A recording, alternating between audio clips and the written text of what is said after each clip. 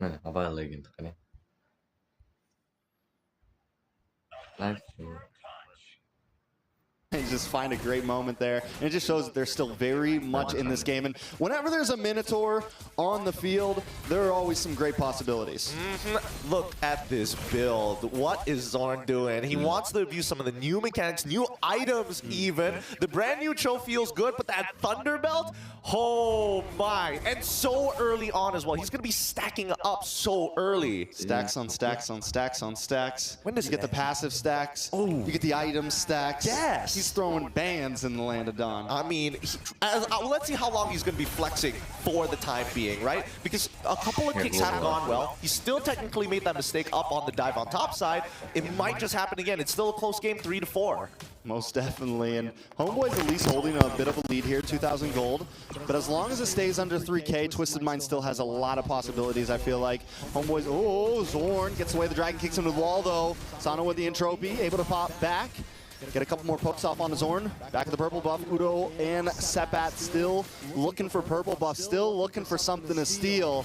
It might be time for Homeboys to maybe back off a little bit, to maybe stop trying to invade as much. Twisted Minds are starting to hit a little bit of a spike. We're seeing more damage come from Coven, we're seeing more damage come from Hoda, and the rest of the team.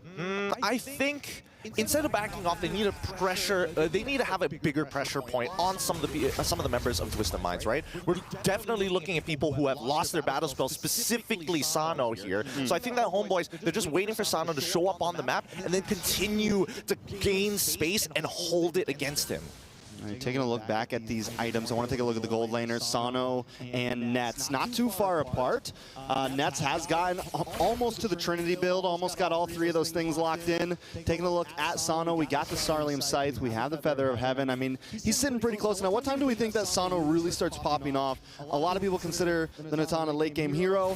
Is 3 items enough, or will he need 4 or more? Well, I would like to say that 3 items would have been enough, but hold on. Ooh, Blazing Duet on the Sanji. Sanji goes down. Oodle finds the feathered airstrike the longest distance. And now Zorn putting pressure as well. They're trying to sandwich Twisted Minds down to this mid lane. Homeboys break through these towers. Nothing but one tier 2 in the mid left, and then it's nothing but inhibitors after that. Ooh, the heavy artillery support from Udil to secure kills rather than pepper them down just shows the versatility of Farsa in the current meta state. Now, I will say, coming back to the topic of scaling, I think that Sano, Holy Crystal would have been the breaking point for them. But considering the lead that the Homeboys have generated, specifically around Chibi, he can basically one-shot him, right? So I think that Sano, he's still going to need that Blood Wings if he wants to protect himself. Here's the thing, and even once Chibi, once the Roger starts to scale down just a little bit, if it gets to late game, they still have Nets, they still have Voodoo, they still have these powerhouse heroes in the Land of Dawn right now to just dominate.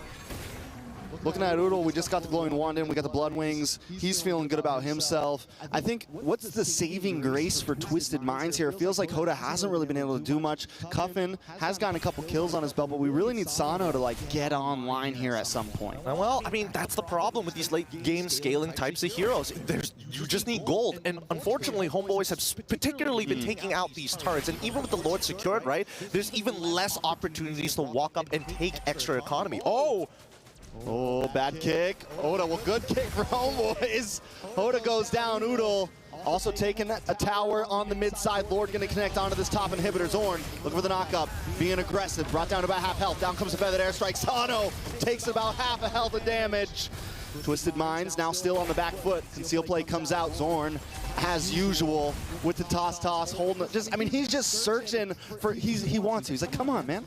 Come on, man. Just make a mess up. And this is what Homeboys does so good. They want to try to bait you out just a little bit. I'm telling you, Twisted Minds and Homeboys are so much more similar than people would like to imagine. Both of them, the technically, quote-unquote, villains of their arcs, but mainly, they're just the baddest of boys. It's the baddest of boys. But today, there can only be one. Who's the baddest? As we close into the 11-minute mark, some final looks at these items. Anything really coming out to you? I mean, I'm looking at Chibi, and now he's 3K ahead. Previously, we were looking like, what, 5 minutes ago? He was only like 1K ahead. Not that big of a deal, as long as he doesn't snowball out of control. And I think we can safely say he is out of control. He's got 4 items already completed. And let's not forget the difference here between Subot as well as Sanji. With the extra item from Subot, he's more reliable in these engages, but he also has to respect that he doesn't have an escape mechanic, right? Oh, Here we go. boys. Toss, toss. That's a T. Yeah, that's the T. Yeah, T you for the saw toss, it. toss. You saw it. And don't forget, from the Homeboys POV, it's reversed. So it's corrected them for us. Hey, man, you get what you get. I like it. I like it. Homeboys always bringing some entertainment to the land of Dawn. Twisted Minds, though. They're down right now. It's getting tougher and tougher and tougher. I said it earlier that as long as they can keep the gold lead under 3K, they have a chance. But now we're looking at a 8K gold lead almost, 7.5 or 7.5K gold lead for Homeboys. Twisted Minds unable to eat right now.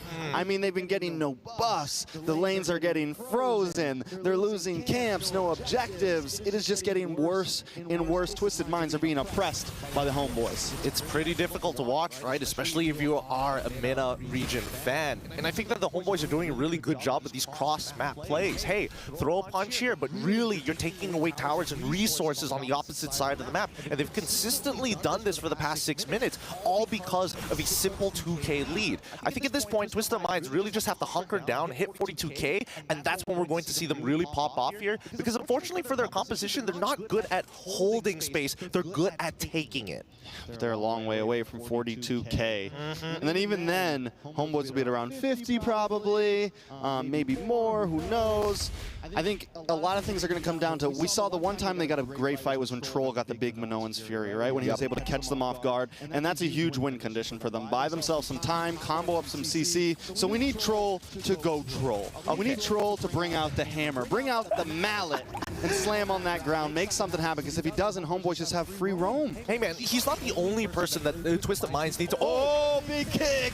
Sanji gonna get pulled back to the team. Zorn does go down though, taking a lot of damage. We're starting to see Hoda pop off. Chibi able to find Sanji. Look, Asano entroping back into the base, into the fountain. Trying to get some help, trying to play the distance, but it's not enough. Homeboys take game number 1. And I was literally about to say that Sanji was the one who needed to lay down the hammer, and instantly Zorn, with the longest home run kick I've seen in a while, 2 screens away, closes out that game with a sick engage.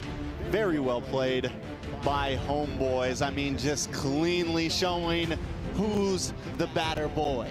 He's Will Smith in this movie right now. And so far, hopefully, we do see Twisted Minds adjust for game number 2. They really need these points. Most definitely, I love it. I mean, I got to see if Twisted Minds can come back. And I don't, like we said, we liked both drafts. I think it's just execution at this point for Twisted Minds. They need to find a way to deal with the aggressiveness of Homeboys and get them out of their face. Honestly, we saw a slightly different game from some of the other groups we saw in the groups in wildcards, right? Now it's not just about tempo, but at the same time, they have to make sure they control their opponents and tempo them out and scale faster. With that being said, let's throw it over to our panelist, LaFell. Take it away. Thank you very much, Gideon. Now I need your help, Gideon, so I hope you're hearing right now. Let Trex know it's Udil, not Udil.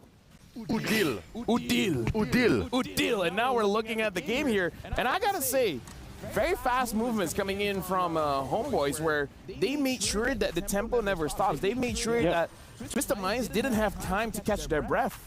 Yeah, it's very difficult for Twisted Minds to deal with it because of the tempo that Homeboys was playing in, especially with this Cho. 4 out of 5. Zorn was very comfortable with. You see this kick, there wasn't even a much better kick from the bottom lane when we saw that they were able to finally shut down Hoda. But the fact that they have taken space, I think the real estate control here coming out from Homeboys is also, you know, too much for Twisted Minds to handle. Yeah, even before the 5-minute mark, they were starting to threaten Hoda's purple buff, and that allowed for the kill score to be very stagnant. Yeah. Especially for an aggressive team like Homeboys and Twisted Minds. Both of these teams like to fight, but for a good 4 or 5 minutes, not much was happening, but that was the Homeboys' advantage. We gotta talk about Zorn using the Thunderbelt first item. Yeah. It was only 13 stacks. Do you think 13 stacks is like still good enough? That's basically 13 hybrid defense. Yeah, that's a lot. Where are you gonna pick that up? Yep. That's like always tenacity, even when you're not down a specific amount of HP. And yeah, it's pretty significant, I think, especially because you also have that slow that goes with it. You're very confident if you're the Cho. Very hard to take down. It's like I think the 14 hybrid defense is essentially minus 7%-ish or 8% damage dealt, which is significant. He stacked that up with only fast, and he's always cocked and loaded. He's a one-man kill squad. I mean, like, here's the thing. Cho, like, the Zorn using the Cho, it almost doesn't matter the items that he uses because, again, look at the way that he plays. He's really trying to bait out a lot of skills. Yep. He's like, I got 10 million dashes, man. To be fair, Zorn has been playing Cho for the better part of half a decade. Yep. Yeah. 6 or 7 years now he's been playing Cho. He's been playing since season 1. Yep. Even before. Yeah. So he's so comfortable with this. I'm watching him do nothing, but just the same, he's threatening a kill on most of the members of Twisted Minds. That's how scary, dangerous Yeah. Zorn's Cho is. Especially now that there's a lot of changes with the Cho. I think it's generally a buff, especially with the fact that you can, your Shunpo is, or your the Jit, Kun, and the Do actually reaches a lot of space now. And this is the. I wonder why you're not happy when Homeboys is winning like this. No. Here's the thing. Whenever he makes a pun, say the Udil pun again. It's very hard to deal with. Look at me. I roll my eyes back so far, it went to my ear. 4 out of 5 though. It's a pretty solid it's one. a pretty solid one. Yeah. Why do you feel so sorry about it? I have a love-hate relationship with Wolf. I mean, Yeah. the thing Four out of five. is, now we that slide. got to talk about the storyline here. Twisted Minds, they need to win the next game. Obviously. No doubt. Because if they lose the next game against Homeboys, they're eliminated. Because again, we got to talk about this. Homeboys wins 2-0 knockout stage, good for them. But for Twisted Minds, losing 0-2, that's the end of their journey. Yeah. I kind of get the idea why they went for the Nola plus the Nathan. I still feel that this combo requires a lot of time, a lot of farming. And if you're going to be playing up against a team like Homeboys who kind of just control the tempo, this is like Minotaur, Nathan, Nolan. Obviously, in the latter portion of the game, that's really, really strong. But in the early stages, it's hard to keep up. You're always just like following and reacting to where Zorn will be. Unfortunately, that's not the way that you have to play against Homeboys. You have to match the tempo. Yeah, here and now is what matters in that matchup. Because again, you're two aggressive teams. Yeah. And I don't know how Coach Nobody and the rest of Homeboys were able to force Twisted Minds into the defensive position. They straight up went the. Yeah. I feel like they just understand how Zorn plays. Zorn is the one, like, usually we talk about mid trios. Zorn's like, I'm a mid solo, man. Like, I can solo mid all of these guys. And I feel like that's a special secret that Homeboys has that gives a lot of space to Chibi, because we got to talk about Chibi. His farming rate is insane. Yep. He was farming heroes. Farming heroes, exactly. farming buffs, farming jungles, farming minions, farming turrets. He's getting everything. Yeah, I think this is the strength of the Roger when you're left to win in the jungle role. If you're not able to contest it, which is, by the way, very difficult, you're left in a spot where you have two cores that you have to think about. Like the Cloud as well as the Roger deals a lot of damage, but in the early stages, if you get into Skypiercer range earlier on in the jungle Roger, it's very hard to contain. Like every single time, once you have that Sky Piercer, it's like a battle within. Battle within. Battle within. Soul Vessel Series skins is out. Amon, Vessel of Deceit, and Hanabi, Vessel of Rage are slated for a stunning reveal. So make sure you guys grab the skin right now. Not even gonna delay. Get it right now because it's juicing. Juicin is also the new mage hero that has arrived with her exclusive pack, Get the Hero, and her Ethereal Serenity skin during the launch week, which is right now for 469 diamonds. And if you guys buy it with battle points, it's only 51 diamonds to get the skin, so get it now. And if you wait, then it's gonna get too long, and we gotta talk more because right now we gotta look at the Sony MVP of the game, and I believe it's Zorn. It has to be Zorn. And you are rolling your eyes at Wolves who deal with it. But no doubt, it's gotta be Zorn, right? No, it's gotta be like Look at got that. the kick very early on as soon as they were able to get the turtle, and then the flicker Jin Kundo was so perfect coming up from Zorn. He's gonna have another one here, the bottom lane. I like this one. Yep, Hoda shows himself. It was a good kick. Very good kick, in fact. And it was the flicker Jin Kundo, or flicker Do, because it's just that. Shout out to Merku and Naisu as well. They just arrived. But either way, looking at how, like, there's a lot of highlight plays while they're casting the game. So talking about that, game number 2. What adjustment has to be made? Do you have to respect the Cho? Absolutely. You have to respect the Cho and the Farsa. You know what you look like? What? You look like Nemesis from Resident Evil 3. Yeah, I'd take that. No, you're talking about the show.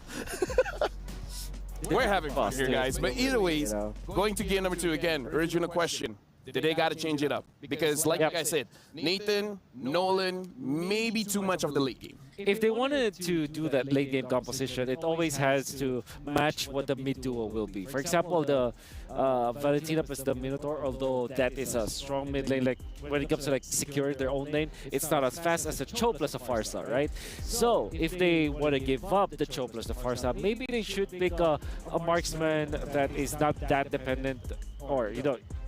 No, Nathan is like the extreme when it comes to I think we have to put into perspective. So Nathan is a 3-item hero as well. The difference is between him and like a Claude is that the items on a Nathan is much more expensive, man. That Holy Crystal, 3,000. Exactly. And the clock can protect itself. And the clock more reliably. Yeah. Yep.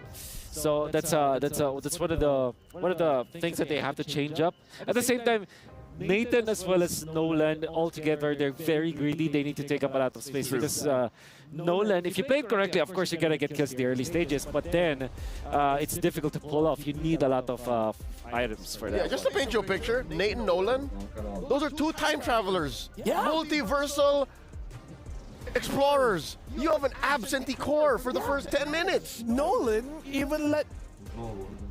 Can I say it? You know, I'm going to keep it. I'm going to keep it. But now we're starting into the second game of this match. Homeboy still banning out the Fanny and still banning out that Louis despite being the first pick. So Udil's not feeling Louis for now. What are the odds of a chip for Cho trade? Dude, Chip for Cho. You thought about that? you don't let the chip go. But it's likely, right? Whoa, you let the Cho through first? Dude, trust me. I've been watching a lot of MPL Malaysia games. It's worse. It's worse than the Cho. 2,000% worse. 2,000% more. Him on the That's- chip, That's dude, like that's exponential. exponential. Unless Zorn hasn't practiced the chip for a while, but I quote from Zorn. He said, Munton designed this hero specifically for me. Hey, All the more I want to see it. he has more than one recall button. He has multiple. Yeah. All the more I want to see it. But I guess the only thing might make sense if the chip was let through is if Homeboys picks it up, it's Valentina plus Arlet. That is going to be the makeup for Twisted Minds. But then there's a lot of combos with the chip. Chip Lunox, I don't know if you've seen that, but that's disgustingly strong.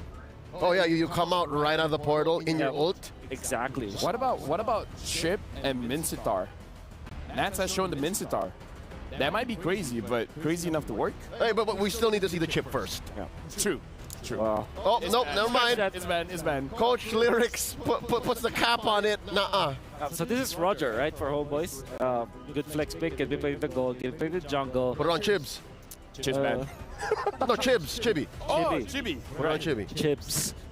We're close like that. Roger. Oh, yeah. Good friend. So good you friend. answer with Valentina in this case. Maybe get the Edith immediately if you Oh, are Edith got banned. the mines. It is banned. Oh yeah, so that's Valentina.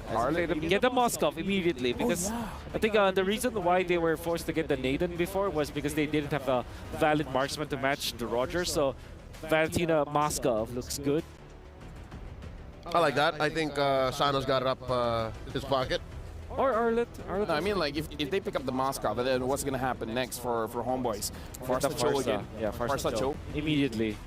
So do they deny the Cho now? Maybe you deny the Cho now. Cho can do it. I think Cho can do it. Yep. At this point, every roamer should know how to play the Cho. I love it. Cho's back. Yep. I don't know. Oh, Minotaur. okay, Minotaur. Maybe a bit early, though, no? Yeah, too early for my Playing on taste. comfort. Yeah, they're playing on comfort for sure. I mean, like, you're Yeah, Cho Farsa all the way. They don't pick up Claude. Farsa, they pick up the Claude. They prioritize Net Zero first. Maybe Udo's like, dude, look at my hero pool, man. Dude, does it look like I care? If this is the Claude, then you're still Maybe he gonna wants pick up the the Vexana. Terizla? Maybe he wants the Vexana. Maybe.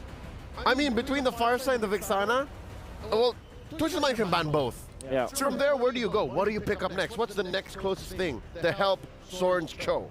I guess Novaria, Aurora. Is there. Aurora is okay if they're assassins.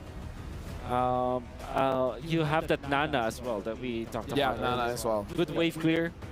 Minotaur Haven't hates seen Nana that ever hero. since the changes. Less damage, more control. Haven't seen it a lot for now. We're forced with a Turisla, but maybe you go Pakito. But yeah, okay, the Arlet, as we did say earlier on. But now this will be an EXP lane Arlet, which is there's a lot of answers to that. You can pick up the Turisla if you're on the side of Homeboys. or maybe you can pick up the Bats even. X-Borg is an option, but then with the presence of the Valentina, you may reconsider that. I would say Sapat doesn't use the X-Borg as much. Yeah. Yeah. Okay, you ban Farside Vixana for sure if you're just in Minds. But what about banning the Terizla? Even though Valentina can pick it up, but you know, let the Arlet have an easier time. Sure, but well, there it is. there is Terizla. But you never want to let go of the Farsa. I think it's just, as I say, and this I got this word from Mr. Mao. It's criminal to give the Farsa now. A lot of people tell you it's criminal, huh? We got to talk, Wolf. Don't know what the kind of conversation. Sounds like a legislative issue. Yeah. Yeah, well, it's Mr. Mao that I'm talking to, so. Makes sense. Yeah. Here they see the Amon ban, and then they cover up the Vixana. So that leaves the Aurora and the Farsa and the Nana. Again, the cleanest solution. Just pick up the Farsa again. And the Moskov gets Oh, banned no. And So yeah, That's a I problem. actually agree. I feel like Twisted Mind, if they pick up the Moskov earlier, yeah. they wouldn't have a problem. Because even if the Arlet gets banned out, you still have quite a few EXP laners open. Exactly. And this Minotaur as well, I don't think that this is the only solution. You can pick up the Grok, or there's just a lot of alternatives for the Roamer. I am I'm gonna be honest, this is difficult for Twisted Minds to draft into. What else do you pick? Maybe Crazy enough, a carry carry against instead of a Nathan. Yeah. You go 3 items that's fast. Yeah. Matrix. You go carry, purify. Like you just have to purify. Nathan again. Nathan again. Oh man, this is Farsa territory. I mean, like, think about this. Think about this. Maybe they think it's not a draft issue. It's just execution, guys. maybe. Right? But then you're gonna be facing what? Yuzong Farsa or Lapu Farsa. If you're the Nathan, that's so difficult to deal with. Well, the Farsa, we know that one's coming. Wow, I can't believe Yu Zhong came through. Yeah. What if they pick up something like a Paquito? Or maybe just the Barret so that you don't. Even that's bad. There's so many natural predators out there Yeah. to catch the Nathan. This the last pick has to shit. This should not be Nolan at this point. No, that would be But what else is good? that would be insanity. If you want early game, you pick up something like a box. Oh, Ruby was not in Ruby's my great. books, Ruby's though. great. Ruby's amazing. Ken duel versus the Arlet. Reset bottom as well. So what do you pair up with the Valentina Arlet Minotaur so that you'll be faster? Right. Maybe a Julian actually. JJ? Jungle Julian? Yep. Yeah. I mean, don't we usually see Valentina Arlet with a Fredrin? Like, what if they want to go utility? I do agree with the Julian, but still, I'm saying Yeah. utility junglers might be the one here. They can go all in for a protect one. Yeah, Baxia, Fredrin. Or get the cushion? Wait, What is I the think the last draft is done. Yeah. I wonder what the last pick was. We'll Well, see it. I wonder what the last pick as well, but it looks like our draft has been completed. And with that, when the draft is completed, before I throw it over, Gideon, make sure Trek says it right. And now I'm passing it back over to the casters. Chibi. Chibi. He's got it right. We've been practicing, going back and forth. He did it all by himself, brother man. But let's get into this game. That last pick, you guys will be surprised. We have a bit of a sneak peek, but honestly, let's let the Land of Dawn do the talking for us. I'm excited for it. You know, we got Chibi. We got Udil. Udil. Big deal, Udil. Big deal, Udil. Big deal, Udil. Going new deals. We'll see whether he's going to be cooking this time around, because honestly, last game he was doing a phenomenal job at staying alive and trading resources against their opponent on Twisted Minds. But for now, as we get into this game, this could be it. Homeboys have an opportunity to make it into the playoffs if they can just beat Twisted Minds. All right, so Twisted Minds essentially bring a very similar draft, but the big difference here is that jungle. It is the Leo Mord. Instead of Hoda on a more assassin-y jungle, we pick up a fighter. How do you feel about it, Gideon? Honestly, this is a bit of a repeat of the previous game, but now they have a more, well, I would say they have multiple tools to cancel out that Feathered Airstrike, right? As long as you displace the Farsa, she's going to get out of her ult for some reason. All you gotta do is just move her a little bit, a couple of centimeters to the left. And she's like, vaults no, over. no, She's like, no. spell's broken. You have I to lost be able to focus. concentrate. Yeah, you lose focus. Exactly. You know how it goes. Of course. Magic using myself, man. Degree in Hogwarts, they say. But for now, as we see the aggression coming up from that mid side, hopefully they're able to spill that lead after the second minute. Again, both of these teams pretty ult-dependent. Yeah, I mean, yeah, definitely ult dependent. I'm really excited to see how Chibi goes against the Lemort. He might not be able to be as aggressive as he was before. Chibi might not be able to be as aggressive as he was before. He's not going to be able to maybe invade as much, because once Lemort hits this level 4, it's going to be a dangerous jungle to enter in on. So Homeboys maybe have to approach this game a little bit different. Even Zorn already having trouble, trying to get in their faces. There's a couple more threats this time than last time. Hey man, old Zorn would have came from the red side direction rather than just face checking the traditional tri-brush here. But overall, I think you're totally right. Hoda on this Leomord is really, really dangerous, right? If you get low, you're very much in danger of Hoda executing you. And this is even before they actually get the Sky Piercer. With Warcry, which is really easy to proc on the Leomord, by the way, as soon as he's on top of you, count the squishy members of Homeboys. There's three. There's 3 of them, inclusive of their jungler. That looks tasty. It looks masarap to Leomord, as the PH would say, the Filipinos. Now Sanji though taking a little bit of damage, gonna get knocked up. Sanji will go down. Zorn able to get the kill. Hoda brings out the steed, gets some more damage on Zorn. Nothing too major though. Turtle still up. Twisted Minds maybe still want to fight for this. Company able to get the I'm offended. Bring it back with the IMU, but big kick on Hoda, and Hoda down Udel. Able to take the kill, and now Twisted Minds on the run. Maybe staying too long. Cuffing down low. Spot able to get another kill. Cuffing down. Troll next on the chopping block, and Sebot doesn't want to let him go. Troll finally gonna escape. Oh my goodness, the motivational roar of a lifetime just to save his life.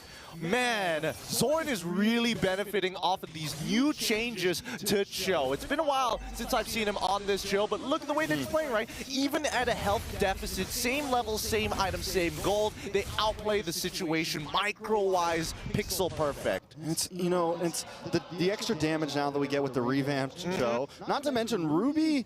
It's surprising how much damage Ruby does now in the early game and everything, and even towards mid to late. If you put a couple damage items on there, she is chunking people down, and it just holds everyone enough still. The CC, the combos, Homeboys starting off very strong. Yeah, I mean, Ruby is pretty unkillable as long as there's a wave in front of you, right? Multiple targets to proc to get the raw sustain. But let's look at the player head-to-head, because so far, Zorn's been doing well. But what about Troll? Wait, hold on the kick once again. What about Troll?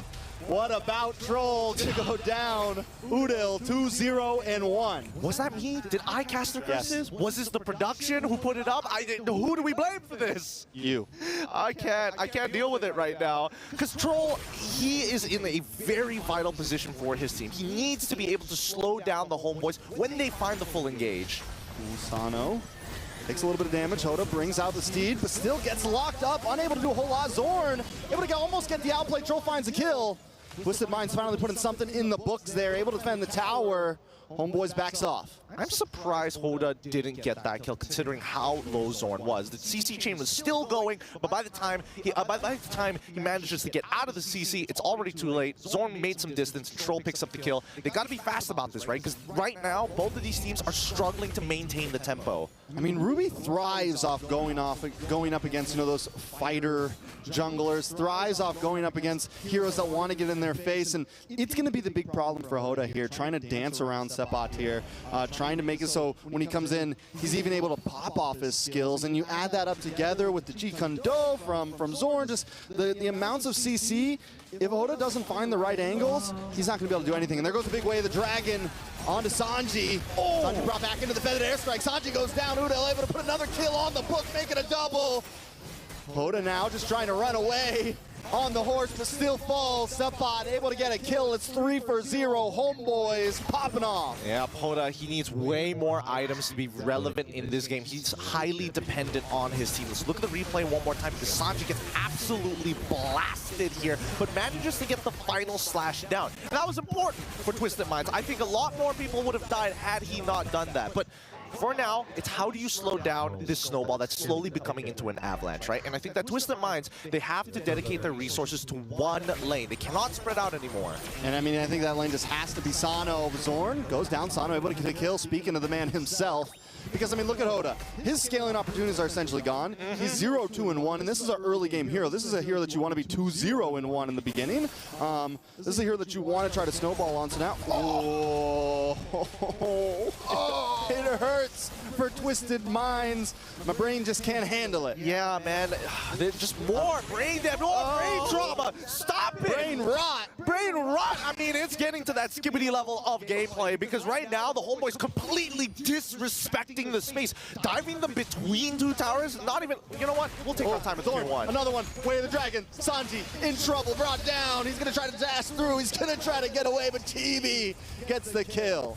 Twisted Minds, they got to get their timings together, and Homeboys just kicking them at the heels, putting them off Keter. Literally kicking them at the heels with this Cho right now. Kicking them with their heels, at their Twisted Minds. Zorn just playing mind games. It's tough, right? And especially with those TPs again and again and again, just at the edge of Fog of War. Twisted Minds hopefully doesn't get to them right now. Imagine you just see Zorn's face coming in and out of Fog of War, right? Just like peekaboo.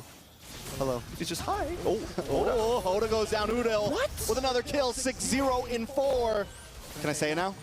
Udil going noodles. Yep. I think it's well deserved on this one, right? He's level 9, and for some reason, he just keeps on cooking, right? He's getting better over time, and he's scaling faster than I would have liked. 6-0-4, by the way. Most definitely. So Twisted Minds, is there an answer here? I think we both said it. All they can do is try to put all their gold into Sano, but that is a long time homecoming for him. We're only 7.5 minutes in right now. That's the thing, right? Because Homeboys, they're playing guerrilla tactics here, right? They're sending 2 people at a time to start the initiation and then follow it up with the next 2 people in the back. Somebody can be expendable. Oh, hold on. Ooh, Chibi does get turtle, but it's going to pay for Setbot. Twisted Minds catch one off in the top side. You mentioned the guerrilla warfare, and yes, Homeboys are doing that. I mean, just all over the place. Find a member. Twisted Minds, maybe they take advantage of it like they just did up there. Maybe they kind of group together more 3 or 4 members at a time and let Homeboys try to just send 2 in. Exactly, right? They need to be able to pounce straight away. They need to be able to hold their ground. They want Homeboys to come to them and not the other way around. And that's why they need hold on. Oda gets knocked up. No One's Fury hits nothing. Chibi gonna dance back in. Chibi gets knocked up, pulled back under the tower, but he should be able to get away. Sano taken out for the Blazing Duet. Sanji will be next. Nothing but nets right now. Able to be MI back. Homeboys just, they're, I mean, Chibi one side, Sano on the other side. I mean, everyone just all over the place. Homeboys given no space to breathe. Look at Setbot. Look at the disrespect. He's like, you caught me once, try it one more time. Do it now. Do it now, and Sanji ain't there. If they get an... Oh, man, they were so close to cracking open an inhibitor. But honestly, that was Twisted Mind's best chance at actually getting a huge shutdown, right? What happened there between Cuffin and the rest of the team? Because Cuffin finds the I'm Offended on towards Chibi, pulls him underneath the turret, but the team were moving forward? Why move forward in that situation? It's tough. It's very... Just, I mean, miscomms, everyone kind of playing their own thing. The ideas are there. They're getting some of these catch-offs. They're landing their ultimates. They're landing some of their skills. But the follow-up, the movement between each other, everything just seems a little bit off. And the way that Homeboys plays with the 1-by-1, it's really working in their favor. Yeah, they're playing extremely independently now. And with a 10K gold lead on top of it, they're setting up for checkmate angle, right? It's 13-3. Unless Twisted Minds... Wait, actually, do they have an opportunity? Maybe. Okay, so imagine this. The Lord's going to be pushing over. I'm pretty sure that the Homeboys, especially Udil, is going to try and make something happen. With that in mind, I think that Twisted Minds could, when their battle spells come up, depend on Sanji to get the final slash to save the game. Yeah, we saw him earlier able to get the displacement. Because they're playing, because Homeboys are playing so separate, you could definitely catch one member off. But Sanji has to hit that final slash. There are some boxes to check to even win a fight. We're not even talking about game, just to win a fight and defend. Exactly, right? Ideally, Hoda might have to hold his ult until when Udil drops his Feathered Airstrike, right? If he drops it, at least with the Steed, you're able to cancel it out, and maybe you have an opportunity to fight without the Motar fire. It's a great point, because Hoda has almost always been the first one to use his skill. Exactly. And I think he needs to be a bit more, let everything happen, let a couple ults go off, and then come in after to try to reap. But he's kind of being forced to use the skill, right? Zorn's just so in their face, he uses it as almost an escape route. Yeah, no, that's why. Zorn is instigating more on purpose, right? Between this Cold War of Homeboys and Twisted Minds, Zorn is just there sprinkling in, instigating it, getting between keeping it the hot. packs, right? Yeah. It's no longer a Cold War. This is all out, brutal, legendary warfare, and Homeboys are at the front line. Just they're in the trenches right now. You know, they're popping out of little holes. It's guerrilla warfare, like you said. Yeah, I mean, they're hiding in the trees. You don't know where they're coming from, man. You don't know. If Zorn is going to do another home run kick, let's see it right here. Sapat, though, holding down the front side. Lord able to break through that mid inhibitor. Chibi, Nets on the top side as well. Another inhibitor goes down. Lord finally connected. Control pulled back to his own annihilation. Able to get a final Minoan's Fury, but still not enough. Sapat will fall. Hoda up against Chibi. Chibi lets him go. Basanji's the next on the block. A big kick way of the dragon. Taken out. Cuffin falls as well. It's 3 for 2 right now. Homeboys, can they finish? Hoda does have the speed up. Should be able to clear the minions. Homeboys looking for an angle. They don't want to give it up. They know they have the advantage, and another wave coming, but the minions come out of Twisted Minds Crystal just in time. Troll up at 6. They might be able to defend this. The next wave, they've got so little minions. Feathered airstrike. Oh! They don't lock down, but Chibi and Zorn stand the test of time. Troll back up, but they will be able to finish. Homeboys. Yeah, Homeboys with a 2-0. 2-0, and they move on to the playoff. Finally, a Malaysian team making it out of groups. There's nothing more that I've wanted to see for a while, and this hopefully inspires them from their previous failures in M5. I remember that very well. You know, and we all had such high hopes in Homeboys. There's always such high hopes in the Malaysia representatives, and this time Malaysia is pulling through. Doesn't matter what the doubters say. Doesn't matter what the players say. It does not look like an easy server right now. It ain't looking Homeboys easy. coming in clean. They're looking very clean here, but honestly, my heart does go out to these MENA representatives, right? They play similarly to Malaysians. We understand that feeling of growth, wanting to have that signature aggressive style and really showing everybody what they've got. But unfortunately, we're just a little ahead of the curve this time round. Hopefully for the next international, we're going to see Twisted Minds again. I mean, yeah, Twisted Minds has showed up, and we've gotten to know them now at this point. We saw them in Wildcard and M5, right? Now we see them here, able to kind of pull through, and this is where all the regions start, right? I mean, look at Fireflux all the way back in M4 when they were in Senio Supremacy. Barely, they didn't even make it to top 8. Now they are a team that people consider a top 4 team in some people's minds. So definitely, we got to keep our eyes on Twisted Minds. They put up they seem to have identity, but it's just execution at this point. Yeah, it's that last layer of varnish to have that clean, polished look, right? That nice oiled up, right? That's what we need to see. Eventually, MENA is going to get there, and I think all teams across the world, when they're that 1%, hopefully they're able to achieve it faster than what is expected. All right. Well, with that, a beautiful 1-1. Can't wait to see. Looks like we're going to have a wonderful interview down there. Let's see what they got to say. Mara, Sandstorm, take it away.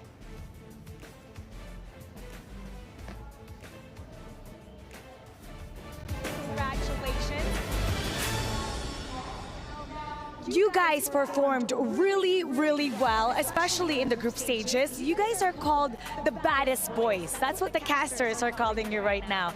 How are you feeling with your MSC 2024 campaign so far? Starting with the wild card and now dominating your first game in the group stages. Masaya. Good. How about? Masaya, ano pa? What else? What other than, of course you're happy. What else are you feeling? What's your team thinking right now? Thinking championship. I love You're that. thinking I love championship. That's what we like to hear. Now, I do want to hear your thoughts, though. When you qualified when you qualified to the group stage, you guys said that you wanted to destroy Team Spirit, and you did. Now you made it to the knockout stage. Is there any team that you want to focus on? Is there any other team that you want to destroy in the next stage of MSC? Onyx. Maniginda. So that's a big challenge. Okay, why that team? What is it? Kasi lagi namin sila nakakalaban yung sa scrim sa PH. Gusto ko sila makalaban sa international. Parang ganun. So for you, they always face them in the scrims in the PH when he used to play there. So now he wants to face them in the international stage. Ah. I like, you know what, I like that. I like the fact that they're setting themselves up for an incredible challenge, taking on Fnatic. And I want to see if that's going to be something that's going to happen, if they're going to be drawn against them. But, ladies and gentlemen, we're going to head back to the studio and get ourselves ready for the next game.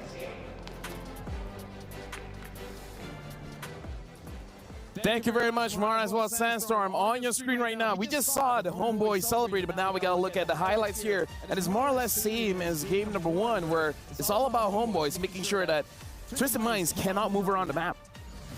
If anything, I think game 1 had a little bit more give, because as a Nolan, you can actually get through the cracks. You can farm up and try to get there. As a Leomord, it's actually pretty honest. Like, you have to farm up, snowball out of control, and Udil this time around, not just Zorn, Udil really showed up, didn't let that happen. One thing that I would like to take note about this is that I kind of thought that, yeah, probably Leopard can be picked up. It's one of those fighters that it's actually viable in the meta game. However, if you look at the heroes that is available for Homeboys, that's Ruby and Cho. There's a lot of lockdown, like mini lockdowns that almost is spammable, which Leopard really hates. Leopard is fine with big ticket like knockdowns, like maybe a Minoan Fury or something like that, but when it's like constant stuns from both the Cho and Ruby, it's difficult to play around with your Steed. And unfortunately, this is not a playground that Hoda can be very comfortable with. As much as it makes sense in this game versus Zorn, Cho, that's difficult. I think the exact term for Leomord here in the current metagame or in most compositions is a win more hero. You have to be winning most of the situations that you find yourselves in the early to mid to actually make the Leomord worth picking.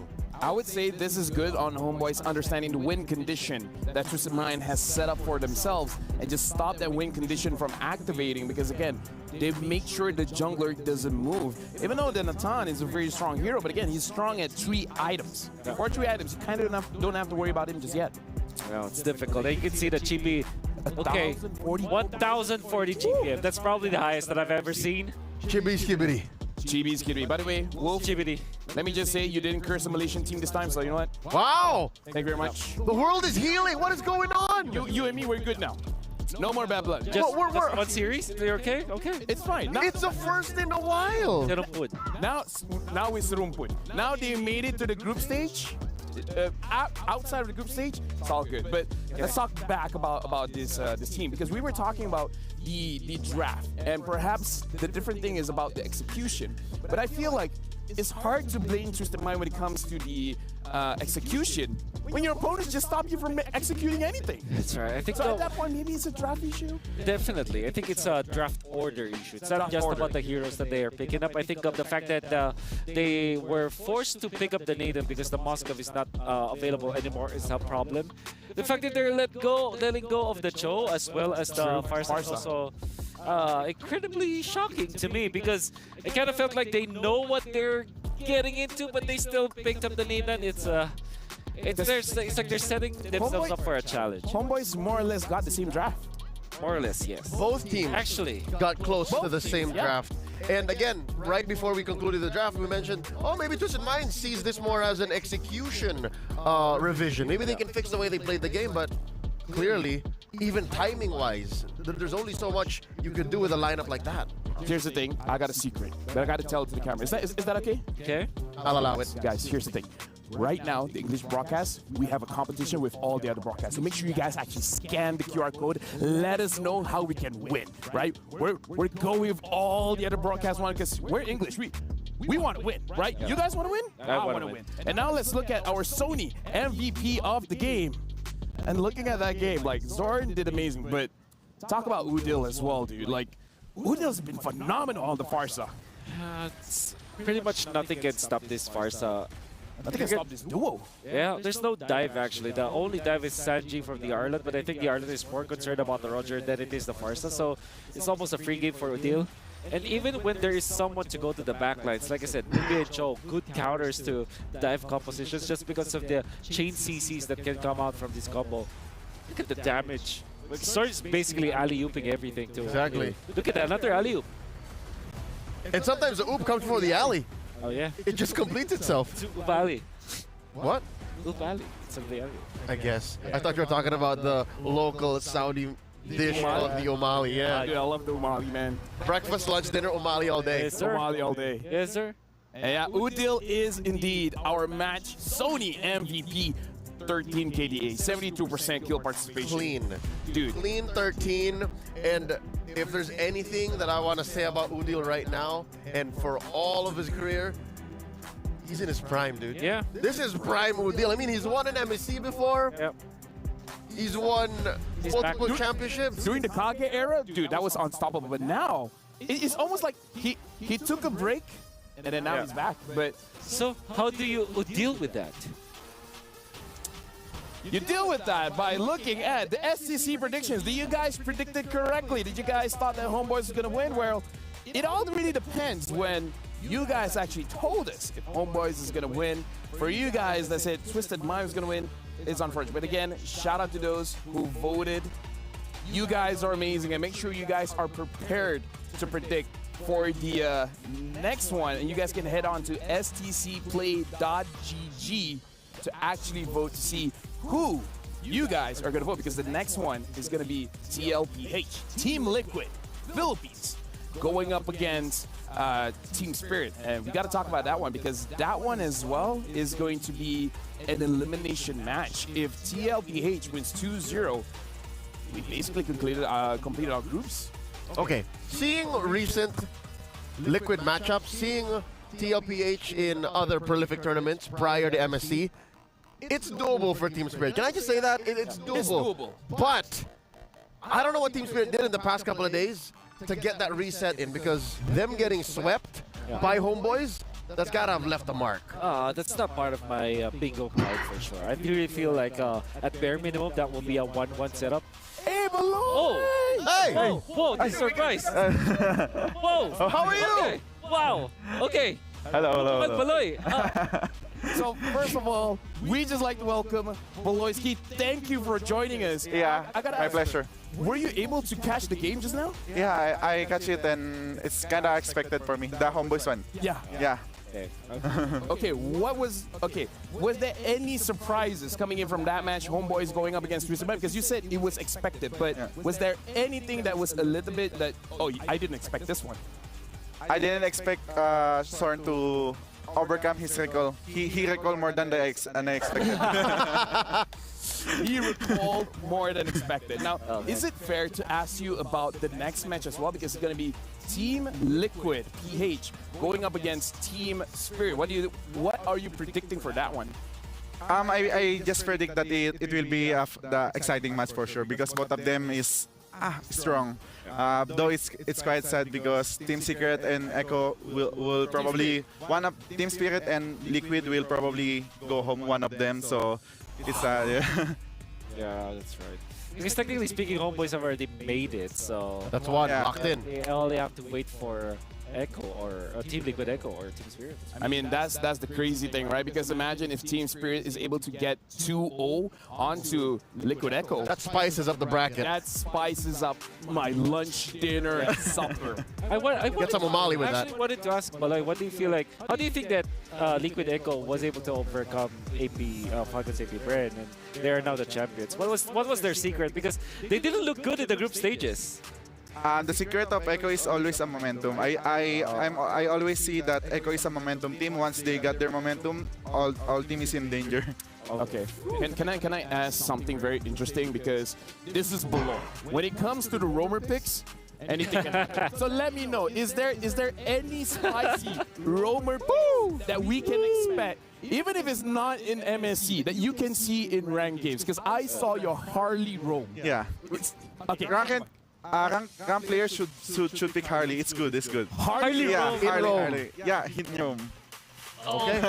All right, so watch out for Sawa, watch out for JP. They might play Harley Roam. Yeah. Especially JP. Here's the thing. If JP picks up the Harley roam and then he loses, now we can say it's JP's fault. Even if he wins, It's always his fault. If win, lose, is either JP's fault or Lubukan Baloy.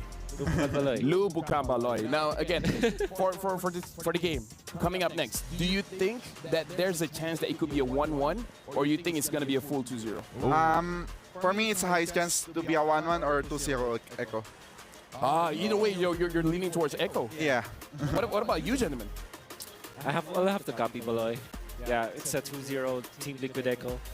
Because if I were to take Baloy's answer, it's like it's very high likely that it could be a 1-1 or 2-0, which yes. Yeah. That's the only two options. Yeah.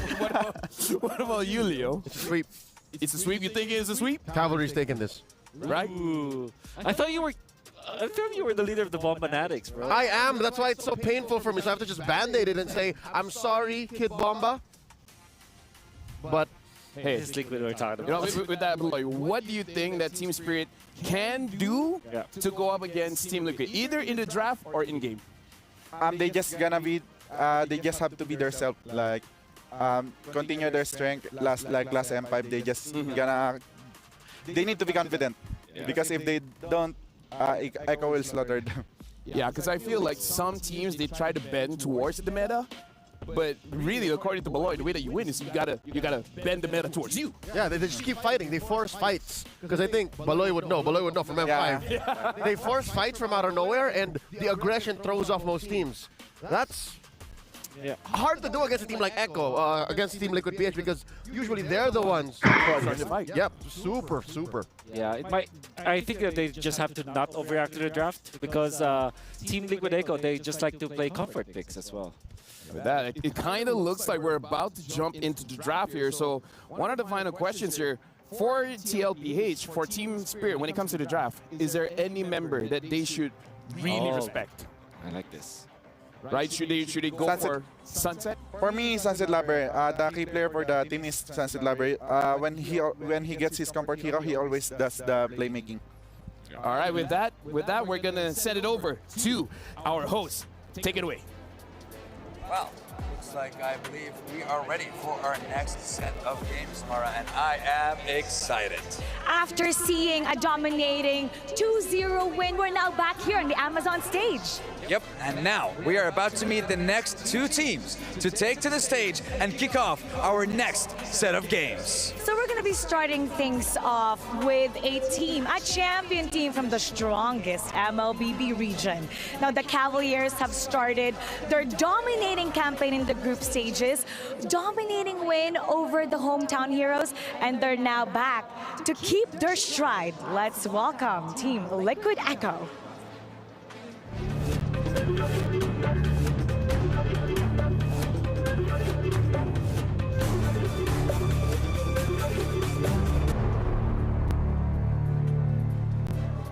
And going up against the Cavalry is EECA's Dark Horse, where a win is a must should they keep their hopes and dreams alive and continue their journey to see the world here in Riyadh at EWC for MSC 2024. Ladies and gentlemen, let's see if they can keep their spirits intact. Welcome to the Amazon Arena, Team Spirit!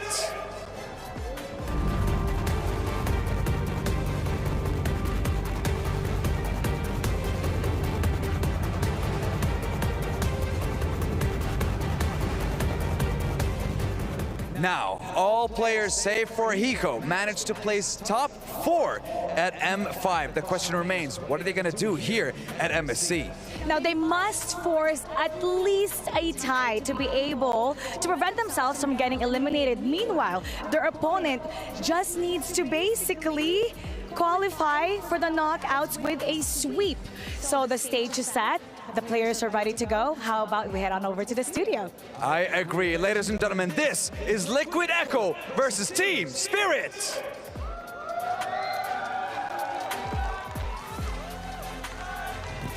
Thank you very much to our lovely host, and you guys can see both teams are already on stage. And before we threw to the host just now, Baloy was talking about Sunset Lover, definitely a player to watch, right?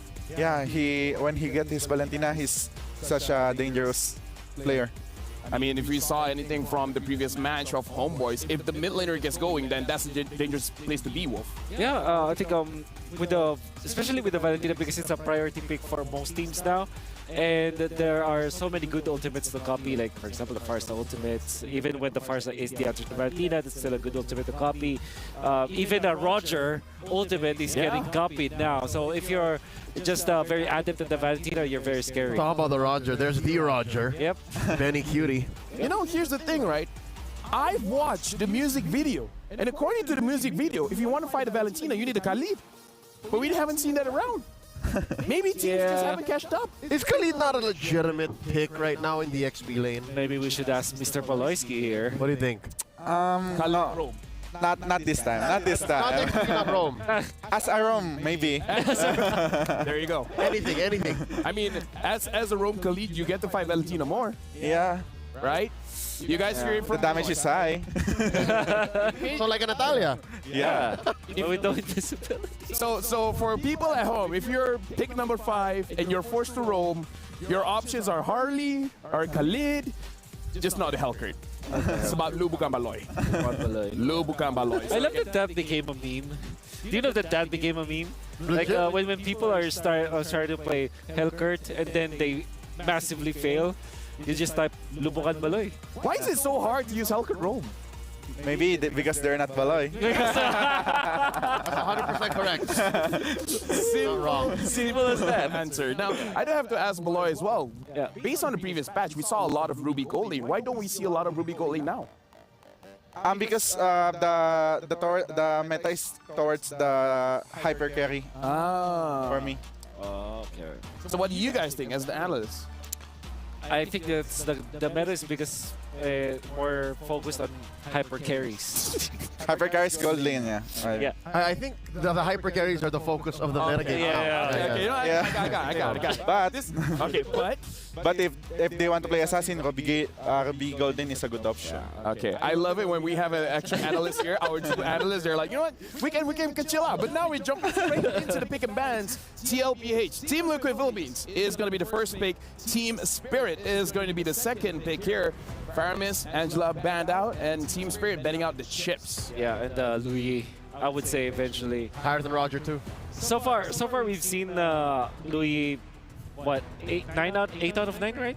Win rate, win this win rate? Yep. Who, Louis? Louis? Yeah. And 8 out of the 9. answer was Lolita, actually. So I wanted to ask Baloy here, what if you were to face up against the Louis, how do you answer that? I don't think Lolita can answer that. Like the answer is to ban it for me. Yeah, Not just the Lolita. Yeah. All right. Or if you want to pass it, you just gonna have to trade it with chip. Yeah. So you're gonna have macro teleport also. Okay, so this even our Even the professional players slash analysts said, just ban it. Don't overthink it. You know, it's like counters, mounters. Don't think about Yeah, it. Fireflux was an anomaly in the system. Yeah, I guess. The way that they gave Louis the first the defeat with a Lolita shouldn't be what's happening. Now we have the Harith out, the Roger out, ready to go. Ling is a band that the respected call this is Ling. Louis, They will probably ban Louis. They have with to. Harit and Roger. don't give it to Sanji, man. Yeah. Because Sanji 100% will pick it. Okay. Okay. Open Louis then. Okay.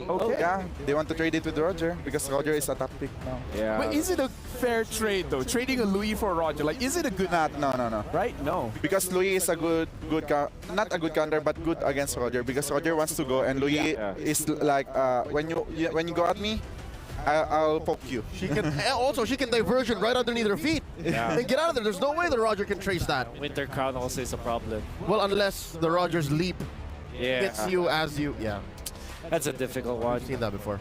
So yeah, this is pick up risky. Roger, right? This is Nino- risky, right? Nino Roger. Oh, okay. From Sawo.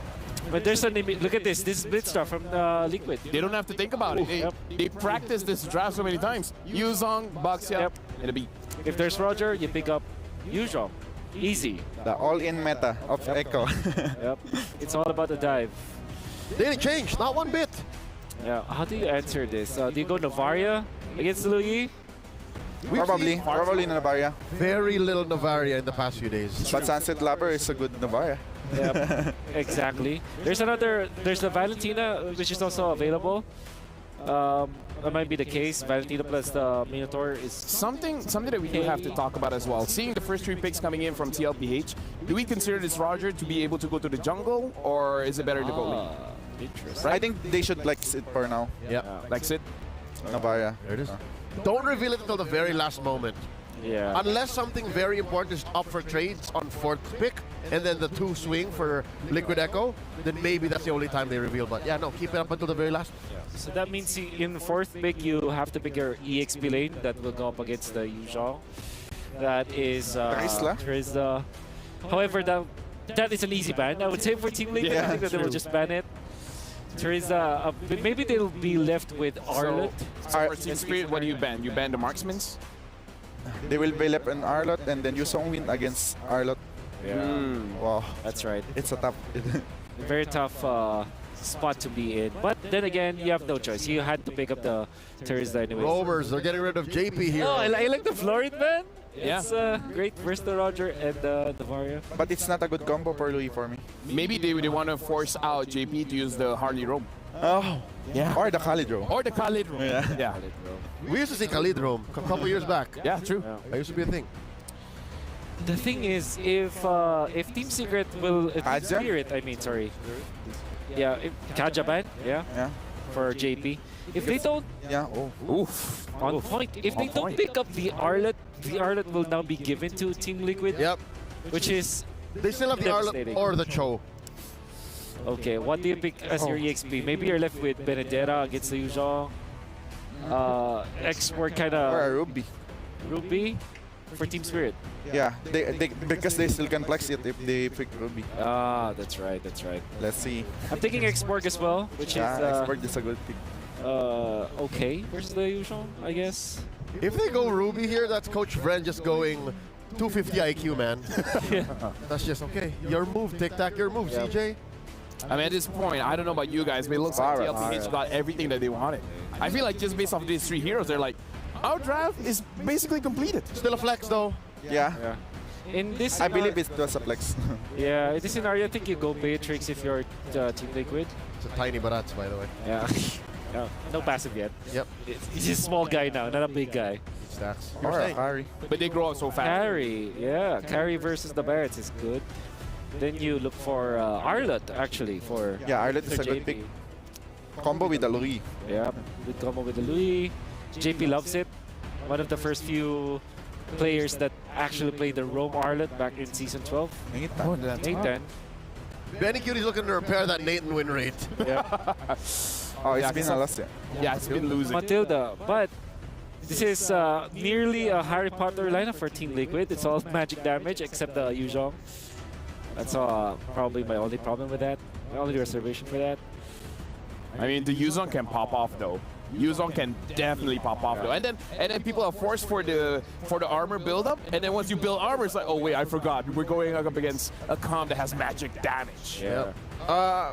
Again, this is Sanford we're talking about. They can just go really fast. Yeah. The only hero that really needs farm for Liquid Echo is Nathan. That's it. They're very low to the ground. I hope this is not Team Spirit picking up the Leslie plus the Navaria, which was one of those theories going up against Louis. Going up against Nathan makes a lot of sense, like laning stage-wise, but then that's difficult. So they just go back to the Claude. Pretty standard. Well, with that being said, thank you very much, Beloy. Thank you very much to both of our analysts. Your jobs are done. But now that the draft has been completed, you know whose turn it is? It's going to be the casters. It's your turn. Thanks, LaFell. When you throw, we catch every single time. This is going to be an important matchup for Team Spirit, of course, but looking at the way that the draft is going to be, I don't know how confident they can actually start taking neutral objectives. I mean, knowing Team Spirit, they ooze confidence, and they just need to translate it, right? Yes, the composition's a little rough, but we've seen them break down walls before, and this is a decider for them. They're 0-2 right now to really lay down the groundwork. They have to at least go 1-1 here. They need a singular point against TLPH. Anything to do with them can be real scary because you never know what you're going to get. Are you going to get the Cavaliers Express, or are you just going to play it low and slow? But let's jump into it. Back here into the land of Dawn, our second series of the day. TLPH on blue side up against Team Spirit on red. All right, so we saw this before. Team Spirit have been going the Roger jungle. Last time, though, they stuck Hiko on the Ruby. This time, what I like to see, he's going to be on the Claude. For those that don't know, Hiko, he's a young kid. He's like 15, 16. Prodigy in his own right, still has time to grow. But when he was in the MCC Championship, this kid was working his behind off, and I want to see him pop off here. I think he does have some opportunity, but his team has to give him the space, and he's going to be going up against one of the best in the world in the gold lane, Benny Cutie, the man, the myth, the legend. Best in the world, definitely. I think that Benny Cutie in this type of position, especially when you're up against Hiko, he's going to play a very, relatively passive game, but Benny is different. He likes to get in your face even when he doesn't have the items, right? He's baiting out these mistakes, trying to keep you on your toes at every stage of the game. So, I mean, Team Spirit taking things slow. Same thing with Liquid Echo. We don't have a Zorn on the field right now jumping in people's faces, but Carl Teasy actually going to jump into Kid Bomba's face right there. Sanford able to get a little bit of poke damage, nothing too major. Still back to a 30-second still turtle. Well, I think this is good specifically for Carl Teasy, because now without Kid Bomba having that flicker, he can't just get into the middle of the fight, go for the Daytona's welcome, and secure the neutral. Kid Bomba getting attacked again, though. They're bullying the EXP lane right now. Luckily, Sawo finally comes up along with Sunset Lover. Now, we've seen Sunset Lover on the Novaria before. We know he knows how to land those shots. So we have some late game potential here. Him and Hiko. If Marl can pop off, there's some early game possibilities too. Let's break down some of the win cons for Liquid Echo, though. All right, it's simply for Liquid Echo. All they have to do is just look for these big flank angles, right? If they can get Hiko out of position, and more importantly, if Marl overextends, there is big punishment coming out from Liquid Echo. They can attack from multiple different sides, and they have an insurance policy of Betty QT. But for Team Spirit, it's a little bit different. They do actually need to fight for these neutral objectives, or at the very least, get Hiko to 3 items. But it seems like they don't want to. They don't want to force anything up front, at least. And I'm wondering why they have Sawo on this heavy roamer. They have the ability to kind of get aggressive if they want to. I will say this, Sanford a level ahead of Kid Bomba right now. It could have just been the call. Team Spirit also, you got to think about it. You're behind 2 games already from a previous series. You don't want to throw. You don't want to get crazy. You're up against Liquid Echo. But what did Beloyski say? They got to come into this with confidence, man. They got to come into this willing to go for the 50-50 sometimes. I'm going to take it even further. I think Team Spirit need to be decisive, right? A lot of the times their indecisions cost them a lot of resources on the map. We saw this previously when they played, and now even today we're seeing that Team Spirit, at the very least, the matches that they have lost was, well, to a certain degree indecision, to a certain degree bad execution. But I think today, Team Spirit, if they're going to make some smart choices, I think for one, that mid lane must be clear. Sunset Lover needs to be able to get across the map, because right now, Carl Teasy has too much influence. All right, so where do we go from here? We're 3.5 minutes in, not a single kill on the board. This is uncanny for what the meta has been lately. Normally, we get at least 3 by 3 minutes. Normally, there's a big skirmish at the turtle, but both teams just taking their time, and I do think it kind of works in the favor of Team Spirit a little bit if they can really get to the late game, but it looks like Marl's going to get a little bit of poke. They want to try to contest for this crab. I think it did go over the side of Team Liquid there. Marl at level 6. Carl Teasy level 6. I mean, things are at a standstill. They're pretty even in farm so far. Level 7 is going to be achieved by both junglers at this point of time, but even so, I think it's going to be slow rolling for Team Spirit unless we see Liquid Echo make a significant mistake. But then again, they still have guiding wins with JP if that does happen, right? And that's the beauty of Liquid Echo. Yes, we want to be aggressive. Yes, we want to make plays, but we also have insurance policies. You know, another big thing that we haven't talked about is the Lu Yi is in the land of Dawn right now. We saw it lose one time. Fireflux gave it up with confidence, and we're still able to win over it. Will Team Spirit be able to pull it off? Because even with that loss, Lu Yi, what, like 95% win rate, something like that? But Black Dragon does come out, going to zone away Kid Bomba. Carl Teasy still able to hold it down, able to take the turtle. A lot of damage on a Kid Bomba. First blood over to JP. Team Spirit now on the run. Diversion comes in, though. Marl kind of calls it. Almost able to dash away, but falls. Sanford takes the kill. And this is why you ban Lo Yi every single time. These fast feints, these fast diversions coming out from Lo Yi players have been catching a lot of teams off guard. Usually, what we see is pretty atypical of like NIP Flash, where you get into their back lines. But even for these moments like this, Liquid Echo are just playing off of their battle spell. Sanford, be aggressive with it. Use that Petrify whenever you can. When it comes off a cooldown, we'll make another play. All right, so with that being said, We're finally seeing Sanji use the diversion. We're seeing the possibilities come. Team Spirit take a huge risk on game one, giving up that Lu Yi. What is the answer to it? It seems like they've been trying to stay tight, right? But the problem is you have Sunset Lover on this Novaria who's so far back, it's hard to stay tight. Yeah, I think Sunset Lover, it's okay for him to be pretty far out because I think he's going to have to use those Astral Echoes and just skill shots in general to open up this map safely for Team Spirit. You never know. Oh, Kid Bomba taking a lot of damage, able to get the nom-noms off. Will he be able to escape? Sanji gonna get pushed under the tower. Uh-oh. Also brought down to about 30%. Sunset Lover pulling up to help up. Looks like they're gonna be okay though. Does he land the shot? Oh, Sanji's still pretty healthy off of this. And maybe even a punish here. Sunset should be okay, as long as Sanford doesn't do anything crazy. No diversion from Sanji, doesn't have it. This is getting a little, man, it's kind of frustrating because Liquid Echo, right now, they are breaking the tempo of Team Spirit because now Sunset Lover has to recall and he's going to be late to get into the back into his mid lane, while Kid Bomba, now he's trying to maintain these stacks, but TLPH are making sure that all the enablers for those stacks are taken away. The Beetle is going to be gone. I'm guessing the River Crab is also going to be another priority. Man, Team Spirit, I think it's going to be hard for them to initiate something that has substance. Ooh, look at Hiko though, being aggressive. He's holding his own in this gold lane. We got to give him that. Benny Cutie is a level up though. Turtle on the field here. Do we think that Team Spirit tries to contest this one at least? I think they definitely have an opportunity, but that's on condition, right? Are they more interested in securing the turtle, which I don't think Team Spirit should focus on? They should be focusing on getting Marl some kills here. They need to chunk out their opponents with or without that turtle. Diversion play, gonna go down on top of Hiko. Hiko in trouble, knocked up, taking out Benny, able to pick up the kill. He was just hanging out, man. He wasn't even going for tower. The passive play is starting to cost them. Liquid Echo dictating the tempo and now invading at the 7th minute. God, the diversion is so disgusting. Kid Bomba able to get the Daytona's welcome. Nice knock-up. Sanji down. Sunset Lover able to pick up the kill. Kid Bomba finds JP. Carl Teasy now on the run. Here comes the Black Dragon from Sanford. Look for the Petrify. Look for the knock-up. A lot of damage on a Kid Bomba. Benny Cutie shredding him down. The Petrify and Kid Bomba along with Morrow fall. Just when they had a win, it comes out equalized. Yep, Kid Bomba, he got priority. He rotated first. He made a good play, but wait, this might be a response. I mean, oh, Hiko finds the kill onto Sanford. He nails it. He nails it down. I was about to say Liquid Echo responded so fast in Team Spirit, but here we go. Diversion. It's going to happen again. That's dangerous. Oh, and Hiko, PTSD kicking in. He's able to be in my way, though. Woo. Still alive, and best yet, doesn't lose his Purify. But on the opposite side of the map, right? What did I say? Insurance policies. Team Liquid, they've got their conditions met. Yeah, they get that tower.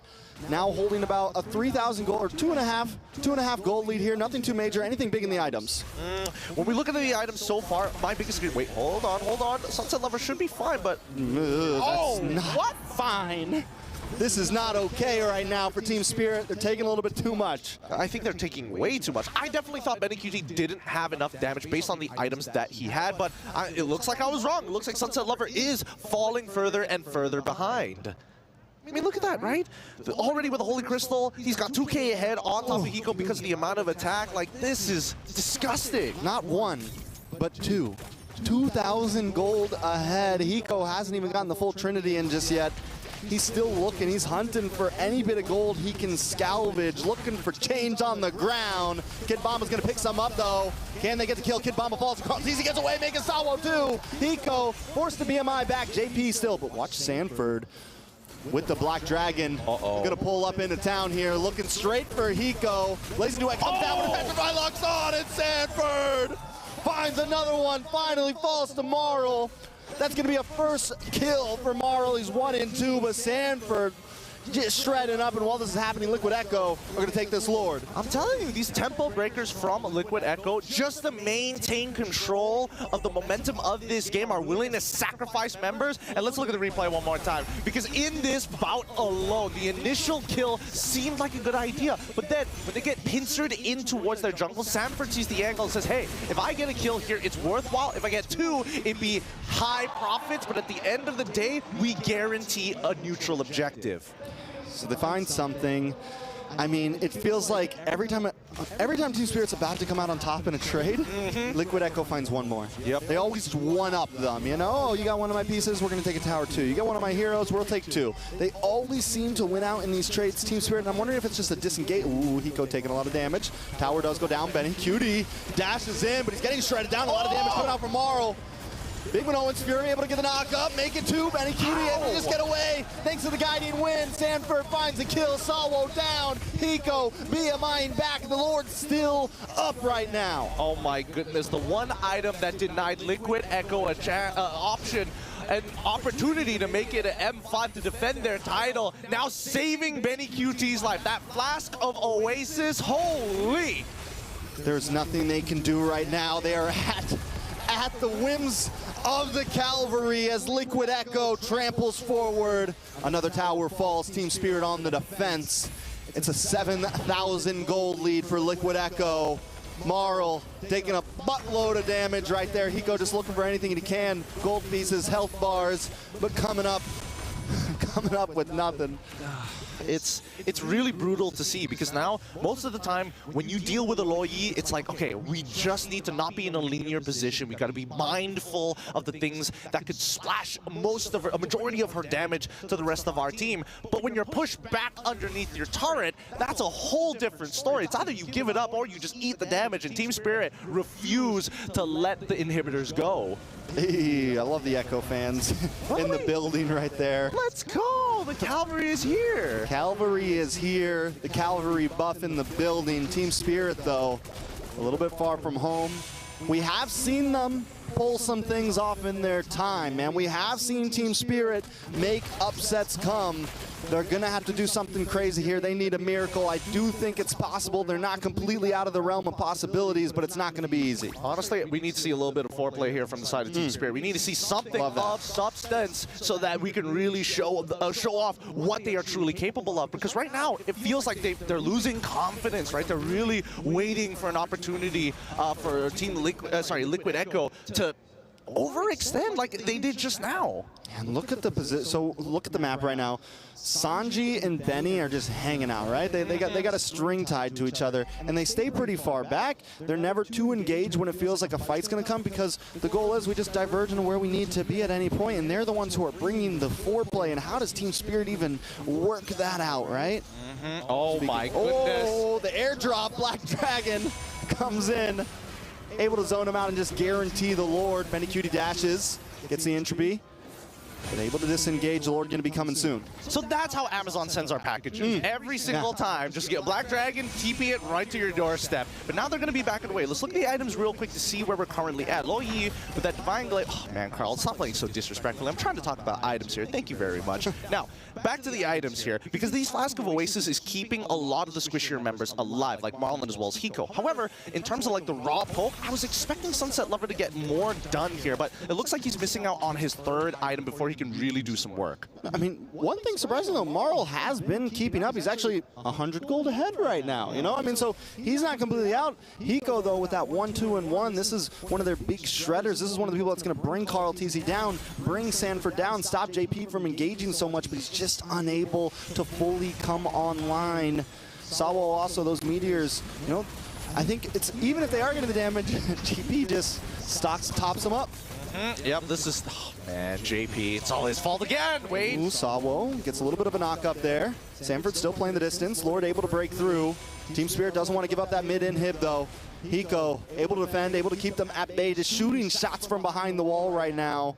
Benny Cutie just hanging out taking creep camps, man. Yeah, he's playing his own minigame, right? While everybody is like, you know, hey, stay on the front, like, keep them back in their base. We cut back to like, just building the economy. This is for we're saving for our retirement fund, building up that 401k. He's looking like J. Cole in the Kendrick Drake beef, man. He's just hanging out in the backside. I can hear it playing in my head already. Inhibitors should eventually be falling, but Team Spirit, honest to God, are doing a really good job holding on. Most definitely. I mean, Liquid Echo not freezing like they. Oh, Kid Bombagon, bombastic, taken off the map right there, and that's going to be the blood that Liquid Echo smells.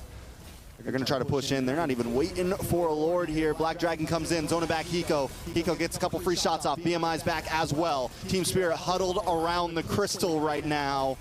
Sanji takes a meteor to the face, but he's okay. All right, at least they back away. Now, Liquid Echo have no reason to stick around any longer. Whatever they push is just putting them in. Oh my god. What just happened? Benny Cutie just one-shot Sunset Lover. Ooh. Sunset is like, hey, high five, and Benny QT is like, give me the rest of your arm, I'll take your shoulders and legs. Give me your shoes. Yeah, but give me your I like that jacket, Holmes. Where's your wallet? You know what? Donate it. You can keep that. I'll leave that with you. Oh, God. That hurts. It's, I mean, Benny QT is honestly... Ooh, Marl finds Sanford, though. Oh, he does find Sanford. Is he a sacrificial lamb? It doesn't look like it. It looks like he got, honestly, just caught off. Ooh, Duality procs, pulls him in. Carl Teasy able to get a little bit of poke off. Sabo also playing the back and forth. Marl getting pokes. Hiko getting pokes. Nice blazing duet. But Sanji just gets away. Hiko's hungry, though. Diversion is coming. They're going to send them back to their own side of the map. Team Liquid, the cavalry, finally reclines. They got to keep on playing just like this, right? Team Spirit, every single one of these picks is going to be worthwhile. Now that they've hit 42k, Hiko, he's got some relevant damage in these fights. They're going for it. They need this Lord right here. Kid Bomba takes a lot of damage. Marl takes it. Team Spirit finally comes out. Benny Cutie down. This could be huge. Hiko, find another one. Immortality pops. Carl Teasy going to try to get away here. Marl, Hiko, the rest of the squad decide not to force, but maybe Hiko, he's dancing, he's looking, but he decides to back off. They play it safe. No diversion play just yet. They're going to stay back at the mid. But Carl Teasy looking for Hiko. BMI's but falls, and Sanji gets the kill. Lord coming out of base just in time, and Kid Bomba, the passive.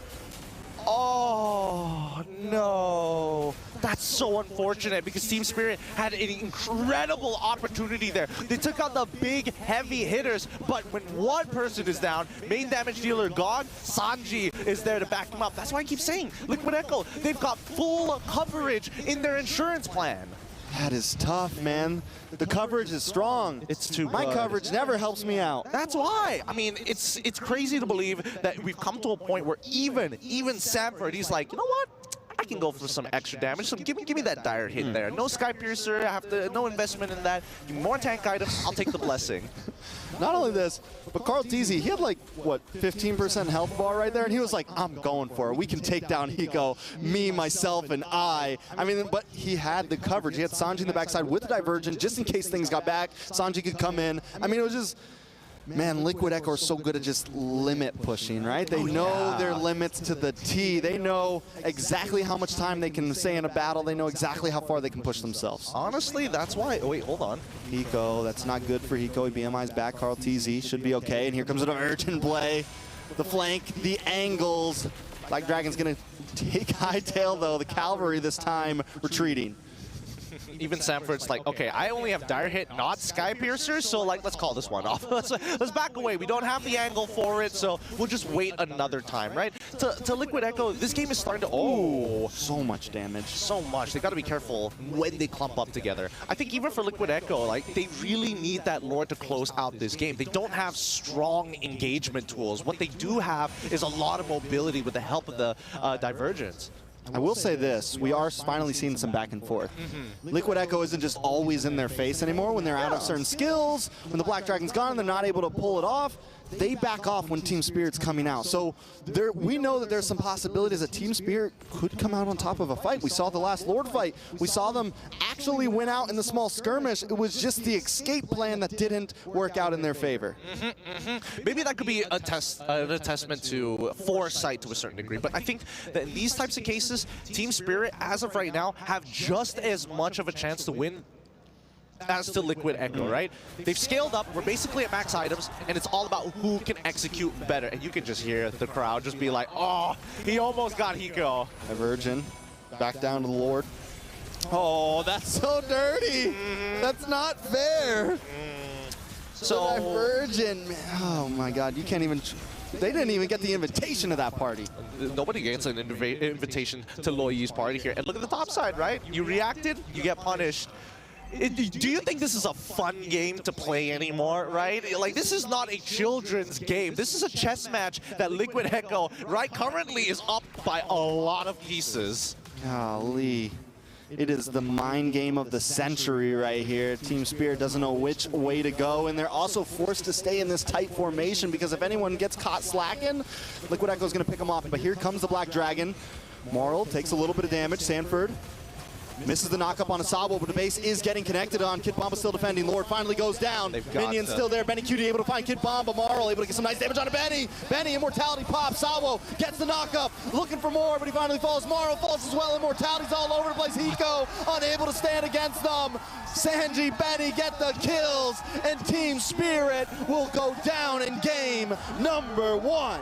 GG, well played to TLPH. These guys are nasty, man. And honestly, I have to admit, I feel like the MVP to a certain degree is JP in this case, right? This man is giving shields the size of their health bar towards the later stages of the game. And that really hindered the plan of what Team Spirit wanted to do because they found great engages, don't get me wrong. They had the damage for it, but those extra shields made all the difference for TLPH to control that game. With that being said, let's throw it over to our analyst panel. Lafell, take it away. Great job, Gideon, as well as Strax, and now it's our turn, but let's talk about how close this was at the end of the game. Transitioning from 15 to 60 minutes around the Lord area, Team Spirit made it look shaky for TLPH. I saw a good amount of the Team Secret that we all fell in love with at M5 towards the later half of this game, in the ultra late game. But yeah, you're right, Lafell. Early on, you'll see here, even at the 8-minute mark, they were putting up a fight, but it was clearly Liquid Echo throwing bodies. I think the major problem is that the Natan just deals so much damage, especially against the Barats. Like, as a Barats, you can't run away. Like, you know, for me personally, I would not pick a Barats going up against a Natan. Like, it's not a fun time. There were multiple reasons for the Barats to not have done its job, right? Not just the Nathan. Actually, even if you just ran into randomly Sanji or even Carl Tizzy, your big guy stats don't matter. You will just be shredded down. And the aforementioned problem that Wolf prefaced the draft with, this is a very Harry Potter lineup, right? But I would prefer Percy Jackson. But okay. I'm right. Yeah, that's. No, you're right. You're right. I'm not saying no. I'm not saying no. But we gotta talk about that Louis though. Star Trek. Louis was okay. Casters mentioned the silent worker in JP, right? The shields that allowed for Liquid Echo, TLPH to be this aggressive. But I think Sanji was the reason why JP was where he needed to be anyways. Like, he was always just around. The fact that they folded the map like a wormhole made JP's job to assist and to shield up everyone all the more easier. I believe that this is also the comfort base of Team Liquid Echo. That's why there are multiple layers about this Loyi pick coming out from Team Liquid Echo, which is the fact that they only got the strongest hero of the meta game right now, the Loyi. And the fact that this is Echo, they can play this high-octane kind of gameplay where they're just constantly trying to fight. All they have to do was to heal up and then get back to the fray, you know? Let's look back at the game here because, again, we saw instances where, honestly, Kid Bomba on this Barats was the initiator, making it so that there's an opportunity for Team Spirit to do something about it. But honestly, in this kind of case, maybe they should have banned out the Louis because, again, engages, the counter engages was too much. I understand why they went for it. I think they're prepared for it now. They pick up the Navaria, which we kind of predicted, and then also the COD, which is definitely an answer. Roger on Marl actually looks very promising. I think that maybe given enough time for Team Spirit, maybe they could have done a lot better in this particular game. But as we are stepping into the Land of Dawn, it looked like they really ran out of time. Again, this feels amazing, but what else is amazing is our Sony MVP of the match here. We're gonna look at our MVP, and I believe it's gonna be Benny Cutie. And dude, getting a one-shot, dude, that was scary, right? Hey, being Sunset Lover in this game was a little too much. He was trying to do the job of 2.5 euros worth. He was doing vision. He was dealing the damage that will allow for Hiko and Marl to clean up. And I don't know, again, compared to Valentina, that is a CQC mage. Novaria is just way off. She's not even a Farsa, dude. Yeah, she's not even a Farsa. Funny story though, funny anecdote. When me and Belen were talking after the draft, he asked like, "Is Nathan still very strong?" I told him that it was very farm dependent, but it's still strong. He can still one-shot the likes of Lapu-Lapu with the Barons. And you saw, his words were, okay, now I have a taste, in Tagalog of course, now I have a taste of what the Nathan can do in the late game. And Benecutie was 3-0-4, I think, at a certain point in the early game. That's difficult to deal with. Yeah, right now we're looking at the highlights here. Looking at the highlights, and again, looking at how Benecutie has been playing, I want to highlight one thing. He was 2,000 gold ahead of his opponent. Let's think about this, because Nathan is 3 items too, but his items is much more expensive. He completed his 3 items before the Claude could finish his 3 items. How impressive is that? Very impressive for the uninitiated. For us, it's like another day at the office for Benecutie. The Team Liquid Echo PH lineup, as well as their overall playstyle, they're just really revolve around this data. You saw that one-shot potential. Oof. Yep. If you apply that to even the likes of Lapu-Lapu with the Radiant Armor, I'm telling you, even with the Radiant Armor, because of Benecutie's adeptness, is that the thing? Prowess, mastery with this Nathan, you can land that combo very easily. Here you go. This is what explains it. Mystery shop. Oh, the more expensive the item? Yeah. Exactly like 10%. Wait, is it 5%? 5% out of 1,000. It's not as big as 5% out of 3,000. So yeah, you're right. So with heroes that has very expensive builds, it's gonna be good. But speaking of which, this is why Benecutie is dangerous, because the Natan is good. But say you ban 5 marksmans, Benecutie still has something up his shoes, man, because his Beatrix is still there. It's still an option. There's very little you can do to Benecutie in the draft. I think one of the few times that Benecutie actually suffers a loss, or teams can get the better of him and his team, is when you when you invalidate what he does. I think that's one thing to do. When you block out Benecutie from getting anything done from the early to mid. Yeah. But then again, you have to consider he still has something up his sleeves. Yeah. Here's the thing, Wolf. Can you try to explain this, because he's got something special to show us. Oh yeah. How? Explain it to us. I want to see it work. Show us the illustrator. Okay, so this is what I call the box. The box. But some people call it the circle. Because it's technically a circle actually. It's more of a circle. And then let me draw a circle around here. This is the circle of influence. Okay. The COI. The COI, Circle of Influence. Circle of Influence. Okay, well, I want to draw it like this. So there you go. Basically, this is where JP can play around with, and it's and he just tanks Kid Bomba's initiation while Kautis is just doing his job, right? So JP will have the Purify available here, completely baiting the Barretts, right? So you can do anything, and then you cannot go into the circle. Once somebody gets in the circle, automatically dead. Then the circle moves, right? Now the circle is around Sanford. If there's anyone that gets inside that circle once again, they're gonna be taken out. And then you have the teleport afterwards. Again, you can see how deadly this circle control is coming out from Team Liquid PH, because every time that you get into their circle of influence, you automatically just die. And that is a improvement, a development, that's cutting edge tech from what won them the M4 World Championships. It's that same strat. I think in M4, late 2022, early 2023, it was called the box because a hero named Eve was more a thing. But now, with heroes like Lu Yi who work with circles, with heroes like Farsa that work with circles, literally. Now it's the COI. Yeah, the circle of influence. It's amazing how the game is always ever evolving, but the concept still roughly stays the same, which is an area of influence. And we gotta look at the Filipino teams, because you guys are very good at creating influence over a certain area. Now we gotta move to game number 2, because Team Spirit going up against TLPH, Team Spirit needs to win this one, because if they win, they still have a shot. If it's a 2-0 for TLPH, then Team Spirit will get eliminated. And I think that locks in our knockouts. Our groups, exactly. From this group, yeah. See, I feel the pressure, man.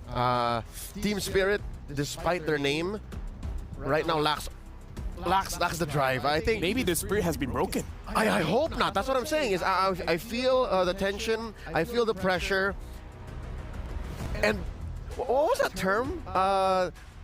That Russian word that describes their play style. Oh yeah. I don't know. It's wow. It's on the tip of our I want to be tongues. careful right here because I might defy. It's called defy. It's Because I might have said a bad thing, but yeah, Defy gaming, yeah. Defy gaming. Yeah, that's right. They weren't able to do that in game 1. Nay, they weren't able to do that across all of MSC just yet. And we want to see prime team spirit. And I want to really back that up because that's literally what we saw in this particular game. There was one time where we see some semblance of that. And even Maloy, because we were watching the game together, he saw that, okay, that was amazing. They could have won. You even reacted to this. There was a part of the game where they could have won it, but there were some mistakes afterwards. When they were able to get a kill off of Carl TZ as well as Sanford, they wanted to back out. There was another play coming out from the side of Team Liquid Echo that they did where Hiko could have survived had it been that Kid Bomba kind of guarded him from the it's like if Kid Bomba just sacrificed himself, Hiko would have lived and they could have prolonged the game, but that didn't happen. Imagine if Kid Bomba had the Terizla early. Imagine the Terizla wasn't bad now. Imagine if it was one of the first 3 picks. Could have been a very different game because he did a lot of the barrages, but again, just imagine that Terizla though. Yeah. That's one of the most Kid Bomba heroes actually. Yeah, the it is. Terizla. Maybe second only to the Lapu Lapu. Yeah. And now we're going to the second game. Immediately, Team Spirit bans out that Lu Yi. Understanding the stakes now, because now it's all or nothing. Winning this one gives you a chance. And when you think about it like that, there's a little voice, I would assume, in at least one of these players' minds is saying, it's just a chance, what you gonna do about it? Yeah, but that's what they need right now. You need spirit. Experience. All of it, and they need to put the exclamation point in the vice. Exactly. There can be a question mark. That's, I think, one of the moments that Wolf was explaining, describing to us. It was a question mark. They weren't so sure. So with that said, I'm gonna double down. Don't give Kid Bomba a reactive hero. Don't give him a hero that needs to set up with the Detna's Welcome, Give him get the something with stacks. You know what? I would have preferred the Lapu Lapu. Honestly, I'm with you. I'm with you. The Lapu Lapu does sound great. We got to move on with the draft here. Team Spirit bans out the Faramis, and now TLPH banning out the Moskov as well.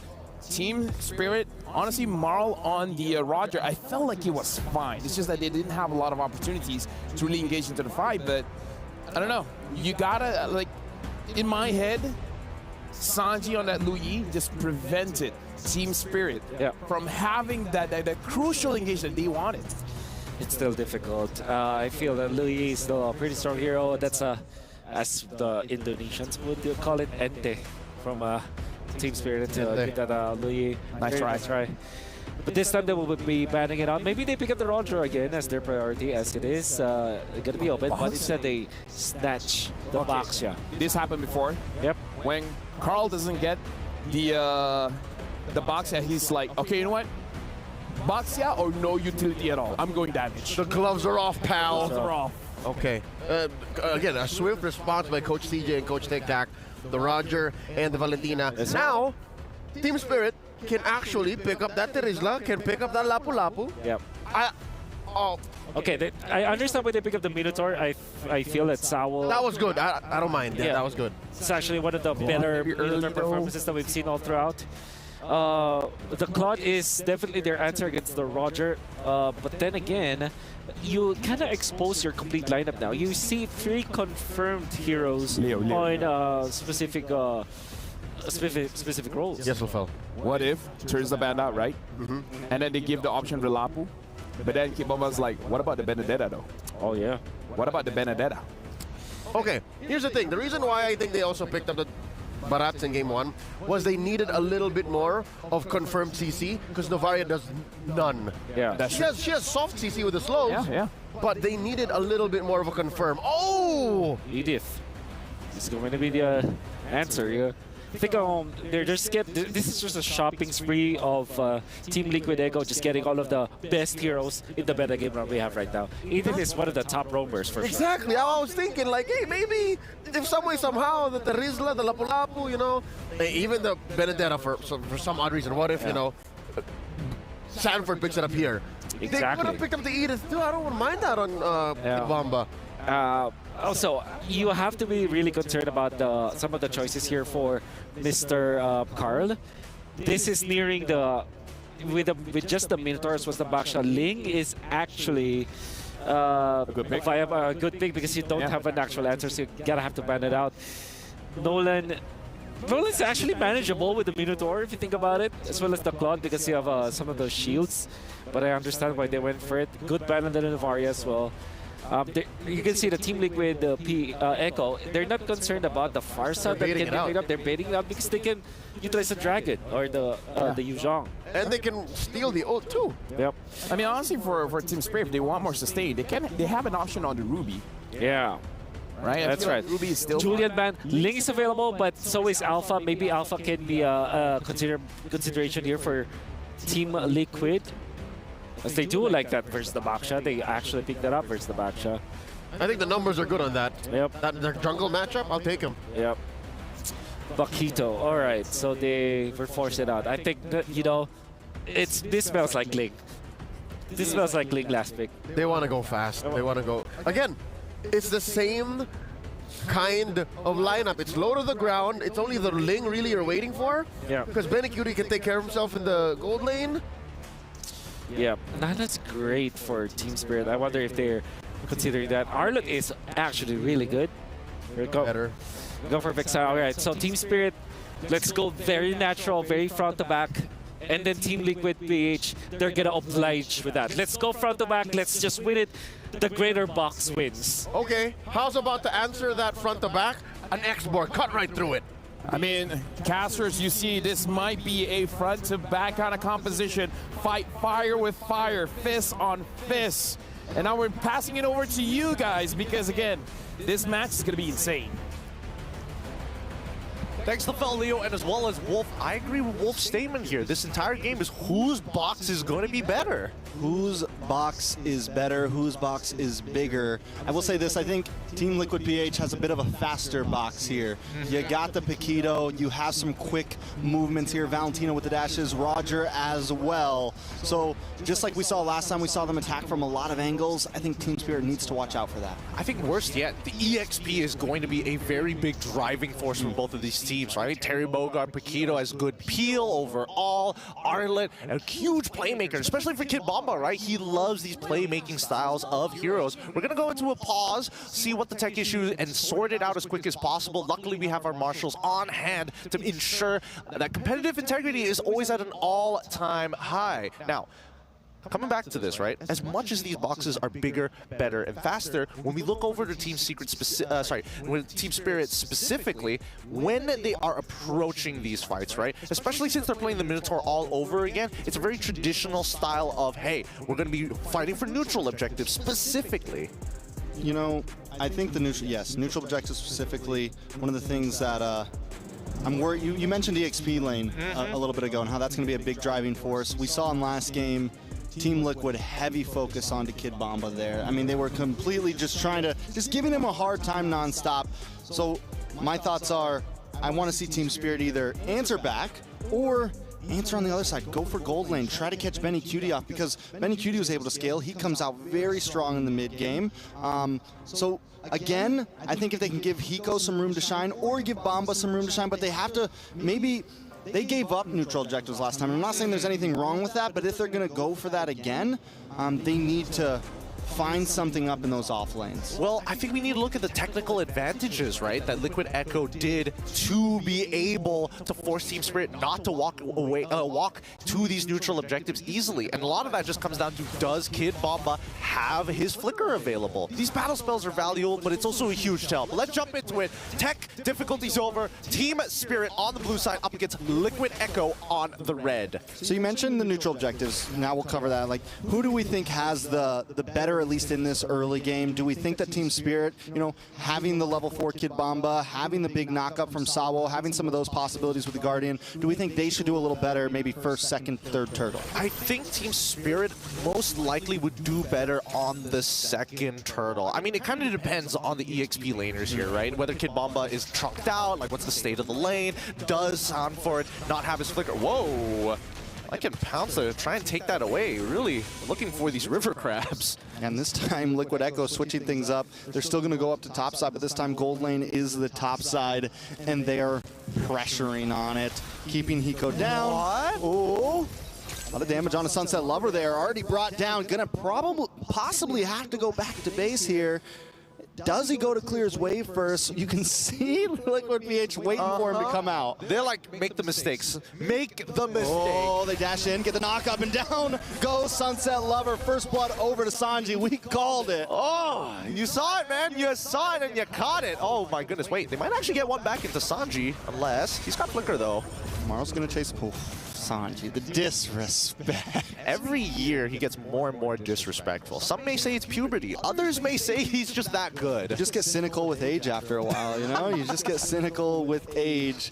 And Sanji on the Valentina, we know how scary it can be. We know how mechanically inclined he can be on this thing. But Hiko versus Benny. This is the 1v1 I've been won all year. He's messing Benny with taking him. a little bit of damage. He's messing with them. That's actually really disrespectful. I don't know whether he still has the Lycan Pounce or not, but I'm pretty sure he's holding it. All right. Big Minoan's Fury gonna get the knockup. Does this buy Team Spirit some time? Kaltizi still able to get the turtle. Plus Marl. A 2-for-1 make it. A 3-for-1 deal. 2 here. Oh! 4-for-1 snack back, baby. You got a turtle and 3 Team Spirit menu on the menu. Team Liquid Echo looking good. That just looked like appetizers. Like, honestly, looking at that match, the way Benny is playing, the way Sanji is playing as well, it looks like Liquid Echo, they can really let loose. They're having a lot of fun. Yeah, I mean, at this point, it's comfy. And they're sitting at a comfy, comfy position in groups. And yeah, man, this is what they thrive off, right? They love the chaos. It's one of the things that, attracts a lot of people to Liquid Echo, is that they're just a team that's willing to kind of break the norm of the PH chill and get a little crazy sometimes. Of course, of course. Some may even say that they're not a boring team to watch, right? I mean, they're exciting. They like to take these risks. They like to be able to push the envelope as much as they can. And that's why I'm a very big fan of them, right? They remind me very much of my own region, except they're way more consistent and their insurance policies are just through the roof. I don't know. They're getting premium on everything. They give our crazy regions some hope of what we could aspire to be. Oh! Big hit, he going to bad spot, able to pop the Blazing Duet. Marl able to come in with his Hortus Poisons. Salvo gets a knockup. JP knocked up again and taken out. Sunset Lover puts a kill into his pocket, but out comes the last Insanity. Salvo in trouble. Marl as well. Oh my goodness. Benny Cutie, Lycan Pounce finds the kill. Marl goes down to the knockout punch. Sunset Lover under the tower once again, in between 2 walls, in between 2 monsters. Benny Cutie finds the kill. Clean dive for the side of Liquid Echo, taking no casualties here. Minimal damage. I mean, unfortunately, it's JP's fault as always, so we don't really consider him part of the KDA. But for the most part of it, let's look at the replay one more time, because this, honestly, it looked pretty good from the side of Team Spirit. They got the initial pushback, but unfortunately, Sanji steals the correct ultimate to initiate this dive. And honestly, this is the funny part. Sanford's like, I'm gonna tank a couple of shots. And Benny QT said, how about you tank a couple more? Just for me. Just for me. And that's, I mean, this is the same replay of last game. Team Spirit gets 1, Liquid Echo gets 2, man. Every time it feels like Team Spirit gets a great play, Liquid Echo outplays. Sabo now pushed back, Turtle brought down to about 70%. Kid Bomba looking for the dashes through, gets tossed up, knocked up, down comes the Guardian. JP, oh, but the final slash misses. In the knockup from Sanji Sawo, his own skill used against him. Liquid Echo now on the Turtle, and Team Spirit got a hightail out. No way. That could have been, that's just failure of execution, right? They had everything in place, it just didn't happen. And Team Spirit forced to take a step back, losing more tempo, and now Marl has to pay the price. Now they're in their jungle. Kid Bomba getting invaded. Sabo comes in to help out, but Sanford, he did his job, man. He's gonna send Kid Bomba back to base before he even touches lane. Yeah, I mean, Kid Bomba is trying to rush that Thunderbelt really quick here. And for Sanford, he doesn't mind. You can rush it all you want. I'm quite ahead in this game so far. Yeah, I mean, there's a gold deficit, a level deficit across the map. Team Spirit back to the starting place of we just got to wait this out and hope that we can make it to a point where we scale and can fight. Nice final slash coming from Kid Bomba, still under the tower though. Liquid PH doesn't care. They're going to take shots in the face just to get this kill. Kid Bomba trying to defend, doing everything he can, but in comes Marl. Maybe they can get something. Yes, Sanford goes down. Team Spirit finds something in the chaos. Oh, finally a save, some saving grace, and maybe a way to come back into this game. JP, I mean, he's in some trouble here, but I think, does he have Flicker? Oh, he does. Gonna be okay. Gonna be okay. Gonna be okay. Just give him some time. Wait, Marl. Marl doesn't want to let him be okay. JP gets knocked up. Stop before the toss. Wait a second. A lot of damage. JP won't be able. Oh, no, not like this. JP and Sanford comes in. The response. Carl Teasy shows up. They're here for blood, and Marl goes down. Oh my goodness. I literally even. I was expecting Sanford to punch you in the throat, but it ended up being JP who took your breath away. What is this? You don't get to see JP flex that often, but man, that was a statement. I felt that one. Made me cough up for a second. That punch came through the land of Dawn, connected to me. Let's take a replay. I mean, what can I really say about that? JP, he knows that he's ahead. He's really messing with his team right now, Team Spirit. God, how does JP do this, playing the distance? This is the limit pushing we were talking about at its finest. Even Benny. Stop it!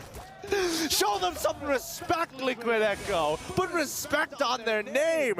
I mean, I bet when they went back to their playrooms, they looked at each other and they were like, hey, how low can we go?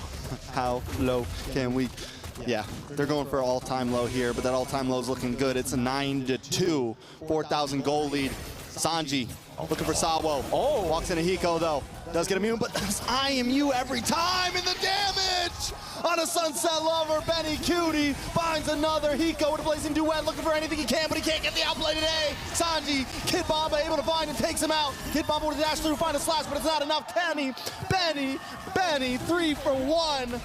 Looking good right now. Incredible game sense coming in from Liquid Echo. Like they don't have to see them. It's process of elimination. Let's look at the replay one more time because the ambush almost looked good, but the turnaround from Sanji is just too much to handle, right? Carl Teasy is having the time of his life. He's pretty much unkillable to the entire squad of Team Spirit. But what's worse yet is the fact that no matter what happens, Benny QT finds these kills. And look, even Sanji is just like, what are we doing here, boys? We're having too good of a time. I wish I had some sound for that. I was reading his lips a little there. Yeah, I think he said, word bar for bar, I love you guys, hope to see you next time. I like it. I like it. Benny Cutie, he's ready to see Kid Bomba right here, right now, not next time. Sanford as well. The whole team here. Oh, the disrespect. Stop it. Oh my goodness, they're already down. It's 3-12. You know, Bomba's the type of player that gets in your head, but today, Liquid Echo is in Bomba's head. Sabo with a nice knock-up. Sanford, though, with a response, able to flick back. No kill for Team Spirit. Liquid Echo, here to play, here to stay. Kid Bomba down, Benny Cutie with another kill. He's 6-0-2 right now, Gideon. Perfect game. So far, perfect game. They're trying to maintain it here. It's between Benny and Carl. Which one's going to have the tarnished KDA at the end of the game? All right, Lord's up. Team Spirit won't be able to contest this. They're just too quick with it. Marl is keeping vision. Sanji, I love how he goes and takes the Cyclone just in case. Just for safe measures, the insurance packages. I'm telling you, premiums. These premiums are too good, and they keep on getting profit after profit. They're like, oh, you broke our ankles. Oh no, if only I didn't get 100,000 off of it, and now we're going to take your arms at the same time. Kidneys, livers. They're taking it all. They're taking all their internal organs at this point. And we're looking for that killing blow from the side of Liquid Echo, right? When are they going to try and end this? And if it extends too long, will it end up like game number 1, going over like 20 minutes and Team Spirit finally scaling? All right, Team Spirit just defending. Lord gonna be coming soon, like a movie near you. What do they do here? Honestly, pray. At this point of time, they're not too far, right? I'm gonna do some math here. 7,000 behind. Team Spirit probably have to give up all their outer-tier turrets, but the most important part is the 50-50 when it comes down to holding these inhibitors. Either way, it's a pretty big death sentence. If they lose 2 inhibitors, 1, it's okay. Maybe they can survive. Kid Bomba, if he can get the final... I mean, that might work. Sanford gonna get knocked up. A bunch of combo. He can't move today. Hiko gets the kill. But now Team Liquid want revenge. Hiko able to just get away with a Blazing Duet. Final Insanity comes out, locked on to Maro. Gonna get knocked up. Can he escape? No. Godlike kill for Benny Cutie, and Lord is knocking at the door right now. Hiko's got to move up to shred this. Team Liquid, though, with one of their men down, they're gonna try to play this safe. Not overhaul, not over push. They got an inhibitor. They could walk away happy here. I had to take a moment to see whether TLPH was actually going to do it, right? Who knows with these guys, right? True. We don't know how far deep these premiums actually go. But let's look at take a look at the items so far, and it looks like, ooh, okay. I think JP's getting a little greedy here with his build. We'll see whether he does complete it. But so far, Benny QT pretty much at the end of his build, right? He's still opting to go for some extra damage. I don't know if he wants to buy a situational item sooner rather than later. But look at how unkillable Carl TZ is. Yeah, I don't think he's ever going down at this point. And look at Benny, man, just waiting. He's doing the stutter step. Check in, wait for the play, decides to back off, but they still get a bunch here. The man's orb walking, man. The man is literally moonwalking to a certain degree. He's got all this movement in the world, and I don't think Team Spirit can catch him unless he does the Sanford, walks on and gets hit by like everything. Because there's a lot. I mean, don't get me wrong, there's a lot, but Team Spirit needs to get more than just one, right? To really come, they can't just get one member. They need to get 2 members with that combo, and then they can really come out on top of a fight. And don't get me wrong, it is possible, but it is looking grim. The last game we saw them drag things out. Can they do it again? I think it's definitely possible, right? Because Liquid Echo, they're a team that follows certain conditions to close out the game, and a lot of it revolves around the Lord. I mean, look at their draft, right? It's not like they can keep on sending JP and Sanford into this team fight composition that Team Spirit has. And at what point does Team Spirit... Ooh, they might try to go for this. Maro looking for the in. He's trying to get in. Carl TZ still gets it, and now they're in a bad spot. Kid Bomba gonna try to get away here, but the last Insanity connects. Lycan Pounce connects. Kid Bomba goes down. Benny finds the kill, and here comes the big... No, oh, wait a second, the turnaround. Hiko shows up. This is big. Sawa looking for Sanford. Sanford falls. Hiko looking for more. Oh, TS. Gonna maybe back up, but Benny versus Hiko. And Hiko gets the kill. They're looking for another one. JP in trouble, gonna back off. Hiko still invading, but he walks into a last Insanity, takes it to the face, and doesn't care. Carl TZ on the run. Team Spirit showing up, and they got a Lord coming to them. Team Spirit's got to go back. Yep, let's look at that replay one more time. What exactly happened here? Because once this fight, I mean, this play coming in from Hiko, at the very least, it should have been a kill onto Carl TZ's side. But notice that they won that fight without the final slash from Kid Bomba. Kid Bomba ended up dying before it even happened. You can see that Benny is like, oh, Carl's got the perfect KDA now. My record. My record. Is it just Carl now? Yeah, he's unkillable, I feel like this. What has he got on his items? We got the Immortality, Brute Force, little Oracle there for flavor. I like it. What is going next? Ice Queen Swan. Ice Queen Swan?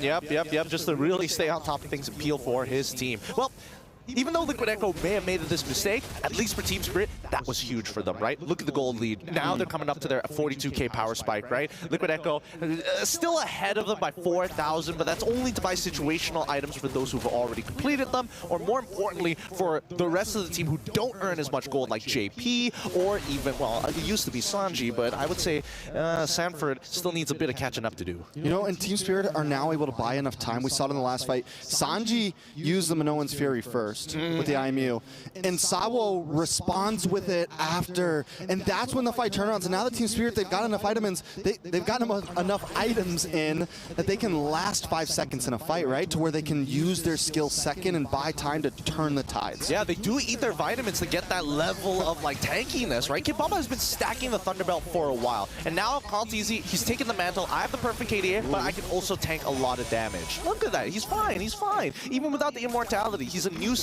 unless Hiko says, hey, we need to go in now, but they don't don't know. Where's Benny QT? Wait a minute. Where's Sanford? Yeah, where's everyone? Like, I mean, even Sanji hiding down on the bot side now. The positioning from Team Spirit taking a much more, you know, they got a big box right now. It contains the map. Can Team Spirit find the hidden member, though, and catch somebody off? That's what they've been looking for. Carl TZ takes a bit of damage once again. Final slashed. Fragile armor still up. Does have the ult. Locks onto Sunset Lover. Sunset Lover taking a lot of damage. Here comes Benny looking for the cleanup. Basawo gets the knockup. No Minoan's Fury. But Hiko comes in with a blazing duet. A lot of damage out of Carl TZ onto Benny. Benny immortality pops. Can he come away? Sanford! Sanford on the base! They're not going to be able to save it! Sanford with the sneaky back door! This is how Liquid Echo welcomes you to MSC. Welcome to the top 0.1%. Not everybody gets to these heights. Not everybody can stay on their level. GG, well played, as we see the Cavalry cheering with joy for their team. Let's be real, they're walking away like it's just another Saturday, man. It's just, I mean, even a backdoor play. I mean, we've known Echo to do things like that for so long, but I love the respect. We're going to walk over. Kid Bomba smiles on his face as well. They're taking it well. But today, I think that is a wrap. Yep, that is a wrap. We're going to throw it over to our analysts and break it down for you. It's LaFell, Wolf, and Leo. Start things off. It's a Friday, by the way. Just making it clear. It's a Friday, but dude, listen to our reactions at how that game ended. Not like this, man. Not like this. Not like this. This is exactly what I would say at this juncture. Damn you, Sanji! Damn you! Right? The moment belonged to Team Spirit. That was their turnaround. And suddenly, I don't know, where Sanford just comes in like, all right, I just punched the base in. Thanks. Unbelievable. To think that Team Spirit is already gaining their spirits back, they're getting their vitamins, as the casters would say. They're getting it up, they're getting foggy. Oh man, but Sanford just really wants to win. It's like giving them the hope and then snatch it away. Yeah. That was brutal. That was brutal. That was definitely brutal. And I gotta say, like, you're gonna be seeing Team Spirit finally landing the shot. Sawa on this Minotaur now makes a lot of sense. He's really good at his timings.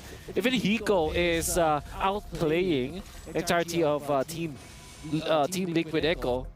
But then they didn't know that could happen. Dude, it was. They're already cheering. Yep. And again, the fights keep looking better and better and better. And maybe just to account for what's happening, why they're winning the fight, is because Liquid Echo was missing one member. They were missing Sanford. He was doing a sneaky.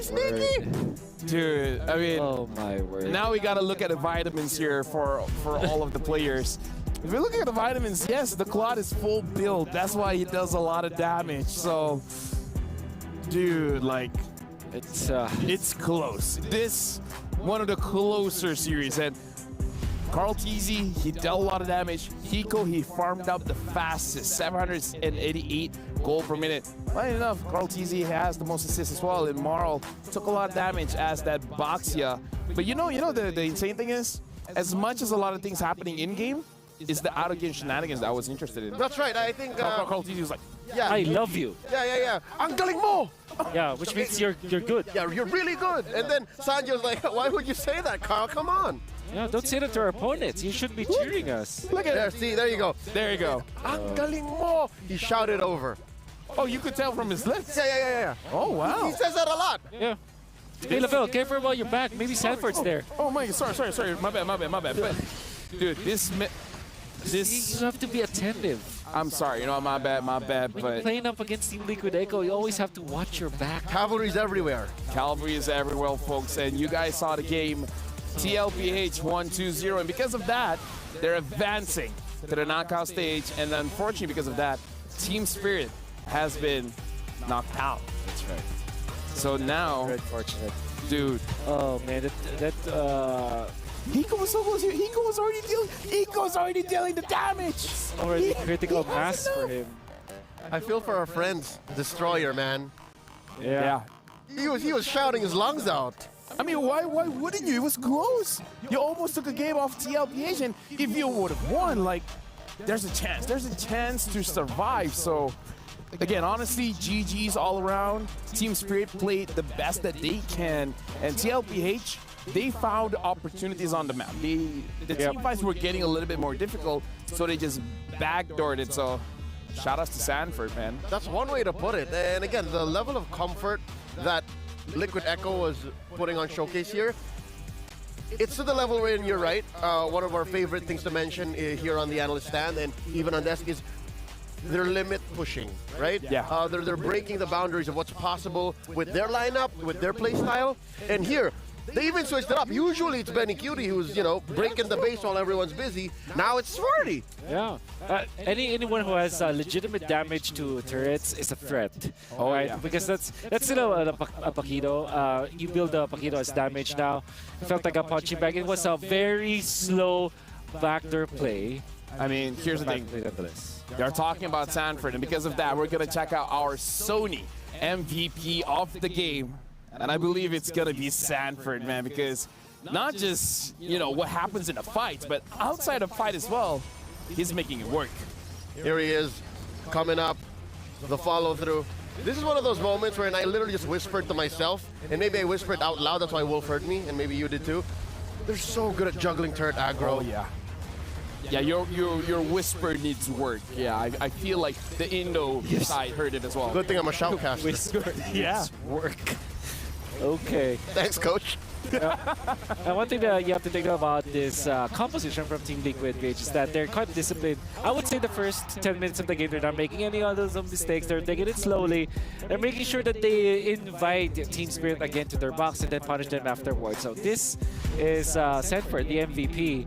3.7 KDA. Doesn't matter. Doesn't matter. Doesn't matter. Very nice skill participation. Nice. Very nice. Very nice. Very nice. Doesn't matter as well. But the nicest Yeah. is creme de la creme moment. Yes, sir.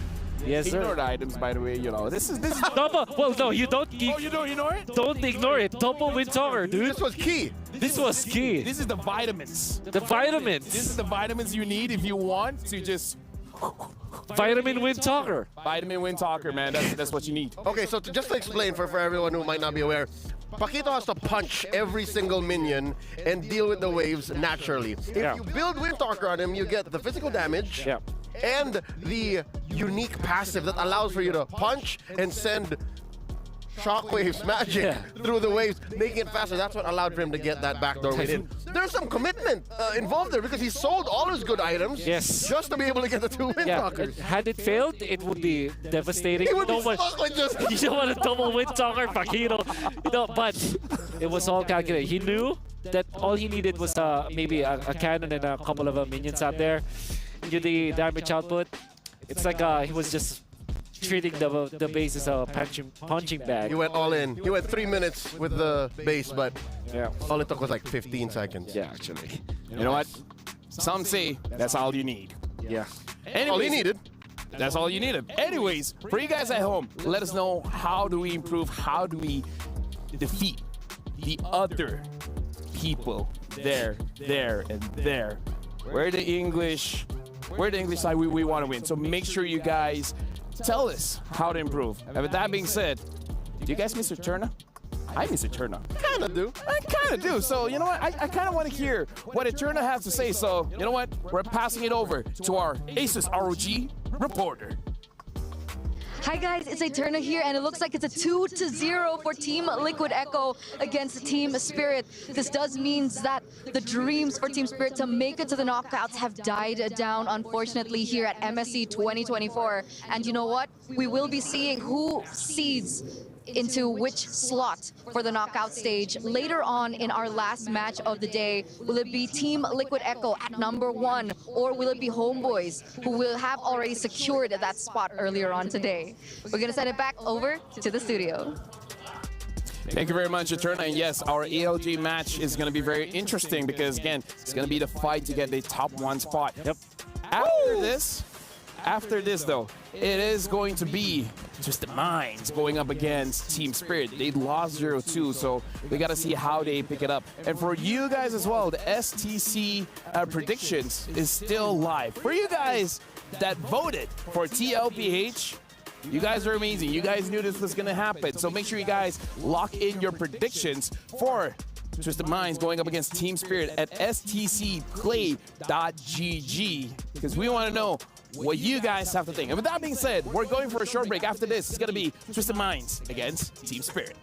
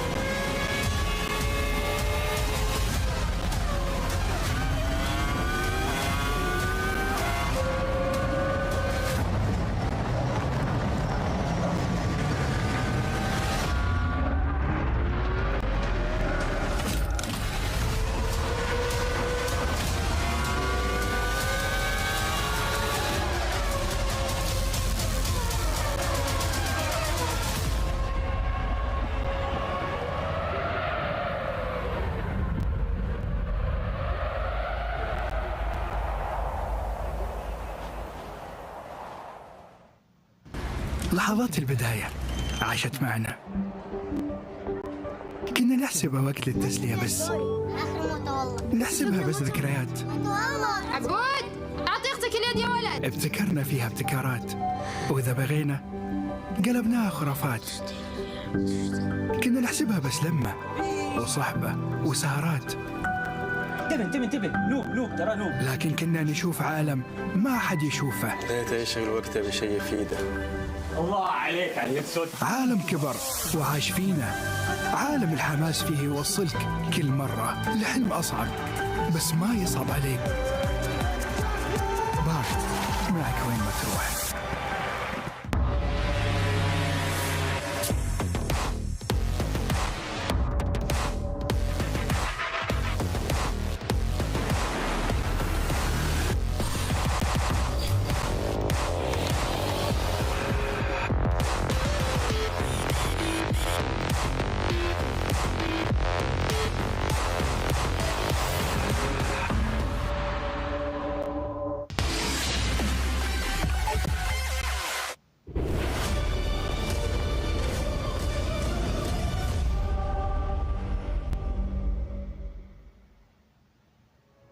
Welcome back, ladies and gentlemen, and you guys are now about to watch the match between Twisted Minds going up against Team Spirit. My name is Ophel. Alongside with me is our analyst, Wolf, as well as Leo. And now, you guys might have missed our winner interview. Well, you guys didn't miss it, because we're going to show you guys what the winner interview is. Let's check it out.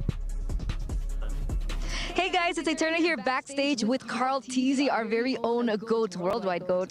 He just did a 2-0 against Team Spirit earlier on. What do you think about Team Spirit? How do you think they performed? I think they performed really good, but I think we were better. They're just playing tower defense, I think. Oh, tower defense. What do you think went right with your team? I think our communication is good and the execution of our plan is good. Okay, so you don't think their execution of their plan was good? Yeah. Okay, so next up, you are going to be meeting Homeboys in match number 4. That will also show us your seedings. What do you think about Homeboys, and do you think you can pick up that first place in your group? I think they're a really good team, but I think we're better. Okay, what makes them good? I think Zorn is playing really good right now. What makes you better? All of us world champion. All right, there you go, ladies and gentlemen. We're going to send it back to the studio. Thank you so much, Carl TZ. So it looks like Carl TZ's mantra is like, oh yeah, our opponents are good. We're just better, you know? We're just built different. He speaks the truth. I mean, when he ends the interview with, we're all world champions, what do you say? What do you say? How do you answer that? Well, I mean, yeah. No matter what you say after, Carl TZ can go, yeah, but I did it twice. Yeah. It's like, yeah, there's no coming back for that. The only player that can actually like say otherwise is maybe few. Yeah, no, but Carl TZ did it first. Yeah, few people can say that. Yeah, but he's gonna say like, yeah, right. Yeah, see what I did there? Happy birthday, Flap, by the way. Yeah, happy birthday, Flap. Oh yeah, happy birthday, Flap. Happy birthday, Flap. Yes, sir.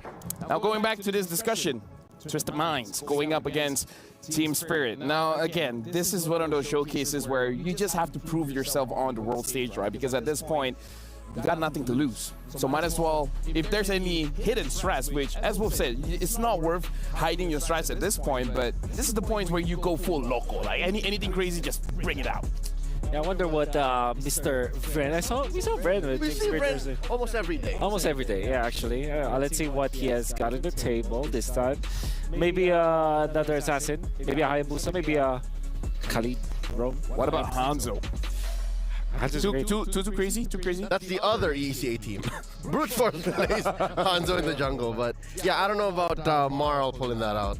Well, either way, this is going to be quite a match because, again, now we're looking at both teams that have nothing to lose. So when it comes to the draft, it could go either way. It could go crazy. It could go very safe. But again, this is going to be an amazing match before going to our ALJ match of the day, which is going to be TLBH, Team Liquid Philippines, going up against Homeboys coming in from Malaysia. But before we start our amazing match, we got to send it over straight to the studio where Mara Aquino as well as Dawood Sandstorm, they gotta prep this for us because again, this is gonna be an insane match where both teams have something to prove. Team Spirit has to show that they are still strong as well as Twisted Mind. I'm pretty sure they have a lot to show when it comes to their gameplay.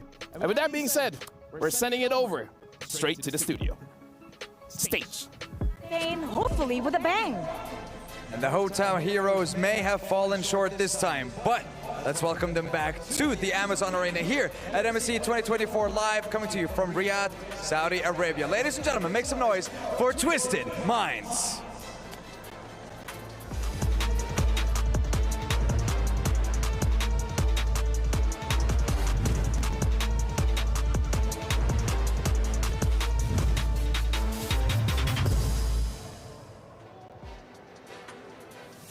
MENA has a growing MLBB scene, so with Twisted Minds coming in here for MSC 2024 is huge for the region.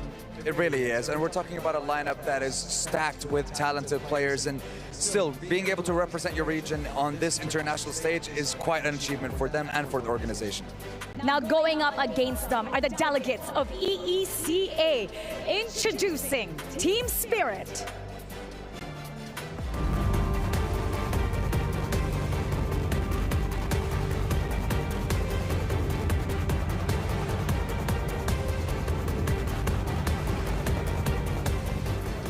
The same can be said for both EECA region and the MENA region. They are both emerging regions when we're talking about MLBB.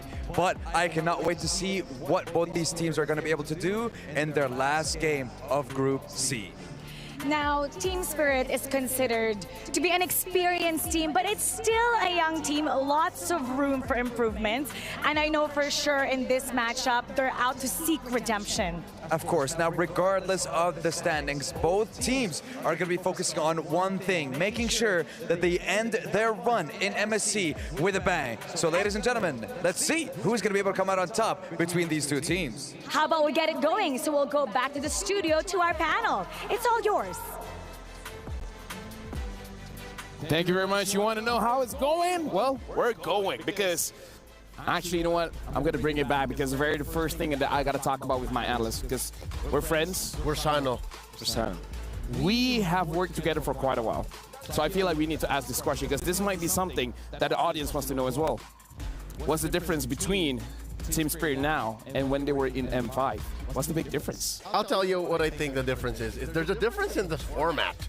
Oh, that's true. M5 format allowed for then Deus Vult, now Team Spirit, to actually get used to how far they can take the high gaming situation. Here, the people will think that the knockout stage single elimination brackets are brutal. I dare say the group's BO2 is worse. I agree. I agree, because back then it was a best of 3 and there were so many comebacks. Even the best of 5 series wins that then Daewoo were able to get were also comebacks. Right? It was almost goes the distance. So I agree with you, Leo. I think the 2-game or best of 2 is it's brutal for Team Spirit, aka Daewoo. At the same time, they also had to acclimate with their new players, Marl as well as Hiko. Although I would say that this that them being part of Team Spirit actually, there's a lot of potential in there. It kind of felt like they didn't have enough time to get into a situation where they can win. But because if you pit them up against Homeboys, for example, as well as Team Liquid, those guys knew each other so much already, So TLDR, they are a team that needs time to ramp up. Needs time. They need vitamins, bro. They need vitamins, but it looks like you're right. Both of you are correct. This format challenges you to get where you need to be very fast. Speaking of which, now we're jumping into the draft. Team Spirit is going to be first pick, blue side. Twisted Mind is going to be second pick on the red side. And this time, Mara was playing. Oh yeah, it's a troll. Oh, yeah. So Franco incoming. Franco coming. And Kufra Man. Kufra Man. That's right. I wonder if that will be the case, and I'm excited if that will eventually happen. But this time, pretty standard bans. I think Roger should be the first pick here for Team Spirit. Harith as well is available. So it's just a coin flip now. It's Harith. So what? This is Roger Valentina. I think Roger Valentina sounds solid. If I know anything from Team Spirit, they might want to lock in the Minotaur. Oh yeah, you're right. That's true. So it might be Valentina Minotaur or Roger Minotaur. Yep. I mean, how crazy it is to have Harith goal in, Roger jungle. Actually, no, that sounds so good. That sounds really so good. Yeah. Oh, Arlott. Oh, hey, that's a flex though. I'm pretty sure Sawa can still play a mean Arlott roam. Yep. Oh wait, no, this is mine. This is oh. Yeah. So Sawa will pick up Minotaur. They still got it right. Still got it. I got confused. On screen, they are on the right side. It happens, man. It happens. But now, yeah, Minotaur, as you guys call it, as well as a Valentina. Looks like Team Spirit got what they wanted. I was right, then I was wrong, then I was right. Exactly. You're right. Yeah. Two wrongs don't make a right, but 3 rights make a left. You know what? Let's move on. Vexana picked up. Geometry. What do you guys think about the first 3 hero picks coming in from Team Spirit as well as Twisted Minds? Okay, so this is a lot of comfort for the side of Team Spirit. Valentina is a great pick in a way that it kind of shuts down the potential Minotaur Valentina trade that will happen, and then of course picking up the Valentina this time means that they have the Arlott ultimate, which also is backed up by Vexana. So I think Team Spirit, they have a very comfortable draft. Twisted Minds might just reveal their... I mean, come on, Maro. You're playing Franco. Come on. Actually, I'm okay with the Kufra going up against Valentina. That's also true. Oh, maybe they should have Frederick first. So Frederick, Arlott, Roger. They have to commit to the flex. Yep. They don't have to reveal where the Arlott's going until the very last minute. Okay, so Alpha is great for Team Spirit if they like that hero, but knowing that Marl is playing, so they might go for Assassin here. Link is still open, right? Yes. They banned Link. Link was banned? Yeah, they did. So they can go Julia. Oh, there it is. Alpha. Oh, yeah. Pretty standard. Terizla. Close it out with a very standard pickup. There it is. The Rizzler. Coming out. So this could be Franco or Kufra for Twisted Minds. I believe what if he goes crazy and picks up a Cho? Cho's great. Maro plays Cho. Edith is open as well. So that can be another standard pickup. Edith Vex is such a great pickup. Esmeralda looks good for Twisted Minds. I wonder if they pick it up. Is going EXP, huh? Yeah. Again, the fact that they're keeping us on our toes. Yeah. That just shows Mike Sama and Coach Lyric doing work. Right. If I were to bet, this is probably Franco. Let's see here. That's Paquito now. It's Paquito, so it's like it's so off. Arlott. You know what? With that being said, the drafts have lined up. Twisted Minds have picked their heroes. Team Spirit has picked their heroes, and I choose to throw it over to our casters. Thank you guys so much, LaFell. Leo, Wolf, friends for a long time, and now we're here from the desk. It's me and Mirko, it's Nisu and Mirko to bring you the action for match number 3 and match number 4 to round out day 3 here, MSC at EWC, of course. We know already what's on the line and what's happened for both of these teams, but man, why not just go out in style and prove to the world that you have what it takes still, you know, to make a statement here, Mirko. They've got nothing to lose, so might as well go all out. And the fact that they've actually decided to go for Maro is an interesting choice here, Nisu. Definitely is. We'll see how that ends up changing the maybe play style. I know we've seen Maro for so long, but as we jump into the land of Dawn here for this game at number 1, once again, nothing to lose for either of these teams. So how do they adjust to this? How do they go about this game? We already talked about the dynamic that could change. You know, of course, now that they brought out Maro for this lineup for Twisted Minds, and over on the other side, Team Spirit, man, after a rough series, I'd say, from what we saw with Team Liquid, adjustment-wise, you know, they might as well just bring back what some of the basics were that they had before. We're going to take a short break here, of course, while they get things situated. Looks like it could be Maro, the one that has to get things fixed out here. But, man, still, I would say definitely with these lineups, some changes, of course, going on. But the team compositions, I love to see it. I know, you know, some people might not feel so well about the alpha right now from what we've seen, but I'm glad to see the lineup that we get to see brought out from Team Spirit this time around. I think they should be able to make this work. It feels like definitely for Team Spirit, the fact that they haven't been able to utilize a lot of the assassins in the jungle, it's kind of been a nerf towards Team Spirit, right? Why they were able to find so much success as well back in M5 when they were called Deus Volt was because they were able to utilize the utility jungle so well, play it disciplinedly and play with the macro. Now that it's a bit more skirmish heavy, now that it does, you know, kind of give you a massive advantage. If you can play the assassins, it's a big disadvantage for the side of Team Spirit because they're the ones always having to ban these assassins out in the drafting phase. And technically, they're always put in a very uncomfortable spot, you know, up against these damage dealers, super crazy damage output from Team Liquid Echo earlier as well, up against Team Spirit.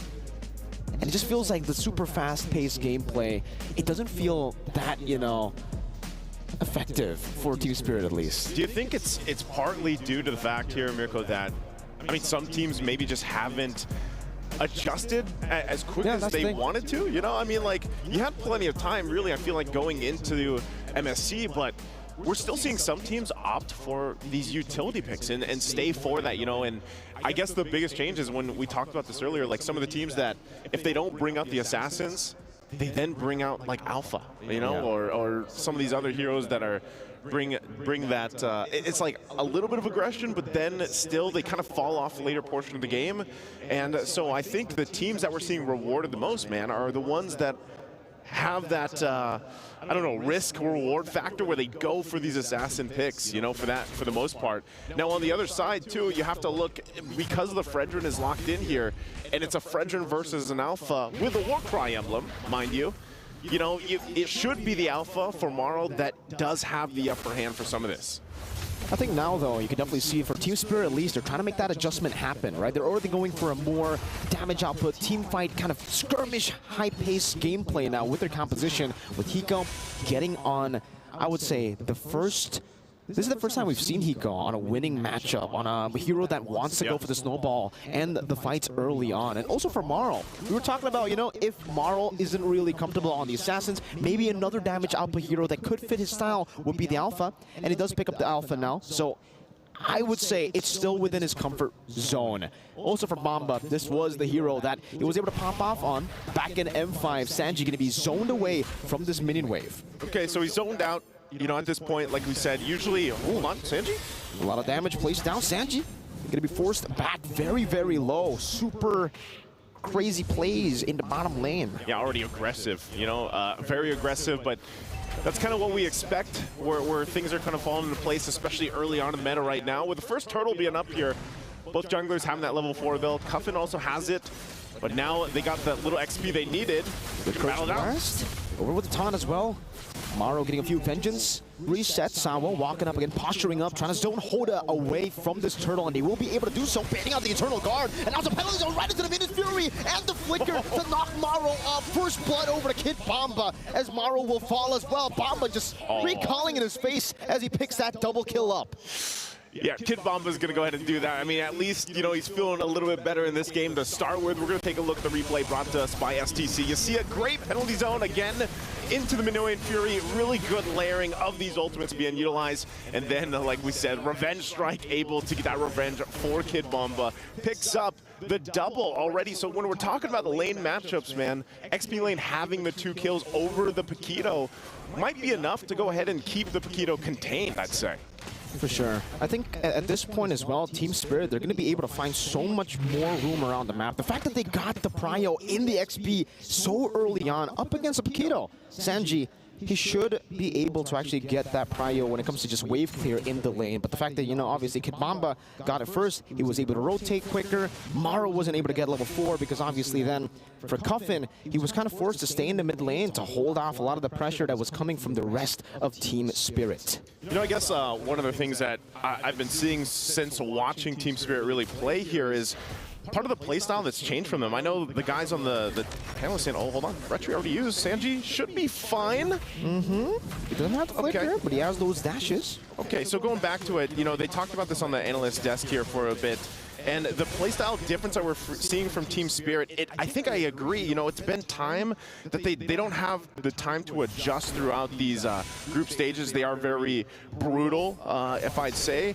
And with that, I think when you look at the playstyle that they're bringing to this game #1 already in the series, it's an adjustment that they made just from today alone. It's too bad, you know, that they aren't going to get to go on forward because Twisted Mind and Team Spirit, the way that they play in this game is already really resembling of how they've learned throughout the group stage. Moving down the run, the second turtle again, trying to push the pace here. Sunset Lever, addition a lot of damage. Maro now with the flicker 4 with final stock. Big Salo down, but Kid Bomba is able to displace them with the penalty zone. Maro jumps into the vengeance as well as Sanji comes over to knockout strike and a few dashes. Kid Bomba displaced into the first blast as his 2-man Sun connect with a taunt as well. Now with the vengeance, but Infinite Fury goes in. The Appraiser's Wrath still dealing damage. Kid Bomba is able to sustain with the War Axe that he bought earlier. It's still a 1-for-1 trade. Both roamers taken down. And that's the body of Smith or the body of Kid Bomba because he did not go down at all.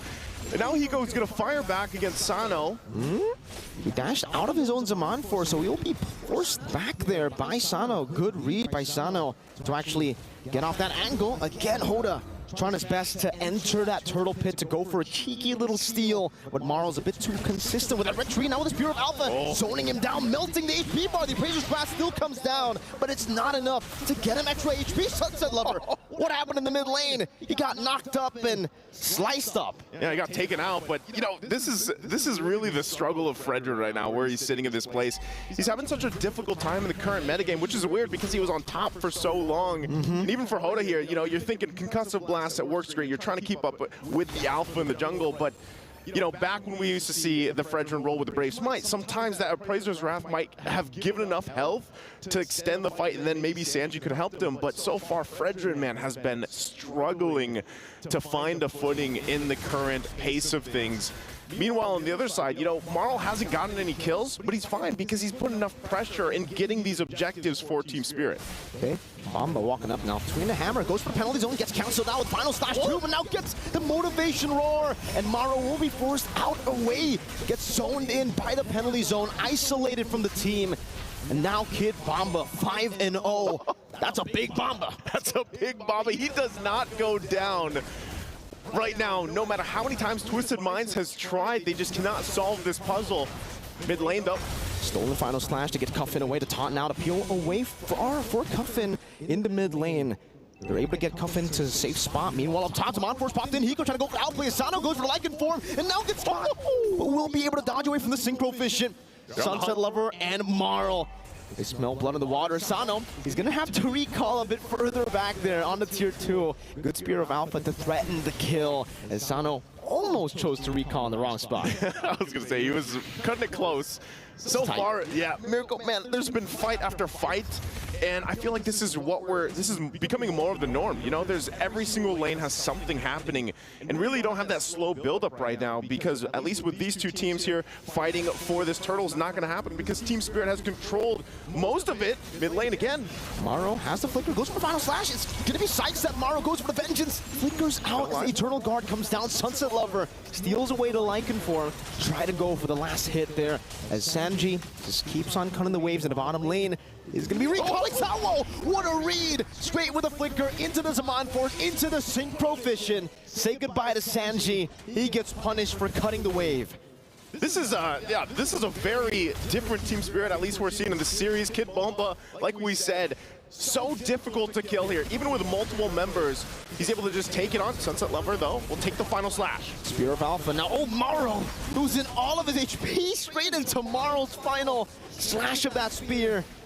My goodness. Maro finds Maro. Maro finds Maro. Maro finds Maro. You know, and with that Team Spirit, they will go ahead and get that turret down in the mid lane. This is perfect timing for them, by the way, because this will lead into that first Lord about a minute away from this. You know, with this kind of lead, too, that they've got themselves, you know, 6,000, almost 7,000 gold ahead. Just look at the difference here, of course, between Kid Bomba and Sanji. Who you got? I got to go with the Bomba, man. You got to go with the Bomba? I thought Sanji was, you know, your guy, you know, because he's in like. It's Twisted Mind Sanji. Okay. That's the other Sanji. He's got the two eyes. He's got the two eyes, you know. Sanji. Sanji. I think that's how we can go with that, you know. But hey, to be honest, Sanji is a big point in turning this thing around. I feel like because Paquito so far. We saw the playmaking potential we saw from the last series, you know, against Team Spirit on what could happen there. So Sanji, this time around, although it is a different part of the Sand duo, he could be a crucial part in winning some of these fights. But look at, I think the biggest thing now that the War Axe is picked up by Kid Bomba, this makes it even more difficult to kill this kind of unkillable Rizzler right now, this Terizla, man. He's all up in your face. Now he can't even be killed. You can sustain back up just with a few swings. You already had the Brave Smite. Yeah. Oh, man. Marl's just going to get rid of this Lord. That's Team Spirit with the first Lord taken away with no problems whatsoever. But Twisted Minds do find a trade on the other side of the map. Sanji again pushing it in, but this time he's learned his mistake. You know, maybe don't stay too long around the mirror play there with the cross map play. So he recalls away. But taking a look at the in-game equipment, it's the Hunter Strike and the Sea Halberd. So still a lot of respect to the sustain that Team Spirit have, but not a lot of respect to the damage that Team Spirit have, right? Because he only has a Steel Leg Plates and a Warrior Boots. I don't think it's going to be enough for Sanji, especially considering he wants to be up in the faces of Team Spirit. Yeah, and with this, you're seeing this happen time and time again. Team Spirit going to go ahead and take the resources now from Twisted Minds. They still have Lord going up top too. I don't know, man. Do you think Twisted Minds actually has enough to go ahead and defend through the first push even, despite the gap they're feeling in the items? I think it really depends if they can make a big play happen. If Maro can display some of the core members, maybe Hiko, Sunset Lover, then yeah. But even then, right? Kid Bomba can just go in with the penalty zone. Spear of Alpha as well, and that's exactly what I was talking about. If you get picked up before the siege even happens. Now it's 4v5. Only one ultimate used up. The Holy Defense can be used up. Maro gets a big final slash into the Eternal Guard, but now it's going to be Sawo who tries to go for the re-engage as well into the back line. With him in his Fury, he has a penalty zone right into the Spear of Alpha. Connects to the back. Maro decimating Twisted Minds. But Sano and Hoda will still be able to escape as Team Spirit walk out of the base. And at this point, Twisted Minds have to pay attention to so many things being thrown at them from Team Spirit, whether it's the Spear of Alpha, whether it's Kid Bomba with the penalty zone, and not even mentioning Salo with Minoan Fury. There's so many forced entry points. Zaman Force already used to take down that base turret top side from Twisted Minds. They find themselves down at one turret. They're still in the game though, but it's really slipping out of hand. 10,000 gold behind. Just looking at the items, how far they are in terms of just defensive items even that they need to kind of withstand that forced entry coming out from Team Spirit. Right now, the battle for just the buff alone, they cannot even enter that zone. So really, you know, when you're thinking about this, Maro, is he the only guy that can actually start these fights up for Twisted Minds with a final slash? I don't know. At this point, it really comes down to that final slash. I don't really see any way they could go for another form of initiation, right? It's really all down to Maro. And even then, like we saw earlier, you get a final slash. That's cool and all. And then the Minotaur walks up, flickers forward. There's a penalty zone as well to stop you from really collapsing on all the members that get caught by the final slash. It was really only the Eternal Guard that was able to combo in together with the final slash to taunt them and to, you know, try to find any sort of value with that kind of pick. It's just so tough at this point, even for Twisted Minds to walk out of their own base. Feels like they're getting suffocated now slowly but surely by Team Spirit as they freeze up the waves, now deciding to shove it in as Maro gets chunked for even entering his own purple buff. Say goodbye to the Lord. Team Spirit taking it away in the 12th minute of the game. That's an enhanced one. Yeah, this is enhanced, and this is once again Twisted Minds on the defense, backs against the wall. They had a couple key item pickups too. That was also a Malefic Roar for Sanji. But I think even then, the question is still there. Even if they get a setup, Sano now picking that up as well, do they have enough to withstand that initial burst and crowd control already? Look at this. Look at Hiko. He's completely online. Divine Glaive, Holy Crystal. That's enough to just make Twisted Minds worry about it themselves, how they deal with Hiko, how they get through all of this. But they still have a little more time to farm up what they can, and really, you know, goes back to the question, man. Roger in the gold lane has been difficult. I feel like, I'm not sure specifically the win rate, but we saw this all through the wildcards into here in the group stage.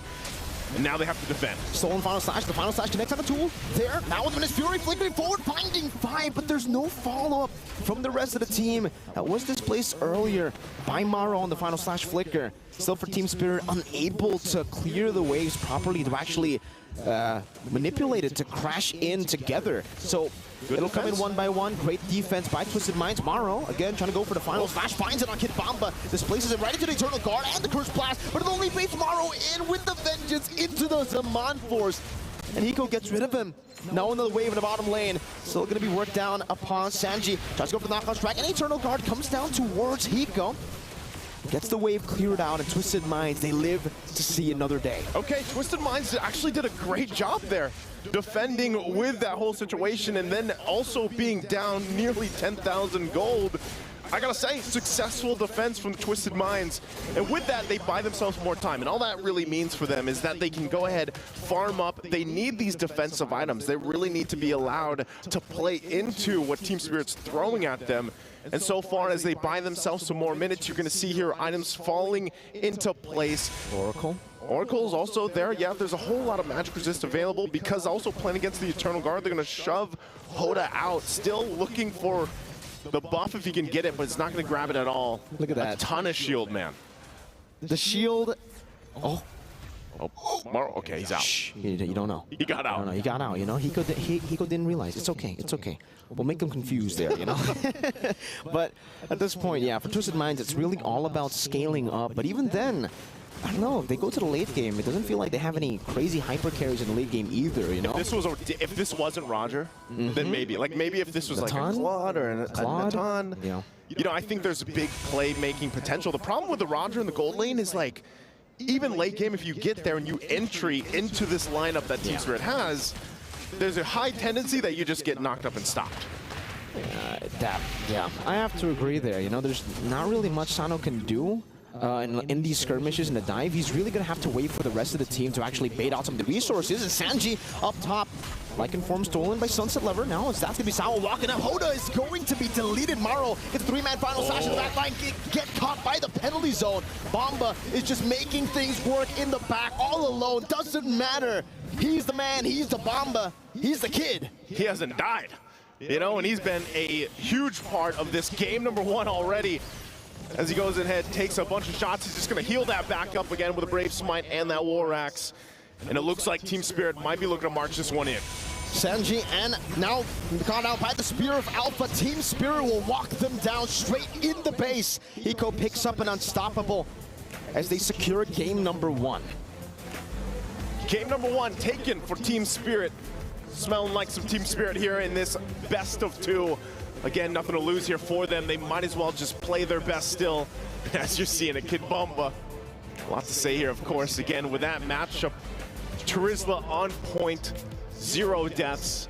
And he started off, man, with that double kill he got early on. Really just proving the point that, you know, if he does get his hands on some of these signature heroes, he gets to play the game.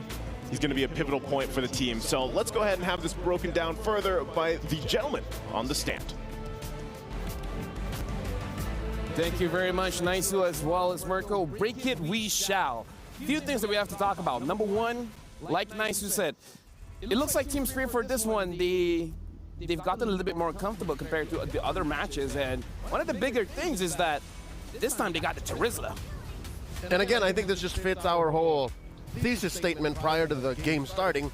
Team Spirit, these dudes, they need time to acclimate to the metagame, how far they can take their aggressive playstyle. I agree with number one, but I'm still waiting for number two. Wait, what? You said number one. First. For number two. And then what's... Oh, the number two is the Terizla. Okay. Well, which I also agree. Yeah. Which I also agree. Today is not a day of disagreement because I feel like Terizla for Kid Bomba is not only a good meta hero, it's very strong in the lane. It kind of feels like there's no hero that can match up against the Terizla. Additionally, it just provides so much when it comes to neutral objectives, and that's what we saw from Kid Bomba. Now, if you snowball, if you get your War Axe, that means that you can easily walk around the river so that you can be more impactful. So I think it was a snowball after snowball. Terizla is a strong hero. I am still in shock that this is the first time that we'll see Kid Bomba in the Terizla today. Possibly the only time we'll see him. Because again, in game 2, I have a strong feeling that they'll actually ban it out or steal it away, put it in the hands of Sanji. Because despite being very capable on the Paquito, I think he'd rather steal away one of Kid Bomba's top picks and alight a little bit of the pressure from his teammates. Because in that last clip, prior to the stats actually showing, I did not see a player as exasperated as Maro was. Oh, yeah. He was doing so much to try and save his team and set up plays from the wrath of Team Spirit, but all he could do after the game was like, oh. You know, there's always that rule that we say in pros, like, no matter the setup, no matter how good the setup is, if there's no follow-up, it means nothing. And I think that's what I saw from Maro. Really good connection and really good usage of the spells with the Fire Slash. Frustrated, man. Exactly, but there wasn't any follow-up. Yeah, like that's here. Yeah. Like again, the setup was good. Like he used the conceal, turn around. It's like no one sees me here. You guys know the final slash was going to be the starting slash. He slashed it up, but nothing else. There's nothing else. And maybe it actually is the final slash because there was nothing else after it. With that being said, we gotta look at our Sony MVP of the game. It has to be Kid Bomba. Finally getting that Terizla, the Rizzler. He didn't die, right, in that game? Yeah, did. And this is always the problem if there is a Terizla that gets a double kill. You get to your War Axe very easily, so that you have a lot of impact combined with an Alpha that deals true damage in an AoE, with the passives as well. That's a lot of early game damage that you'll have to be facing. Not to mention the Rupture. Exactly. You don't even put the Harriet into consideration at that point. So yeah, it's difficult to play the Fredrin, but I do understand why the Fredrin was picked up in this game.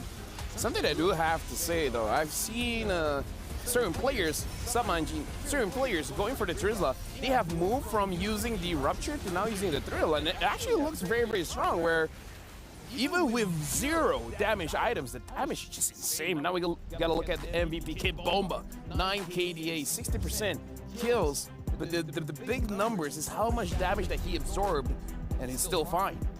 I hope the gentleman over my right is happy seeing Kid Bomba at the MVP screen. I mean, last year's end-of-year report for the Bombanatics looked much better, and I have to look forward to M6 to be able to make it up to the board. But here today, I'm glad that our boy Kid Bomba got an MVP performance. Something to note about the kill participation and like the carry-based stats shown as an MVP, those don't tell the full story of what he does to be able to like. What I'd like to think of as a Kid Bomba Terizla is a lethal enforcer. A lethal? He's a bodyguard that would rather not use what he has to be able to stop the incoming damage, but when he has to, he does the job done. Like you know how he killed, what was that, Maro walking away? And then he just let the revenge strike do its job and he was just like, sorry, he has a hammer. He just recalled right there. Anyways, for you guys at home, make sure you guys actually cast your votes. Who do you guys think is going to win? Cast your predictions. Because again, this is the STC predictions. Make sure you guys go to stcplay.gg. Let us know who's going to be winning this match. Is it going to be Twisted Minds or as per game number 1? is it going to be Team Spirit? With that being said, honestly, keep this website in mind, stcplay.gg, because the final game of the day, we need to know your thoughts. It's going to be Homeboys or TLPH. That being said, our gentleman again has been giving us a lot of good info. But I hear that we have a report coming in from our Aces ROG reporter. Eterna, what you got? Hi guys, it's Eterna and we are outside the Amazon stage right now with Nico as well as Zinan. We're gonna ask them who and which team they are supporting right now. So we'll start with you, Nico. I support Liquid Echo and AP Brand and also Onyx, Fnatic Onyx. Okay, so 3 teams. What about you? For me, it's Fnatic Onyx, AP Brand, and Echo. All right, so we have, you know, similarity between the 3 teams, right? We're seeing, you know, Filipino teams as well. Are you guys from the Philippines? Yeah. I'm from Philippines. Yeah, we are from Philippines. Okay, that's great. So what is your prediction for the finals? Because technically, Team Liquid has already come to the point where they're going to make it to the knockouts. But if you guys had to make your predictions for top 3 later in the knockout stage, who would it be? Top 3? For me, Liquid Echo, Onyx, and AP Brand. Same, defending champion, Fnatic Onyx, AP Brand, and Echo. Okay, so we have some mixed reviews here, mixed predictions. So we're going to throw it back to the studio. Thank you guys so much. You know what? It's crazy that they actually zoomed out, because in my head I was like, wow, Eterna looks tall there. Oh, we were thinking the same thing. Right? Yeah, we thought Eterna looks tall, right? Crazy. That's crazy. Speaking of which, I want to ask our casters, Mirko, nice, do you guys thought Eterna looked tall there? Because she looked to be tall. That's crazy. Crazy. Yeah, she did. Hey, we're happy to be here. I'm surprised also Eterna's out there in withstanding all the weather out there, man. It's hot. I mean, she can handle it, right? She's not that tall. She's pretty far away from the sun. Frederick. Mirko, wow. Joseph, tell him to not say that. Mirko, here's the wow. Like, I don't think you're allowed to say that. Mirko, I think you won't get the makeup remover now.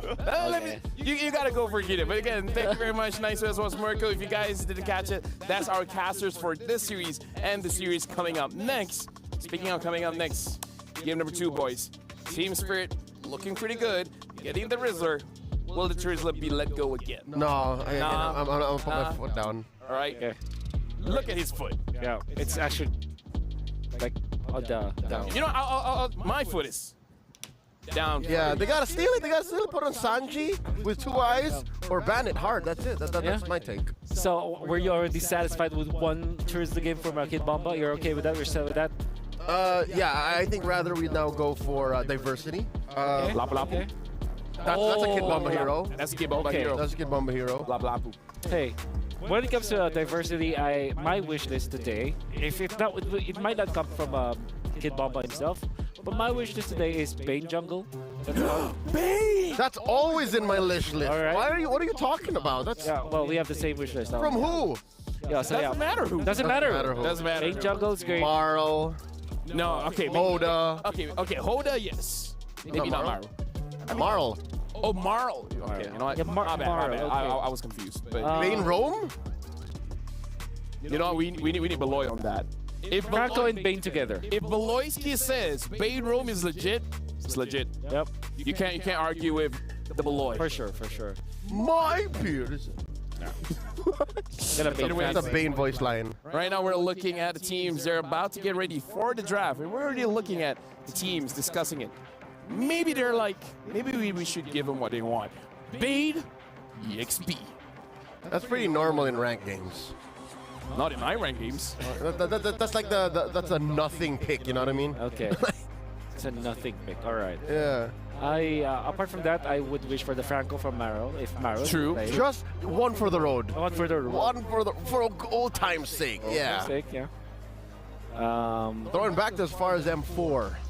Yeah, I think the most recent Maro Franco Dessa was MPLI from recent MPLI in Jakarta. So that's one there.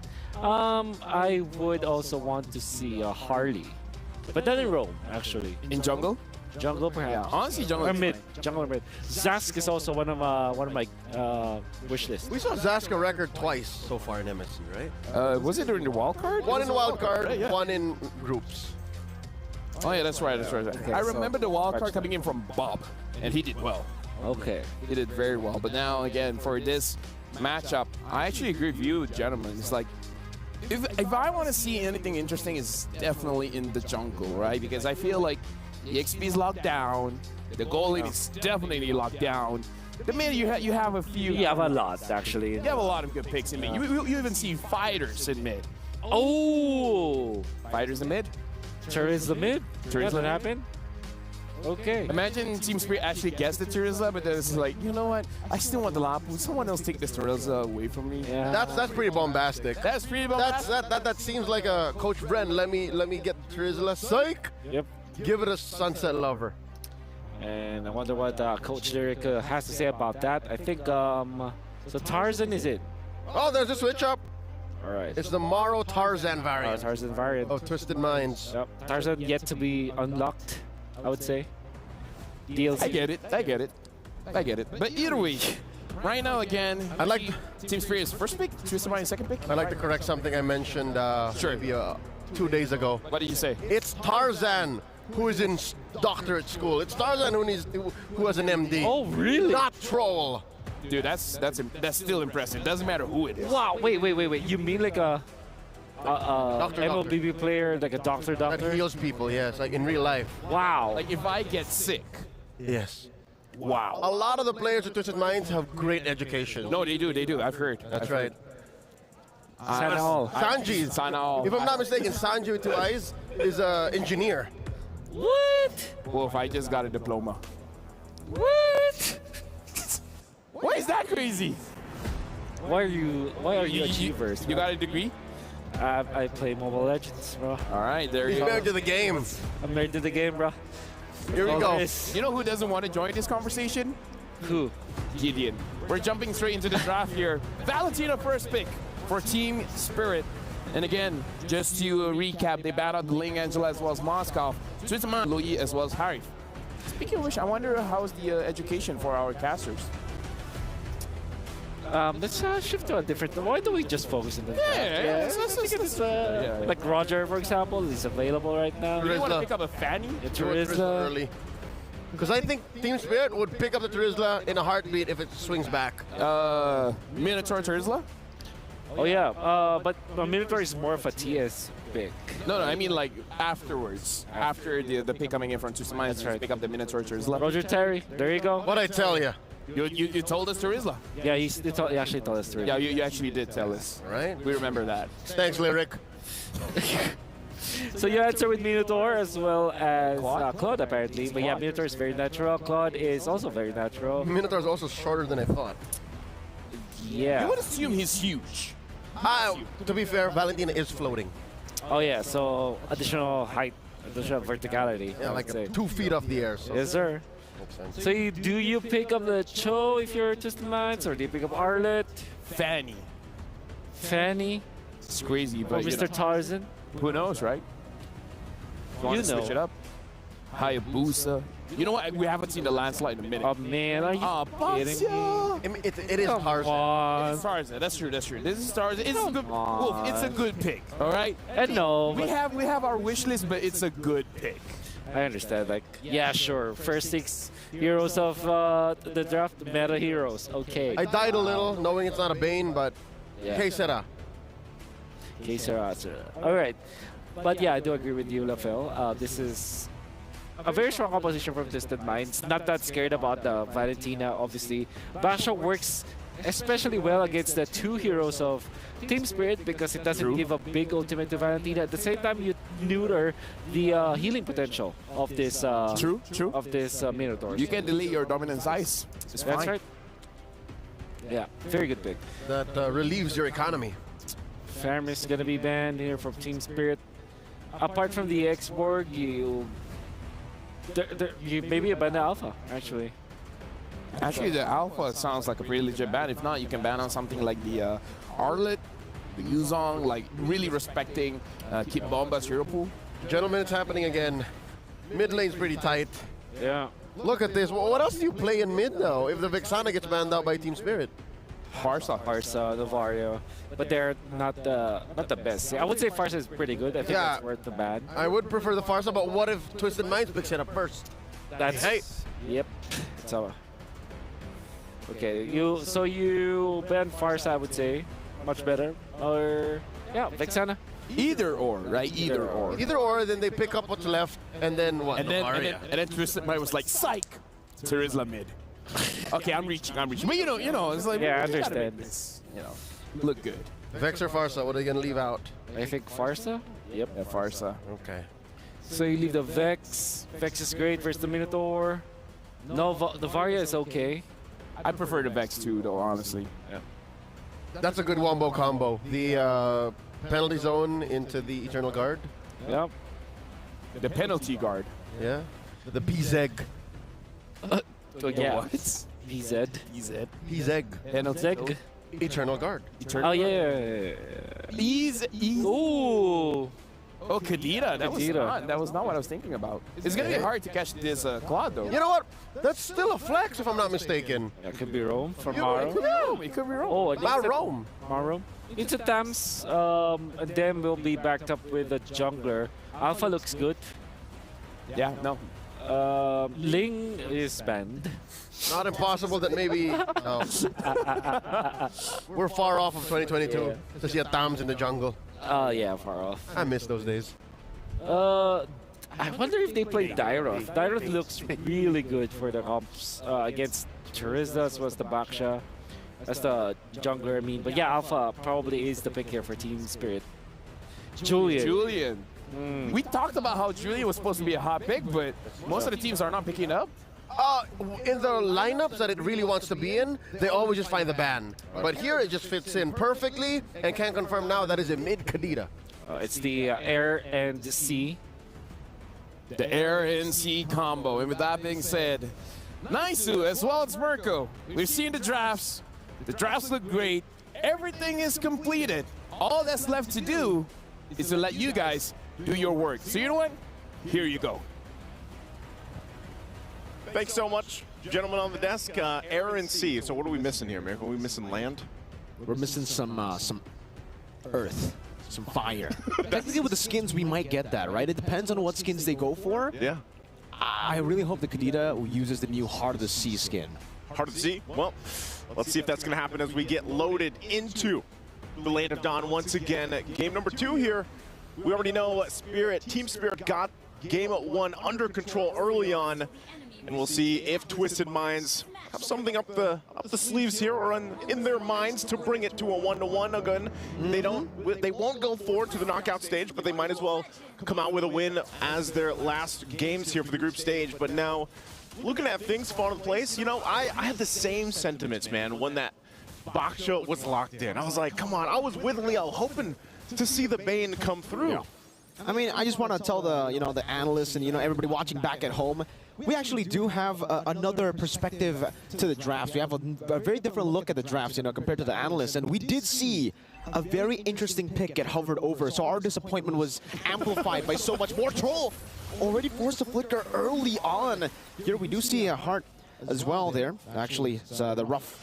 Breath of the Ocean was able to be used up onto Kid Bamba, forcing him back, but he still has that vengeance. Tarzan in enemy jungle. Marl going to be able to invade, taking it away, picking up level 4 as well, now getting chased down. He doesn't have the enhanced sword as Sawo might be forced to sacrifice his life, but even then, Marl now with the chain going at it, back and forth. Troll won't be able to get the kill down, but the Petrify locks him down with the wave, but no, Cuffin won't be able to secure a kill on Marl. It's Sunset Lover who turns it around on Twisted Minds. I surely thought that was a kill there. I thought that was going to be picked up, but at least for both sides, they get the 1-for-1 so far.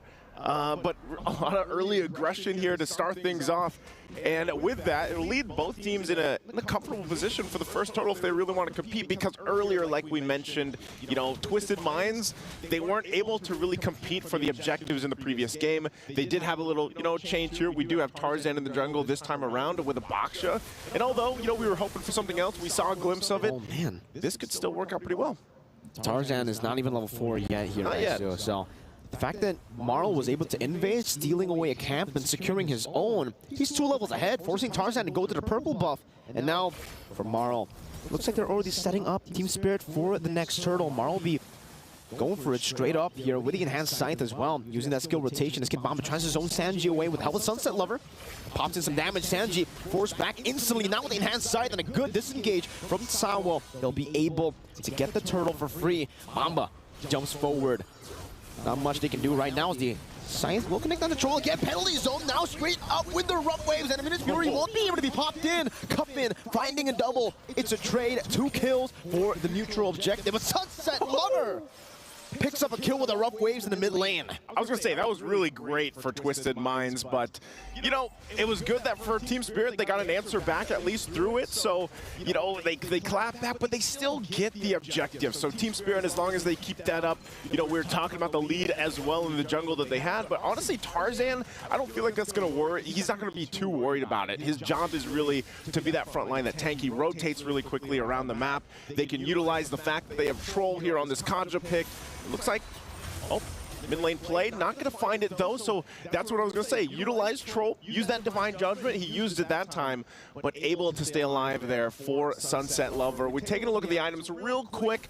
Things falling into place here. No first items really locked in just yet, but they'll go ahead and try to, whoa, that was, could have been close there. That was very, very close. Cuffin still able to evade the Petrify now back up for him to go for a trade, but Team Spirit already looking to pressure the bottom lane. Sawo trying to read it out. Troll does have to find, no, he actually doesn't, so it should be an easy disengage for Team Spirit. Nothing to really lock them down. The Sunset Lover still waiting in that bush, trying to go for an ambush. Marl will go straight into the purple buff with the chain and the enhanced scythe, trying to steal away. Troll still doesn't have the Divine Judgment, not just yet. And the retribution will be there for Marl to pick it up 2 levels ahead with the chain, immobilizing them and getting out with the enhanced sword. So Marl's still holding on to the lead he had against Tarzan for now. And, you know, if they continue to play around the advantage, this could be just another turtle in their hands. They have a lot of utility available. Sano gonna be knocked up. Here Hiko. A few more shots should do it, but Sano is able to flicker out back to his tier 1. Troll finally getting the Divine Judgment, waiting in that bush together, which is my Troll with a flicker forward into Divine Judgment, right into the Breath of the Ocean, but now it seems like Marl is a bit off there with the range of the enhanced chain, unable to go for the knockup onto anyone. Bomba walking back and forth. No Divine Judgment to play with. Marl gonna be knocked up by the penalty zone as Tarzan dives in deep as well, but now gets completely obliterated and the turtle gets stolen away too. Now it's Team Spirit who get an amazing trade off the board. It's a kill and a turtle. Okay, killing a turtle for now. They'll be able to work around that. And like we said, you know, objective-wise, Team Spirit will continue on with that. They'll play this lead that they have in terms of objectives. But if Twisted Minds can somehow continue to get some pick-off potential, then they'll go ahead and turn the tide in their favor. And they have to utilize Troll like they've been doing. You can already see Cuffin is online. He's got the 3 kills. And that's why Sunset Lover, you see him oftentimes take in the rough waves. He takes Cuffin's ultimate. He tries to replicate the same thing over here for Team Spirit and work around with that.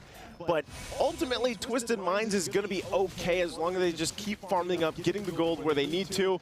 And once again, my question with the Roger gold lane pick, looks like Sano's going to be forced out of lane. Oh. With the chain, Sano's still able to escape. There's no burst here. Marl decided to go for the knockup instead of the immobilization, to go for some more damage. Tarzan, shield unity towards Marl. He pops the chain down just in case Cuffin wants to go in, and he utilizes that sword to escape. It's a purple buff, secure for Tarzan. Okay, so they get that. Tarzan's going to actually get that buff. He's fine. And meanwhile, once again, it's pretty much just both teams kind of feeling the areas out. They want to go ahead and start looking towards these tier 1s. Sanji? Up top, gonna be 2v1 into the Sunset Lover rough waves that he stole away from Cuff in the mid lane. Seems Team Spirit, they have the neutral objective lead, and they're gonna be equalizing there as well. Enhanced chain up against Tarzan. He forces out that Puissance from Tarzan. Yep, quite tanky still, you know, even if he is technically behind.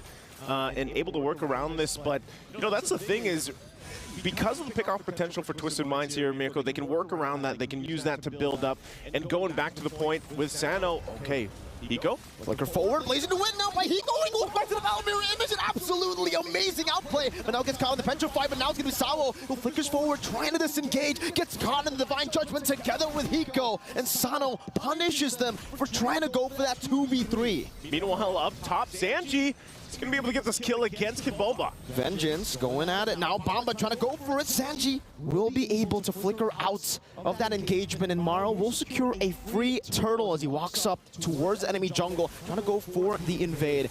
Trying to go for Sanji too there. Man, I feel like Maro's having the time of his life. Let's take a look at the replay. He goes back, so this is already after the BMI. Great catch, great read there from Twisted Minds to go ahead and deal with this, and they'll get Sao. You know, of course, after that, there's some trades happening here, and of course, the objective is also taken. So I feel like Twisted Minds making good plays like this, good reads. But the thing is, how do they stop Maro? How do they stop? Because Maro's having a great time in the jungle, man. He's farming up. Look at the items he's already got locked in, working on the next tier. Even though, just look at, he's only got one item locked in. Oh, there's a pull. Right into the breath of the ocean and the rough waves. Tarzan picking up the kill right now as the Venus Fury gets popped down too, and now it's going to be 3 knockups onto Tarzan, who's still able to soak all that damage in. Troll immobilized, but still able to dash out as Sanji also try to really go for the lockdown earlier with the penalty zone, but is unable to really find anyone else except for Bomba. 1-0, but Team Spirit still have the map prio. Hiko in the bottom lane taking a few hits from that hammer of Sanji as he swings it. Now he picks up the Queen's Wings. Yeah, he's got that. And that's what I was saying. You know, Twisted Minds, for the most part, to stay in this game, they just got to focus on farming up, utilizing their power spikes like this with, like I said, with Troll. But meanwhile, for Sano, he's 2-0 on this Roger that really hasn't been able to shine too much from the gold lane, but he's already setting himself up really well for this game, because later on, once they get those knockups, once the penalty zones are landed and everything else, he should be able to have a decent time to go in, pop that Warcry emblem, and then get the damage out with the Lycan Pounce and get out. That's what they're hoping for when they get near these objective fights, because look at the control that Team Spirit has. They're going to go ahead and set up already around this Lord. Conceal going to be used though. The desperate attempt now with the flicker as well. Hiko reads it, but he walks in to a different part. I think he canceled the Divine Judgment. Troll, it's still up. Still has it. Troll didn't tap it in time there, even though he got close to Hiko. Now it's going to be Sanji, who's punished just a bit with the Enhanced Scythe. Half of his HP taken away, but he does still have to sustain right now as Kid Bomba will be the target, but it's going to be misplaced. Breath of the Ocean, Vengeance down for Kid Bomba, paying a whole lot of resources. 3 people knocked up together with a blazing duet. Now Hiko still able to space out away from the penalty zone, and that's going to be Maro jumping in with the Enhanced Sword, doing a lot of damage together with Sunset Lover. Still caught in the midst of it all. Sanji swinging the hammer down. The Enhanced Sword will be used up again. Sunset Lover steals away the rough waves, trying to escape. Sana go for the chase down into word Maro, but he gets the sword again. Maro, the escape artist. What an escape! And they're gonna go back and get Sanji. Sanji swinging the hammer down. Maro, oh, he went in a bit too aggressively. Now Sunset Lover gonna be caught down in the Breath of the Ocean, straight into the Divine Judgment. That's come back up. What a long team fight. 2 times we saw Troll get the Divine Judgment. That's how long the team fight was. Oh my goodness. I don't know what the replay is going to show there, because look at this.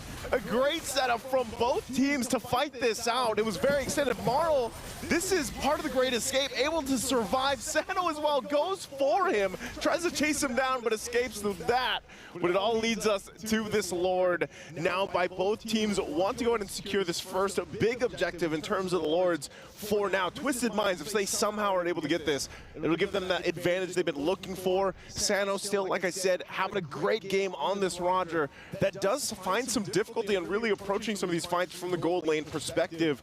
But it looks like no team wants to commit to this just yet. Tarzan might go ahead and dance this one off. They can rely on Troll to start a fight. The flicker is available just about, so they'll be able to make a play around it. And with that, Cuffin too, he has the Petrify. Interestingly enough, Conceal going to be used. They're going to force them back. Great escape, even by Bomba in that bush. Now walking back up, trying to bait out that Divine Judgment away from Troll.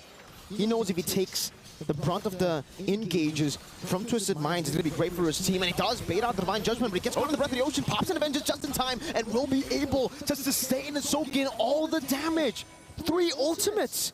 I mean, we don't count Sano's ult, right? That's back up in like 5 seconds, but 2 big ultimates now, Cuffin, Troll, and that will definitely give Team Spirit the free Lord 11 minutes in. It's not enhanced, so for Twisted Minds, they can still defend. Hey, that Team Spirit knew what they wanted. Right? They got the ultimates out. They tried to bait out that Divine Judgment, which eventually they did get. Kid Bomba able to survive through it with the Vengeance on this Famis. And with that, they'll go ahead, take the Lord. They take a couple turrets off that. So Twisted Minds, they'll find themselves on the defense here. I will still say, though, they could actually have a good defense if they're able to control the setup potential from Team Spirit. Part of that, once again, is if Troll can get that Divine Judgment off this time, because Kid Bomba is not the target that they want to find. If they can get Marl, if they can get Hiko somehow, but they got to work through the Purify as well. So Twisted Minds has to pull something amazing off to make this work. Troll's going to take a couple of shots to get forced out from this. They're trying to hold down the tier 2. Lord going down the bottom side, a whole lot of damage on Sanji, but he's going to be fine for now. So Twisted Minds, how are they going to approach this defense? Team Spirit are doing a good job right now, trying to go for the slow push in the bottom lane, but it seems Troll and Sano and Tarzan will be able to get down in the bottom lane a bit faster to get rid of the Lord. So technically for Team Spirit, they won't have the Lord here to attack the base turrets. Maybe the plan isn't even to go for the base turret. Now we'll knock up on the Tarzan penalty zone to lock 2 members down, but Hiko will be able to escape with a Battle Mirror image. Salo with the minion with Fury, knocking 3 members up into another knockup as Kid Bomba dives in deep, making it so that Twisted Minds can't really do anything back. They get a pick off on tomorrow, but with Sanji and Tarzan down, it's still so worth it for Team Spirit. Sunset Lover even, look at how comfortable he is in the enemy base, just walking up, standing there, menacingly. Menacingly, right? Just looking at him. And with that, he's holding on to Roger's ultimate as well, that form here, the wolf form, like in Found, that he can use. Oh. Okay. He canceled that. He canceled that? Yep, able to work around it. They'll get the turret off of this, so they don't need the Lord to help them get to these base turrets. This was actually just great team fighting from Team Spirit to work around against Twisted Minds. Crazy reaction time. Hiko, you need to time it perfectly to cancel the Divine Judgment. That was a flicker, that was a blink. He reacted to the blink. Hiko, great reaction time. Amazing mechanics on this kid. 14 minutes in, and that, all the plays that has led up to that play, that's the tilter. That's the tilter. That might have just been it, but for Twisted Minds. Let's take a look how the items are falling into place. Of course, Guardian Helm now picked up here for Tarzan. He's taking a lot of damage, so he needs that sustainability to pop off when he's not in combat, heal back up here, because it's really up to him and also for Sanji. Sanji, of course, on this Terizla, tanky in a way because of the body of Smith, but also picked up the Athena shield, has the War Axe, can go ahead and be some of that front line if they have to. They're trying to set up once again here. They're going to get spotted out, forced out of that bush in the mid lane. Lord's now up though. Team Spirit has the control around this side of the map, so it's up to Twisted Minds to approach this. Looks like they want to fight. Enhanced chain, forced out the poisons down on the back line. Troll trying to go over to the Divine Judgment, but gets knocked up, and it's amazing from Team Spirit that disengage. Baiting out a conceal, baiting out a big ultimate from Tarzan, and Bomba is just screening them, trying to read out all the movements. Tarzan not even able to go for the shield unity. Troll again, dashing forward, trying to go for the Divine Judgment, but he can't go onto Bomba. He's bought so much time. Marl deleted the Lord. This time, it'll be a bit different. It's an enhanced one for Team Spirit, and they're going to be looking to take at least all of the base turrets down. Definitely so. I'm still surprised at how fast a Julian can scale up like this and take down the Lord like that. And on that, we saw some great escapes earlier. Now he's got the Winter's Crown. He's got that available to play into that if he wants to go ahead and just pop that freeze for a little bit longer. Oh, Divine Judgment again. Samo this time will be picked off. That's a big pick.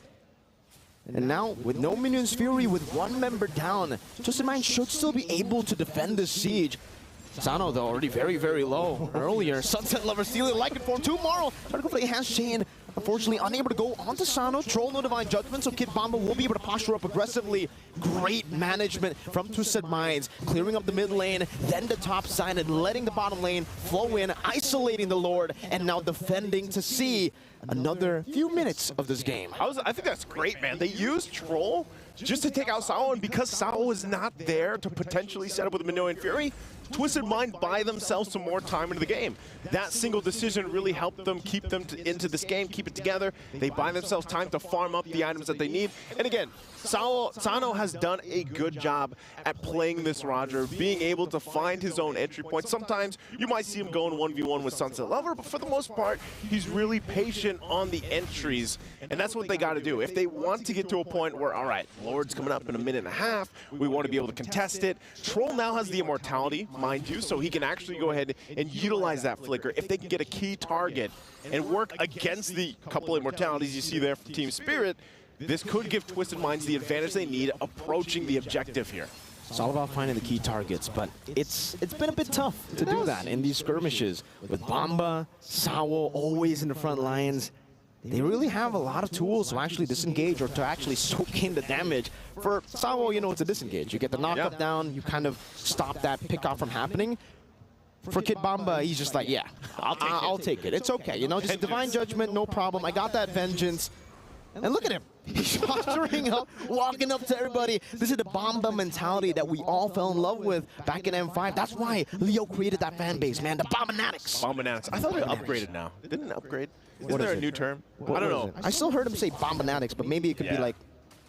No, I think he's waiting for it to sign off, but you know, Bombanatics will go with that for now because Kid Bamba so far, that's what he's doing on this Thamus. Look at him.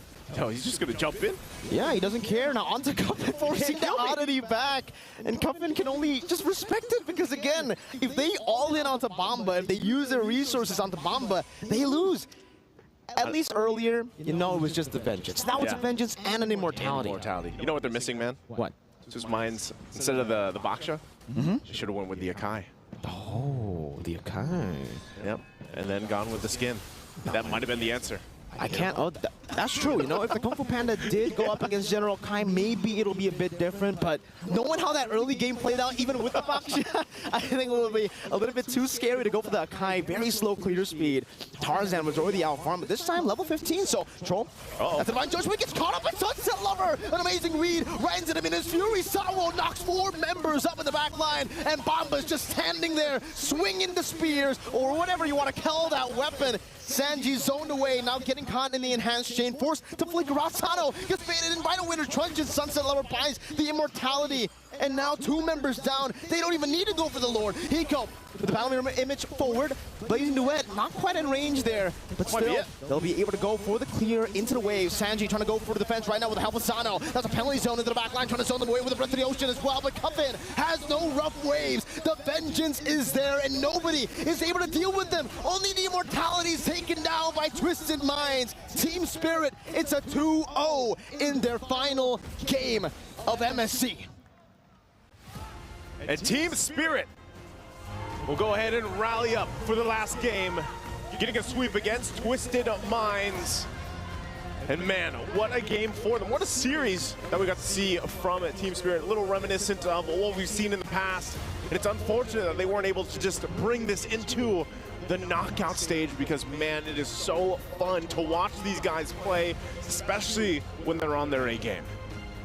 They're a phenomenal team, man. It's unfortunate that we don't get to see him, you know, qualify to the knockout stages, but GG, well played to both Team Spirit and Twisted Minds.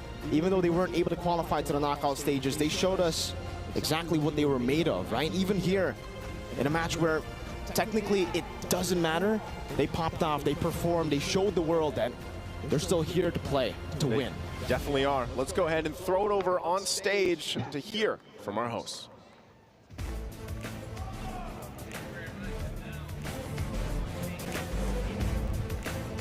Yep. Sorry to disappoint, but we're talking first.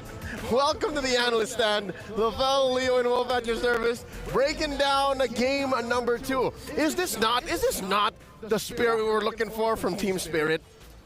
I mean, this is what we've been looking for, and like you guys said, you guys analyzed it well. All they needed was time. And while we're looking at this as well, I feel like we gotta do Twisted Mind justice as well. In this MSC, unfortunately, they didn't do well. But again, it should be all up from here. What else should we expect from them? Like, honestly, it's up to you guys. You guys want to talk about the Spirit? Go ahead. You guys want to talk about Twisted Mind? Go ahead. there's a lot of things that Twisted Mind has to work on. First, I think is the way that they calculate whether or not they can go on to heroes or not, because there are so many times where Team Spirit runs away with a sliver of health, and I'm not saying that only in this game, but that's also applicable to the other series that Twisted Mind also played. It kind of felt like they didn't naturally know how much damage they can deal, and that meant that they were always left in a awkward spot. Even in the last part of the last clash, where you saw Kaja try to initiate, but he was then initiated upon it, and eventually the jump from Sawa just finished the entirety of the members of Team of Twisted Minds. Yeah, I reckon that might come through in number one, just reps, right? Go through and play with more teams as a roster, which now brings me to my second statement. My second thesis is, it's a new roster. It's a new roster, This is technically the first time we've seen this iteration of Twisted Minds all MSC long. So, you know, GG well played still. I'm excited to see what else Twisted Minds brings next time we see them come around in an international tournament. Very early question here, because Wolf, you were talking about not understanding how much damage that you deal. We gotta talk about Thamus, because you guys talked about this.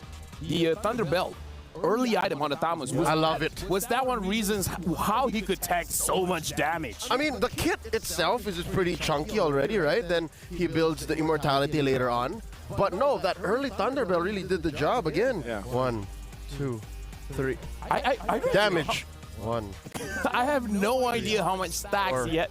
Defense, see? 1, 2. Keep on doing It just counts up, and it was a long game. How long did that game last? Like 20 minutes? 19 minutes. 19. It's about to go 20 minutes. So that's a lot of accumulated defense that you just get. So at the end of the day, no matter what, they're going to have to rely on true damage to hurt the bomb and to hurt Kid Bomba. And yes, can confirm it's still the Bombanatics. Bombanatics International. Yeah, and the thing is, Kid Bomba himself plays a lot of Turista, so he probably knows how to counter that hero as well. Yeah. It's difficult to play up against a Thames when you're also a melee-based hero. When you're a fighter, you deal true damage versus the Turista. But then you see, there's a lot of impact once again, and somebody's excited. I am. Why? Yeah, why? I'll explain it why, but we're a few feet away from my patron, from my avatar. Oh, your okay, avatar. Now I see it. Now I see it. Your avatar. Let's actually talk about the MVP, the Sony MVP of the game. And again, in the 19 minutes that we saw the game, that might be the MVP. But again, let's look at the highlights here. So many good plays we saw from Marl eventually in this game, especially with the way that he uses the sword to get out.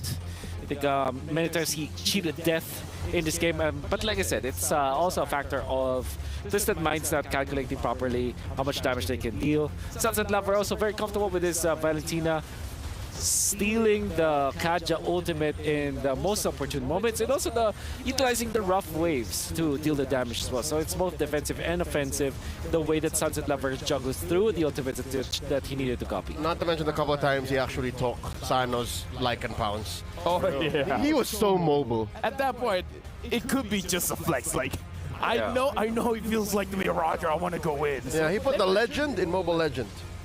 That's it. He put the legend in Mobile Legend. Yeah. Sunset Lover, the moment they saw that there was a concealed play, they just literally utilized the stolen / copied Divine Judgment, and oh my, 100%. All the kills. All the kills is a part of it. 12 KDA. Again, gold doesn't matter. The best play that I liked was that how Troll was the one aiming to catch someone with his Divine Judgment, and then Sunset Lover is like, excuse me, hello, and then pulls him back in. Yeah. I am the Kaja now. I'm the Kaja now. He's just doing his best Kaja impersonation. After he does the Divine Judgment. Yeah. I mean, for you guys at home, you guys can let us know. We have a broadcast survey that we'd like you guys to fill out. The QR code is down below. What do you guys think about the show so far? Anything that you guys want to see? Let us know, and we'll try our best to get it over to you. What if they want to see Kid Bomba in the stands? You know what? That's one of those things that might be crazy enough that if they want it, we'll give it to them. What if we have the power? What if we say his name and then he appears? Yeah. Kid Bomba. What if he's like, I want a different name? Well, what kind of name you want? I don't know. I don't know his real name. I mean, well, we can ask him. We could ask it, but for now, I do have to give a little update on the STC prediction. For those of you guys that said that Team Spirit was the one favorite to win, you guys are amazing. But we are looking forward for the next match as well. It's going to be Homeboys going up against CLPH. So make sure you guys cast your predictions at stcplay.gg. Just a quick shout out because I feel like we're gonna go in fast, so you guys have to give the predictions much earlier. And for now, we're going for a short break before we go back into the ALJ match of the day.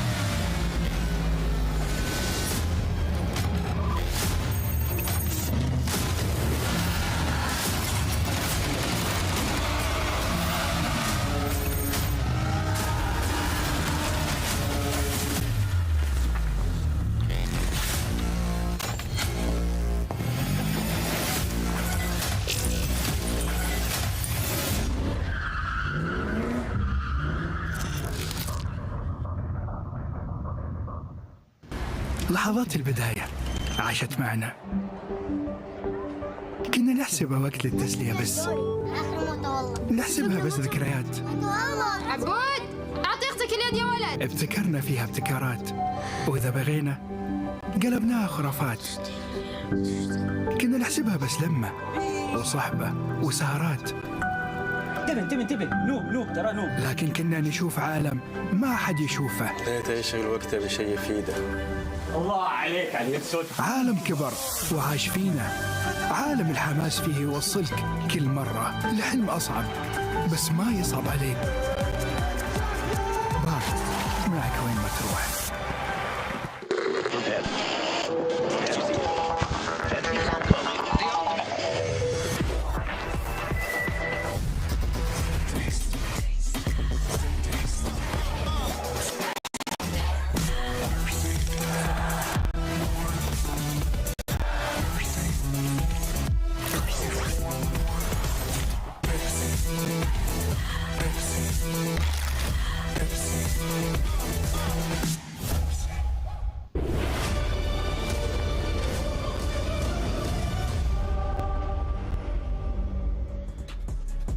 As you guys can see, I'm shaking in my boots. Welcome back. You guys are watching the Mid-Season Cup 2024. LaFell here, and I'm joined by Wolf as well as Leo. And here's the thing.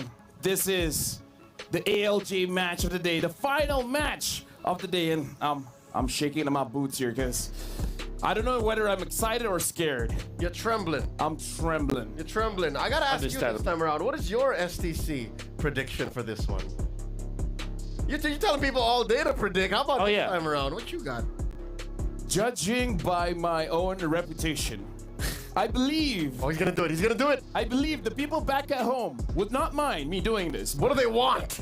What the Malaysians want to hear is that my choice, my prediction, TLPH, baby, Team Liquid PH, let's Tell him go. the score. Tell him the score. The score 2-0. Easy 2-0 TLPH all the way. Right. I feel so weird that we're always agreeing. When it's this stand, we're always in agreement. Yeah, because yesterday was the day of disagreement. Fortunately, that expires. Yeah. You just change one. Oh, it gets tiring. Tomorrow will be the day of uncertainty. It's like, what do you think? I don't know. What ifs? Hustle drafts. Could be good, could be bad. Yeah. 50-50. Could be 2-0, could be 1-1. As Rico would say, pretty mid. Pretty mid. Yeah. But either ways, we gotta talk about this right now. Homeboys, Liquid, the ruler of Group C, the Cavalry, versus the Flame Boys. Who is the king of the hill? Oh, well, you did answer the question. You know what? It's our stand is all TLPH. I was just surprised about this graphic, and I think this really sets up the tone. Yeah. Okay, here's the thing. For all of the viewers out there, we know that both teams have already made it to the knockouts, right? Actually, I feel like it's pretty chill. I need to let people know. For those of you who don't know who I am, whichever team I go for, the opposite happens. So in case it doesn't make sense, you know, I'm trying to apply the caster curse here, even though I'm not a caster. Sorry for cutting you off. Moving on. Oh yeah, maybe our curse won't apply because we're not casters. Oh no! Maybe because we're not casting. You may have just doomed Homeboys. Homeboys, bro. You outplayed yourself. Congratulations. You outplayed yourself. Can't believe he did it. Yeah. Oh my God. I mean. Yeah, play yourself. Yeah, but yeah. I think. Here's the thing, right? Yes. This series matters so much because even when both teams have already made it to the knockouts, this will define who will go to number one and number two. So this could well be a best of 3 if it will be a tie, you know, because I believe that has to be decided, right? Right. Yeah. And the thing is, or maybe they'll just rely on game time because it's just a two-way tie. Yeah, two-way tie goes that way. But what I'm saying is. Getting into top 1 means that you will face the top 2 of the other groups, which makes it so that second place is actually very difficult since it's single elimination. You might be facing up against the juggernauts of the other other groups. Personally, for me, I would say winning this feels more personal than how do I say this? Tactical? Like tactically, you want to be number 1 so that you have a better spot during the knockout stage. But I feel like this is one of those games where it's like, I'm pretty sure even if I'm coming from the Philippines or I'm coming from Malaysia, doubters are everywhere. Haters are everywhere. So winning this one would shut up a majority of them. This is a show of force. Show of force. It's less of where you land. It's how you got there. Okay, I agree with him though. Okay. I like that. That's how you see it. I understand. That's how you see it. Because for a majority of Liquid Echo and TLPH matches, that's how it is. They just wanna style on y'all. They want to style you, but again, yeah, you need to get a top 1. Okay, let's be real. Before we move on, we gotta talk about Sao here because from Team Spirit, Sao said, "I love Udil so much." When we met, he's so fancy. He's just a good guy. He's so fancy. You know what? Udil is a fancy guy. You know, I will agree with Sao. I will echo because last night I saw him and we had a short conversation. Y'all know Spicy Udil. That's Udil you see often on broadcast, MPLID, MPLMY. But when I saw him after dinner, he was just so nice. He was just, I'm not used to it. No, honestly, at this point, we got to throw it over to the stage. Dominated the group will now fight against each other to see who will come out on top of Group C. And now, presenting first, the baddest boys all the way from Malaysia. After a sweeping win against Twisted Minds, they are now on a 6-game win streak. Ladies and gentlemen, make some noise. It's Homeboys!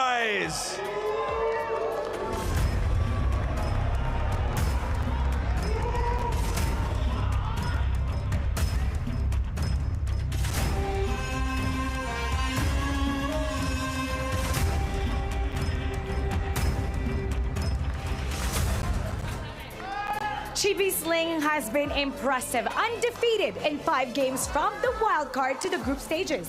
You know what? Talking about those incredible stats, I think a lot of people at home and a lot of people here want to know, how many times do you think Zorn's going to be able to recall in these upcoming games too? Now we're going to see that, but looking to break their win streak is a team that has yet to be defeated. The Cavalry from the Philippines are back. Introducing Liquid Echo.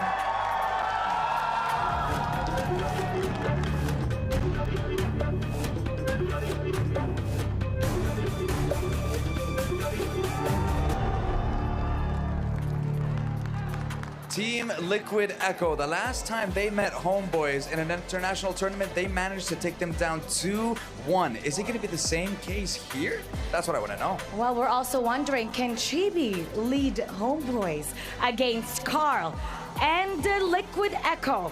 Now this is gonna be the fight to the top of Team C. Well, I think the players are ready and the stage is set. So let's take it on over. Back to the panel. Thank you very much, Sandstorm, as well as Mara. And gentlemen, Sandstorm had a good question. And the question is, how much can Zorn TP in this game? Right? Because now it's against CLPH. This might be a game where he might be a little bit limited. To be fair, when you're talking about Zorn and an amount of recalling, you can never really put a number on it. You can you can give it an over and under. So for this whole series, best of 2, 300. It's a good start. Them's amateur numbers. 300 is the rookie numbers. I'm thinking like 700 per minute, maybe. Yeah, 752.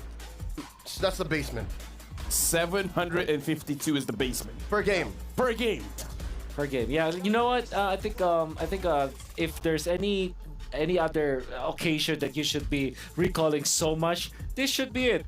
Play in Echo's game, you know, in Liquid Echo's game. They like the TP, you like the TP. Everybody loves seeing you both TP. I'm gonna watch it. It's a TP party. TP party. Imagine trying to go for your Lord dance, and then you're trying to edge your opponent to start the Lord 5-man TP. Yeah. 10-man. 10-man TP. Sorry, 10-man TP. Lord gets confused at that point. Lord TP. At that point, Lord's like, okay, you know what? I'll hit myself. I'll chunk my own HP down. But now we're jumping straight into the draft. Homeboys, blue side first pick, TLPH, red side second pick, and we're jumping in. This is gonna be very interesting. I don't know about you guys. Yeah, very interesting and very fast as well. Homeboys have to be prepared about this blitz draft. What we do know is that they really like the Cho as well as the Farsa and TLPH. Knowing that they're on the red side, they're on the red side. They might. I would have said they made Louis, but it was Homeboys themselves that banned it out. Coach, nobody is on point. All right. He's El Jefe. El Jefe. He's El Jefe? Yeah, Jeff. It's actually okay. That makes more sense now. But anyways, I feel like TLPH should ban out the chip sooner or later. Something that they do have to be careful of, I kind of feel like, is actually going to be Udil. Because I feel like Zorn, without a show, he could do more or less what he wants to do. But Udil on the Farsa is deadly. So personally for me, if TLPH, they want to go for a Valentina, maybe they got to consider the Farsa matchup. Yeah. I really like the way that Odile plays the Farsa, but I doubt it will be let go for TLPH, especially because Homeboys themselves ban out the Louis very early. So that kind of frees up one slot here in the red side. So you ban Chip, eventually you ban the Farsa. I think this is interesting. Ling instead. That's what I was gonna say. Talking about the Farsa, you always have to consider the other side of the coin. The one who steals thine ult. The Valentina. Is this the first Valentina ban we've seen in a while? All day at least. All day. It's been a while. It's been a long while for sure. And Homeboys banning out the Yuzong. So this is targeted ban. This is not like a meta ban. It's targeted bans. Okay, so Roger Moskov is open. I wonder if Faramis is the priority now for Homeboys. But that definitely is a hero you don't want to give to Team Liquid Echo. So that is actually a scary spot to be in. I do feel that among all of the heroes, it might be the best hero to pick up first, just because even if the Roger was picked up from Team Liquid Echo, at least you have an answer already with the Faramis. But nonetheless, yeah, Roger looks to be a pretty solid pick. There you go. Oh man, this is Faramis backshot territory for TLPH. This is one of the few times you can actually flex on blue. Yeah. By picking a Roger this early. Mind you, the Arlo is still out there. But here's the thing. Homeboys has been batting out Faramis almost every single time. Yeah. So this is one of those times they actually let it go. So it's kind of like asking TLPH, the Faramis is up. Yeah. Do you want to pick it up? Because if we don't, we might take it for ourselves. It's Baksha Faramis. Like I told you before. If not, it could be Arlot. And the Edith, which also TLPH really likes to flex. And slash or, yeah. But yeah, the Faramis just such a good pick. It's a great answer. Oh, there you go. It's the Edith. It's one of the variations of this one. Especially because even when they give the Famis to Homeboys, they're okay. They have the Edith anyways. They have the Backshot to kind of neuter the sustain. And obviously the Edith is great versus the shields of the Famis. And they can also still pick up the Claude or the Farsa on the That's swing right. back. That's so right. If there ever was a team that you would try to bait out picks from, I don't think Liquid Echo is the best one to do that now against. No, I do agree. At this point, Homeboys, Faramis is an amazing hero, but Udil seems very comfortable on the Vexana. So even if it's up, maybe that won't be the pick that he's going to pick up. But I feel like Udil should pick his hero now. And Angela? We got plans at it. This is not a Zorn hero, by the way. It's the first time that we've actually seen Angela open. Yes, that's right. And this time there is the Baksha to actually answer for that. So typically when this is the case for the opponents of Team Liquid Echo, they go for the Kaja, but that might be the last pick. This time they might just settle for their gold laner, which is likely to be the Claude as well as the Moskov. Two good heroes to answer this. But they also like carry when they're going up against Thursday as well as Angela. So this is some of the programming that Team Liquid Echo always considers. The benefit for carry is that you have that burst, but instead they go for Florin. So this confirms Edith in the EXP lane. I mean, this is already looking like a very solid lineup coming in from Team Liquid Echo, because this makes it so that they have, I want to say, immovable object, but the object is moving all around. I'm talking about the Boxia here. Boxia as well as the Florid, and the Edith is just going to stop any kind of movement coming in from the front lines of Homeboy. So the question really is, this Angela, that's it. That's just the question. It's a double flex. I'll tell you the truth now. It's a double flex on blue. Yeah. You are obfuscating the roam pick. You're also obfuscating the gold lane pick. That's right. So, interestingly enough, Liquid Echo attacks neither. They go ahead and ban out the Grok. Yeah. I wonder what this decision was from Team Liquid Echo. Getting the Florida at this slot seems like it didn't have the urgency that Team Liquid have obliged, just because of the presence of the Famis that's still open. Yeah, I'm wondering what the plan is, what the MO is by Coach CJ and Coach Tick here. Yeah. Why so soon? Yeah, why so soon indeed? So there's the Moskov ban that we also prescribe Team Liquid will pick up. But then, Bedicuti can play the carry eventually afterwards. There still is the Matrix, which, you know, what if Team Liquid just goes for the Novaria in this composition? Great damage, great coverage. Novatrix. The Novatrix could be a good option. Florine plus Novaria has been done before, but instead they steal the Farsa, forcing, hey Odile, pick up that Angela. Let's see what you got. Yeah, I'm worried about Angela because this is one of those compositions where you either have a good start or you're not going to be able to ramp out at all. Because I've seen Carl Teasy always able to find Angela in the backline somehow alone. And he just makes sure this Angela is a non-factor. The thing that I want to say is when Carl Teasy has this Boxia, it makes it so that the opposing side feels like you only have 4 heroes. So it's just 4v5, and that's not a good standing point that you want to have when you're going up against Team Liquid Echo. Wonder if this Roger will go to the jungle then. Oh well, never mind. That's the Cho. And the Lunox. Oh. Wait, where's this Lunox gonna go? Jungle? That gold? is mid. Gold. Oh yeah, no, gold. And Gold then mid Angela. Rome Cho. Oh. Should be on that Roger again. But this prompts the Nathan pick, right? Oh, but then again, that's a lot of magic damage. This is all magic damage from the entirety of. So maybe the Beatrix. Yeah, Beatrix. They can be crazy with an Ixia. Or an Irithel. You keep looking for the Irithel. Oh, Irithel? I think it's Irithel looks good. There's not much lockdown from Homeboys. You've been looking for the Irithel for 2 days now. Yeah, dude. I mean, like. Yeah, but I think Beatrix is just a standard pickup for you. Sometimes you have to patronize him. Just let him think it's possible. Yeah. No, I'm just cycling myself. There it is. Yeah, whatever. Yeah, simplest point A to B, right? Yeah. I feel like Irithel is too much of a stretch, you know.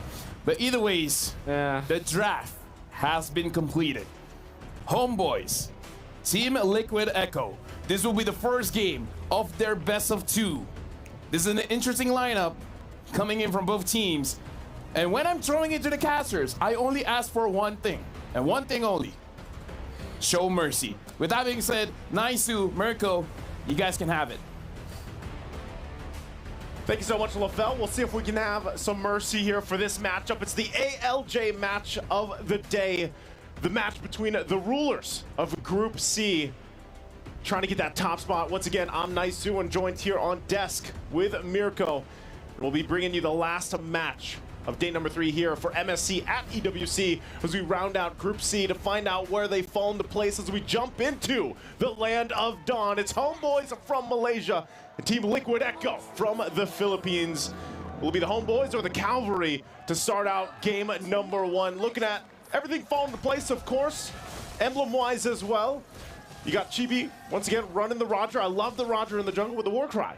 I love it, the war cry. We were actually talking about where the Roger's gonna go, where the Lunox gonna go. Yeah. I was like, okay, maybe we get a Fire Flux here, maybe we get the Lunox in the jungle, but it turns out, no. All right, Nets is gonna be on it in the gold lane, and hey, it's really cool to see, you know, for this matchup especially, Nets, back when he was playing for MPLPH, you know, for Onyx PH, he said that, you know, he's the best goal laner, and now we technically get to see that if he has improved that much. Udil gonna be engaged on Zorn as well, getting that G Kundo. We'll see him tested up against Benny QT after transferring the Homeboys. He hasn't really had the chance to go up against a lot of Filipino gold laners. Yeah, it's been a while, I'd say, for Nets. So there's this matchup alone, there's so much to talk about here. Even the fact that this time around, Carl Tizzy went with the Boxer pick, which actually ends up, you know, working pretty well against the Angela that Homeboys went with. You know, leave it to Homeboys, by the way, to go ahead and bring a draft like this to the table. Top side, Sapat should be fine. Does get quite low, but it goes has that passive as well. The body of Smith there to keep him alive a little bit longer, and it will not go down just yet. I think the other thing you have to point out too is Zorn on this choke pick. We saw how good this can be back in the wild card stage, Mirko. We did, man. Zorn, not even just the wild card, even just earlier, we saw how lethal Zorn can be on the Cho. When he finds, you know, the jam, his momentum, it's very, very hard to actually get away from him. He's a very annoying player on the Cho especially. I think I would say on anything that can actually initiate. So 50% of Mobile Legends heroes. I was going to say, that's quite a big pool of heroes that can initiate, but Turtle's going to be initiated already, but Carl Tizzy is going to start that up.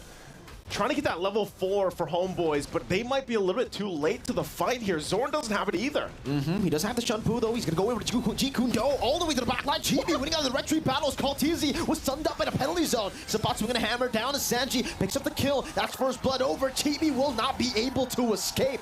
Liquid Echo, they say it's fine. Get the turtle, we'll take the kills. Yeah, Liquid Echo does not matter to them. Oh, hold on. Do they? Okay, they get the Brilliance out.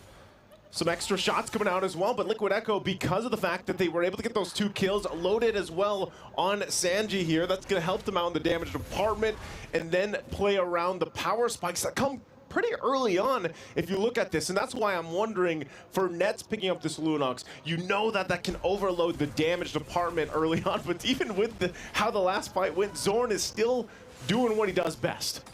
Just showing, oh, hold on, mid lane. Forced to flicker out, Udil. Wow. LaFell was already talking about this pick right in the mid lane. It's kind of concerning to see Udil on a pick like this, when usually he wants to go on the carries. If it's not the Valentina, you definitely see a lot of that Farsa. And we did get to see that just before match number 3. And match number 2, when he played together with Zorn on the Cho. So it's already very interesting to see him now on a passive, reactive pick over the carry roles or over the proactive picks that we're used to seeing. But even Benny Cutie, you can see. Now I feel like for the Beatrix, back in the day we always expect the Beatrix to go for a pure 1v1. You know, like she's the dueler, she's the duelist. But now it's more of a non-lane whenever you're up against a Beatrix. All he does in the lane is clear wave. That's it. And then rotate over to the mid lane, does the same thing as well. Yeah, pretty much. You know, and at this point, honestly, if you're going to pick the Beatrix up, now again, we saw this get the Savage before, what was that, on day 1, I think it was, with CW, but it's still a hero that has a tool for every situation, and sometimes that might just be clearing waves for a while, getting that gold lane experience. Sanji, though, used that feathered airstrike. I don't think yet Chibi's not going to be able to follow. Hard guard was actually used too, so it looked like some miscommunication there from Homeboys. For sure. I think Udil's call was definitely, you know, go in, I can get you the hard guard, but Chibi wants to play it a bit safer. He knows here, Zorn, able to go for the kick onto the way the dragon. Wrong angle, though. Sanford jumping in with the onward and the Earth Shatter. Now with the Primal Wrath, Chibi canceled out of the light compound. Zorn gonna be getting rid of in the back line, and that's a turtle again this time for Liquid Echo as they dominate game number 1 in the first 4 minutes. My goodness, who let the cavalry out here in game 1 against Homeboys? And time again, as people have been watching Homeboys, they've been like, man, they're looking good. But right now, Liquid Echo is just dominating the early game. That time around, they also managed to get the objective. They got the turtle, they got some kills, and a bunch of extra gold as well. Look at this, Benny Cutie just picks up the BOD this early on. BOD in the 5th minute of the game. We were talking about how much of a menace he is, just clearing out these waves. Zorn, again, up top, really trying to be annoying here for Sanford, trying to delay him into the lane, and that actually does work out very, very well for Homeboys. Sapat is able to get so many hits on the turret, so at least it'll be a trade. Bottom lane tier 1 for the top lane tier 1 as Udil claims that Flask of the Oasis. Now Zorn gonna go for the way the dragon again onto Carl TZ, not able to find it just yet, but now finds himself in the proper angle to go for it. The way the dragon onto Sanford, though, no one's there to follow it up. It's actually gonna be TLPA to rotate faster. Benny Cutie rotating and getting the kill on Zorn, punishing the guy who was meant to go for pickups. Yeah, I think again you're playing the Cho. Oh my goodness! What is that damn? That's big damn! Benny, my goodness! Have some mercy, LaFell said to the casters, but maybe he should have said it to Liquid Echo. 7-0, 6 minutes Benny. in. What? All he has is the BOD and that Fury Hammer. I mean, a little bit of extra damage, but my goodness, the damage department is already there for a Liquid Echo this early on. And I mean, everything that they just managed gives them that 5,000 gold ahead in terms against Homeboys. And Homeboys, you know, Zorn, what he was trying to do early on, trying to find a pickoff, is going to be increasingly more difficult now because of the gap that you're seeing here in terms of items. He's going to have to be a much more calculated in the approach to deal with this. Turtle, I think this is just for the taking for Liquid Echo. The first turtle, Homeboys was able to contest it. They were able to get a really good steal.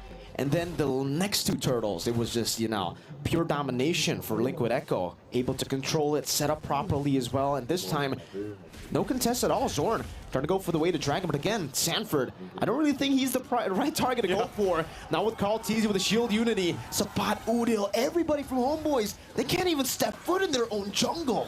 Sanford's doing such a good job at being that front target, because do you really want to kick an Edith towards your team? You know, I mean, she's just going to pop the Primal Wrath, and then it's a disaster from there. For Homeboys, that's the thing. We kind of have to look at where can they find hope in this game already, falling further and further behind. It looks like they used Concealed down there.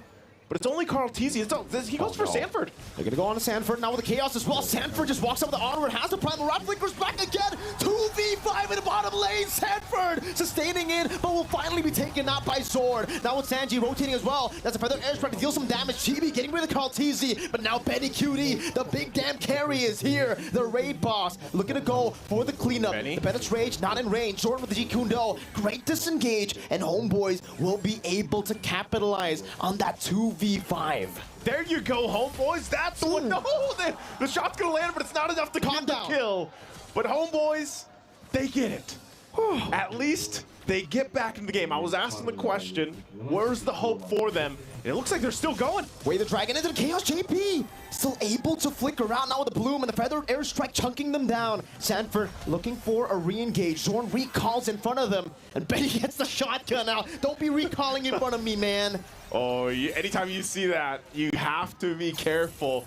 We already saw the preview of the damage that Benny Cutie's holding on to. If somehow Homeboys can get to Benny Cutie, that'd be great pickup for them. But already, now the Lord is up. I would say, you know, with what happened for Homeboys in that whole exchange, I'm not sure if it's enough to actually go toe-to-toe contest when it comes to the Lord here against Liquid Echo, but so far, at least they find a little bit of hope. The Nets is a big part of that. He hasn't gone down. He's been able to farm up. Zorn's going to take some damage, though. Chain CC. Zorn, baits out the feathered airstrike, too. Very early on Sanji. And now he'll be forced to recall. He doesn't have a lot of mana, but it does seem like he's actually going to choose to stay around the Lord pit. Angela in the bottom lane trying to go for that macro advantage with wave clear. With the global presence, Sapat has the penalty zone. Can't go for the chain CC onto Carl Teasy, but Carl Teasy goes for the shield unit. Chibi walking in, and he wins it! Now with the retreat battle, Sapat jumps in deep into the back line. Sanford gonna be able to still tank in so much damage in the front, soaking it in, but ultimately will have to disengage. They can't go for more. Homeboys, great steal. Zorn, Way the Dragon, bringing Benny Cutie back into the wild. Oh, Lycan pounce, but the Feather Airstrike isn't able to take him down just yet now. And Homeboys, again, another amazing pick. This is a massive swing now for Homeboys. They've evened out the gold. They got big shutdowns as well, plus the objective. What more could Homeboys ask for here? And with that, you're seeing the items being locked in as well. Glowing One also picked up from Udil, wants to help with that sustainability coming out there. They have the floor in for Liquid Echo. They should be able to make quick work of this Lord. Nothing too crazy should happen off this, but what that's done for Homeboys is giving them a fighting chance to now get space to work with on the map. Great space to utilize now, but Carl TZ, oh, good Shunpu by Zorn with the TPs. I think the Wood Sandstorm, you know, he asked the question. Now, we definitely got to get someone in production or maybe the analyst to count how many TPs he's doing, because Zorn is already finding his jam now in the 10th minute of the game. It took him a while. Usually we see him TP very early on. Yep. Now Zorn is getting it in the 10th minute. But let's talk a little bit about the scaling of both these teams, right? Because for Homeboys, with the Lunox, with the Roger, they actually have some proper scaling to play with. They do, and that's why I was mentioning it earlier with Nets.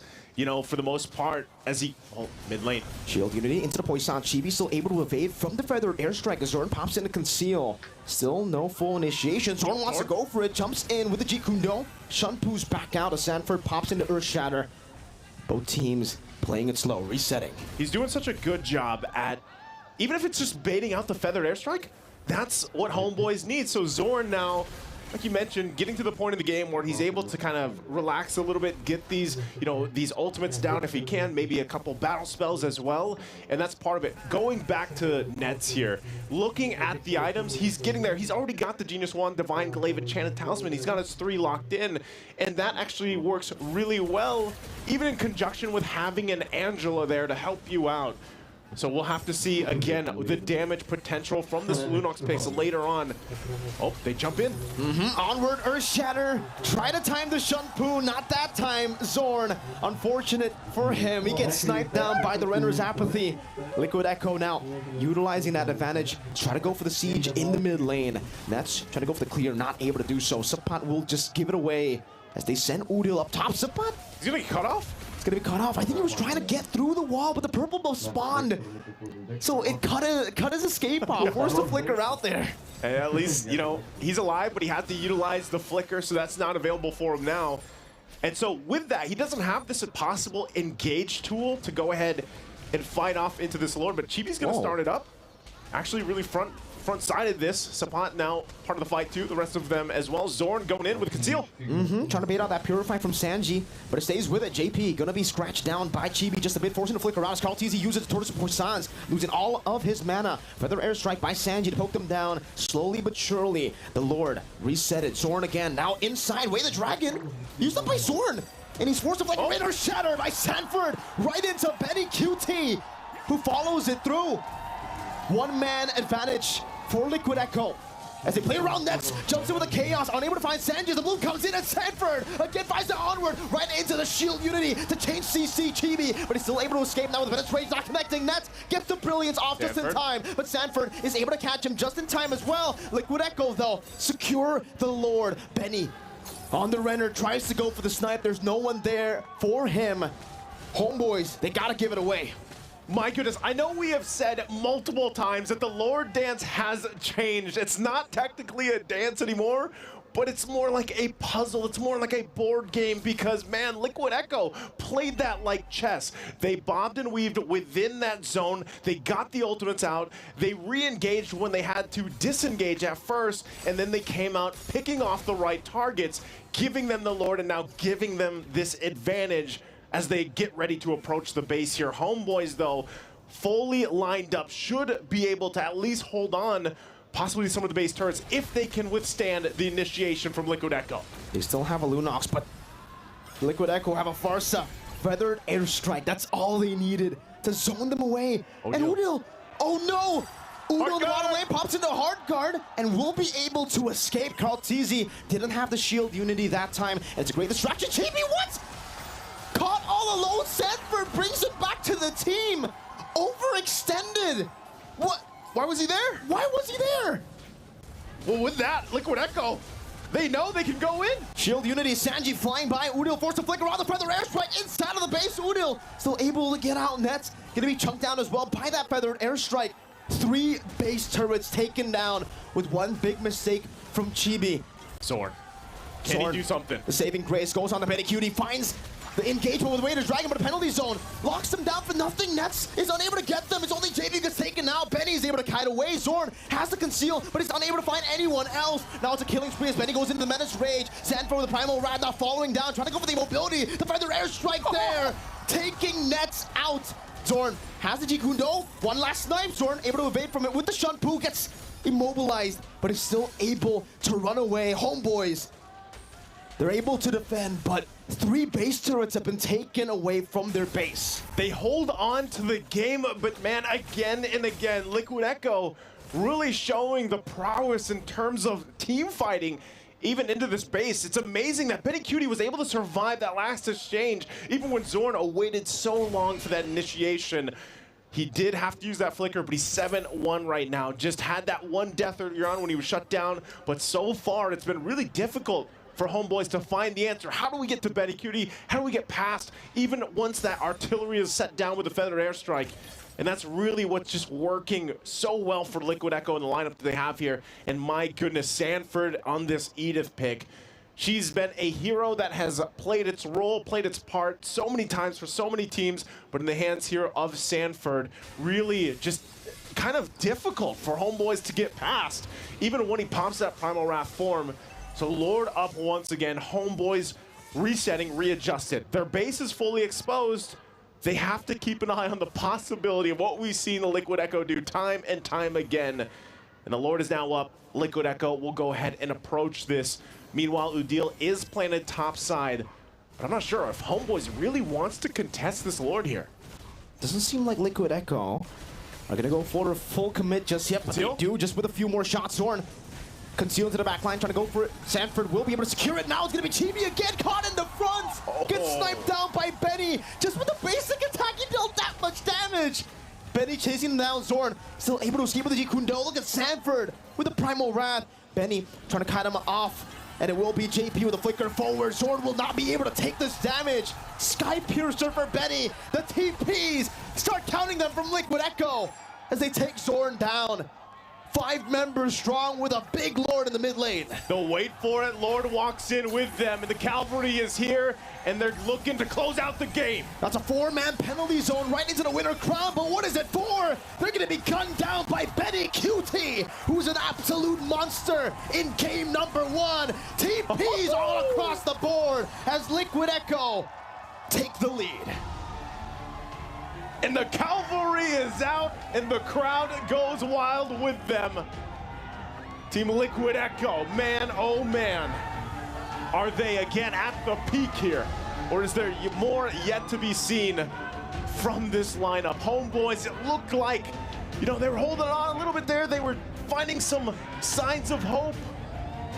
The Homeboys have to go back to the drawing board. It just was not enough to deal with everything being thrown at them. The just talk about it time and time again from Liquid Echo. Homeboys, hopefully they can find an adjustment.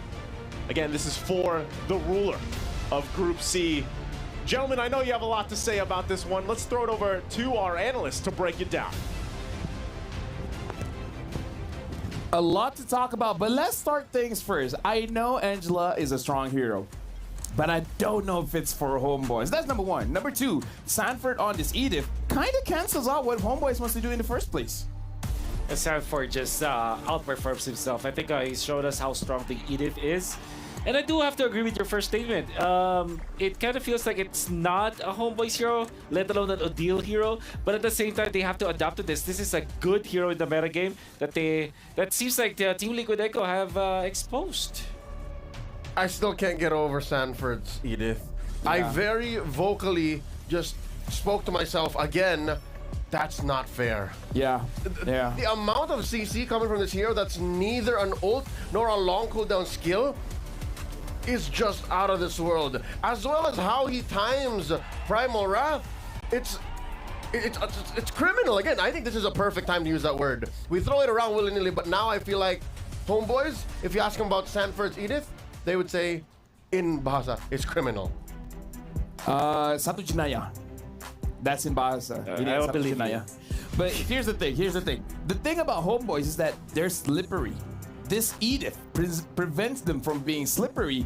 And I feel like they thought this Angela will make them more slippery, but then it becomes the problem because I saw the damage numbers just now, and Sanji's at top. And then it's like, you have to wait for the third or fourth highest damage, and then you see someone from Homeboys. And I feel like that's a big issue. Homeboys is slippery, and they do damage, but without either of those, it's not Homeboys. Yeah, one thing that Homeboys may not have acclimated themselves into is the idea for Team Liquid Echo, wherein if they see someone, if they see a low-hanging fruit, they're gonna pick it.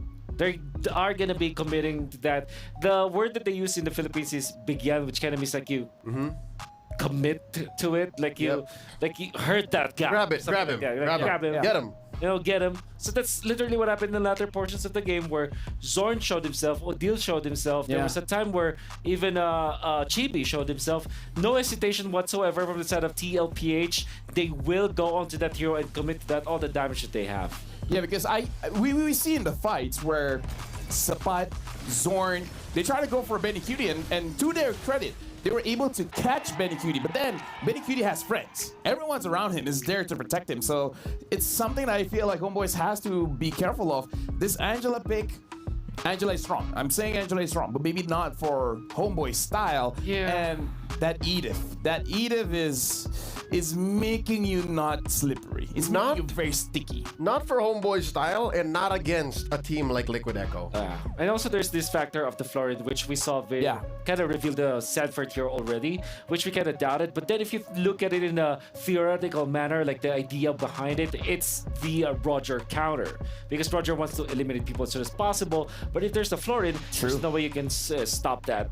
Because of the Bloom passive, Bloom in general, which you kind of eliminate that anti-heal factor, right, for 2 seconds.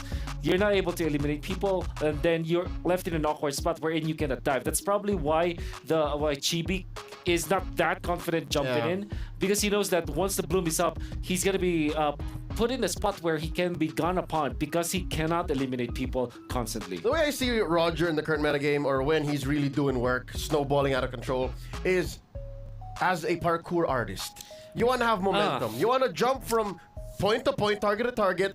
But what Florin is a huge speed bump. Here's the thing, we're gonna talk about it a little bit more, but we gotta look at our Sony MVP of the game. And honestly, in this game, the MVP is going over to Benny Cutie. While we're looking at the highlights, I do have to say, shout out to our analysts. I think you guys got it. This Florin prevents Roger from doing what Roger wants to do. And the same thing as well, again, I just want to say it again, is the Edith. Crowd control, and then your opponent keeps on healing. It's hard for the Roger to do much. The fact that we keep on bringing up multiple points of Liquid Echo's performance that we're super impressed with means Benny Cutie's performance is pure payoff. Everybody helped set up what he did, and yes, he did die a couple of times, but that's only because, again, Liquid Echo has that as a part of their character, as a part of their trait, right? That's just the way that they play. Hard, fast, and sometimes they get caught out. But credit where credit is due. HB did what they could with a losing situation. The thing that I have to say about Benny Cutie is that I feel like he's 2 minutes faster. Anytime when you say, oh, this is the original timing for this kind of item build, I kind of feel like he's 2 minutes ahead. Yeah. Even KDA. Even a KDA 11, KDA here, GPM 7.5 and 3, 65% of the kills.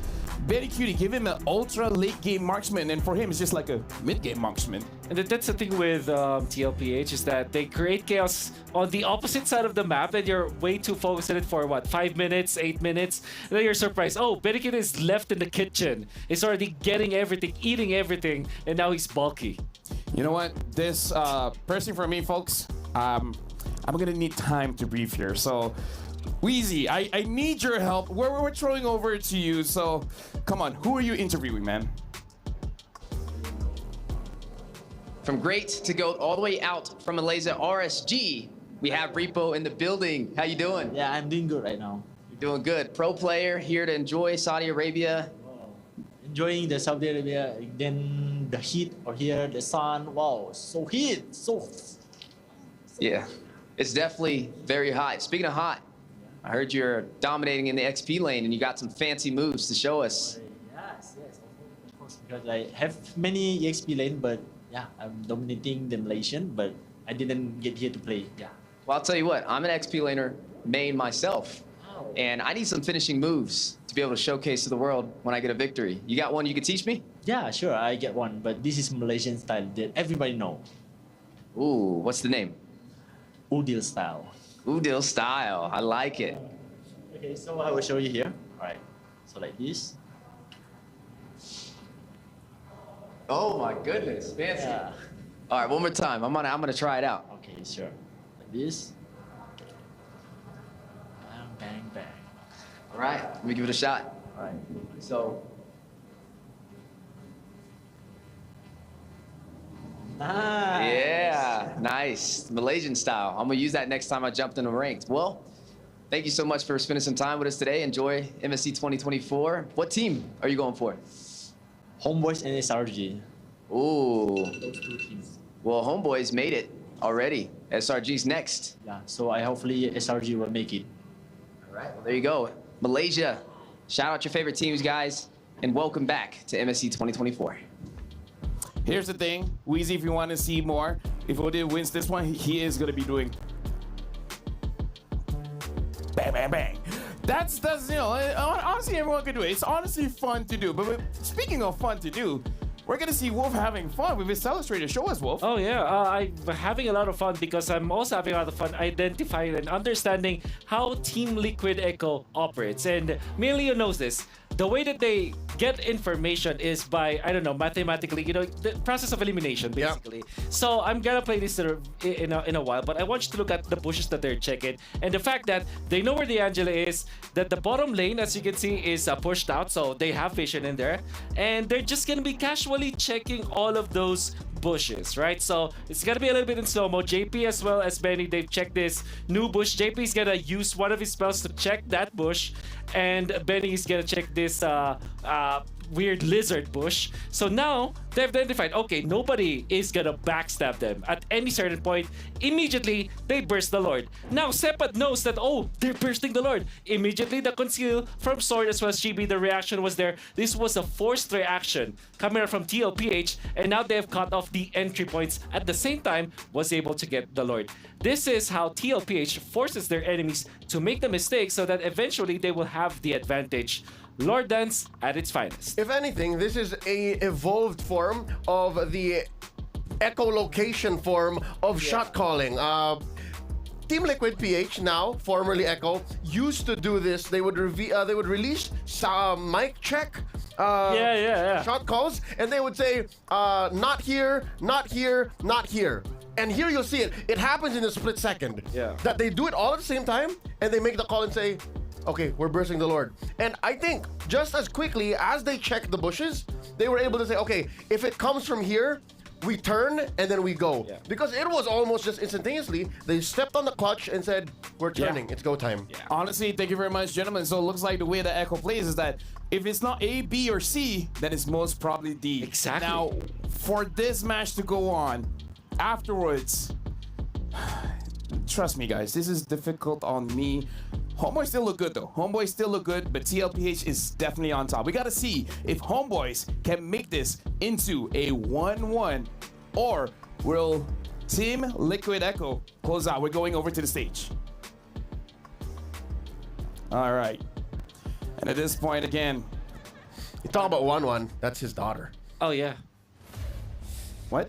Yeah. Benny Cutie's daughter. Oh, really? It's named 1-1. Oh, wow. Okay, legit, I didn't know that. Yeah, it's legit. It was, well, to be completely technically correct, it's a nickname. But there is, in the name of the daughter, is definitely 1-1. And he calls her 1-1. Calls her 1-1. In Malaysia, our ex-professional player, his son's name is Harith. Well, I'm pretty sure that's real. That is real. Yeah, I've seen several birth certificates going around online. Does that mean that your daughter will be named Lolita? Lafel? Let it be known that I'm actually pointing at Lafel because he probably don't see us. And Lafel is reacting in a very unpleasant manner as of now. Lolita. Lolita. Here's the thing, gentlemen. I might say yes. My wife might say no. At the end of the day, we all know who gets to make the decision. Yes. All right, so Yes, now we're sir. jumping into the draft here.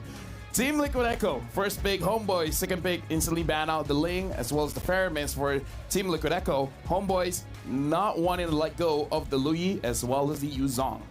I foresee a lot of openings here, given that Liquid Echo is the kind of team that if the box is open, they'll just pick it up first pick. Yeah. We are in that realm. So this has got to be the chip ban. Thank you for banning the Angela.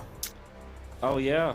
It's like a TLPH. It's like, yeah, we'll give you a favor. Oh no! Chip is open. Valentina is open. Box is open. Chippy. Is this the time? Chippy. Is this Chapa. If it won't be Team Liquid, I'm sure Homeboys will take it, right? This is a huge risk. I think this is a breakthrough. Over there. There it is. There goes Chip. First pick Chip. It's the Chip. Okay. So you go Harith Arlet, I guess? I'm going to set you gentlemen up. Okay. Zorn is okay with 2 picks to counter the Chip. Number 1 we've seen before is the... what's the Cursed Blood hero again? Carmilla. The other one is Bellaric. Oh. Right? A little bit spicy. I'm not sure if he's going to bring out this one, but yes. The Harith and Valentina has been picked up. The Arlo is also a nice way to counter. Swipe them off. I like the Valentina too. Terrify also works in that way if you reserve it. So now it's up to Udil to reserve that Terrify in the best situations. Roger, Basha, sure, why not? Echo is just like, okay, let's get the best heroes in the metagame right now. It's a shopping spree. It's always why does Team Liquid Echo always gets these good heroes, man? Yeah, because there are because if you're gonna be looking like it's Florid and Usual, who bans that, right? Yeah, who bans that? Exactly. HB got shook, man. Gotta say, HB got shook. Yeah. So there is the Roger Baksha. How do you answer this? You're left with Arlet, perhaps. You gotta invest in the Arlet now. Is good, I would say. Arlet or Terizla. Yeah. If you pick the Arlet up, it's still a flex. Yeah. Maybe they're forced to go for Minotaur, but then again, it's not as effective. But yeah, Trizla makes a lot of sense here for Homeboys. Still pretty good composition. Like, let's just say that we're not seeing Chip. I think that Valen, Harith, Trizla, solid lineup. Do we ban something like the Farsa Novaria? It's also just a solid shopping spree. But yeah, no, Liquid Echo still need a mage. Yeah. I feel like you have to ban out the Farsa, right? Farsa, yes. Farsa Novaria? That's or right. Farsa Vexana? The Varia is gonna be there. I think Farsa still is a valid ban. I don't wanna give that. Honestly, there should be. You should be thinking about the Chip combos now. Chip Lunox is actually pretty strong. We have not seen that obviously because we have not seen Chip at all. But yeah, that's a big combination. That means that your Chip Lunox is the combination in the mid lane, which is also very scary. There's the Farsa Varia, as expected. 100% win rate on Moskov. 80% for Nets on the clock. We're not gonna see there's the Benny's. Carmilla. Yeah, we're not gonna see Benny's Moskov. Oh. He already has the Roger. That's right. Or, yeah, that's a backshot. So Yeah. it's pretty honest. Pretty spelled out. Yeah. We still need a mid laner though. Vexana? Again, Lunox looks good. Vixana's kind of weird coming through a portal. True. She has to do a late entry. Kadita or Lunox are my candidates for TLP8. I like the Kadita. Or how about the Odette? Oh no. Yo, that is great. I First say Harith. no, it's like it's a good pick, but no, man. Yeah, that's really scary. That's scary. Yeah. So you take away. In this case, you're looking for a roamer. I can't believe Arlet came through. That's true. Matilda, I think you might be forced to go Matilda or Arlet for Homeboys. Grok, okay, it's okay. While charge works, I'm thinking, what's the jungler gonna be here? Is the portal a structure? No, I don't think so. That will I don't be. think so. Yeah. I mean, number one, Xavier. you can attack it. Number one, you can attack it, but Paquito's great with the chip. Xavier is weird because doesn't need a chip. So he might just, there's very little interaction between them. Yep. Okay.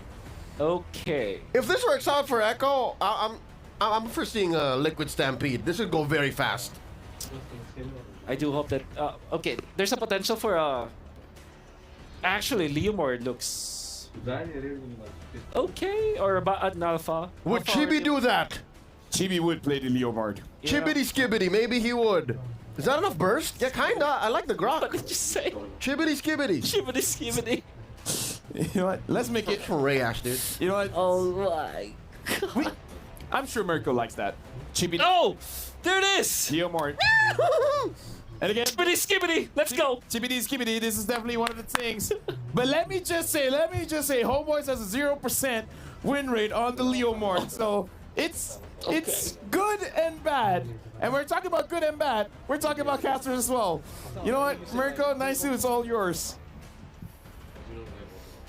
Chibbity skibbity, he's a Sigma. Did I say that right? Was that about right, Mirko? I know, you know. Yeah, that's right, Papa Naisu. You know, you learn from the best. You know.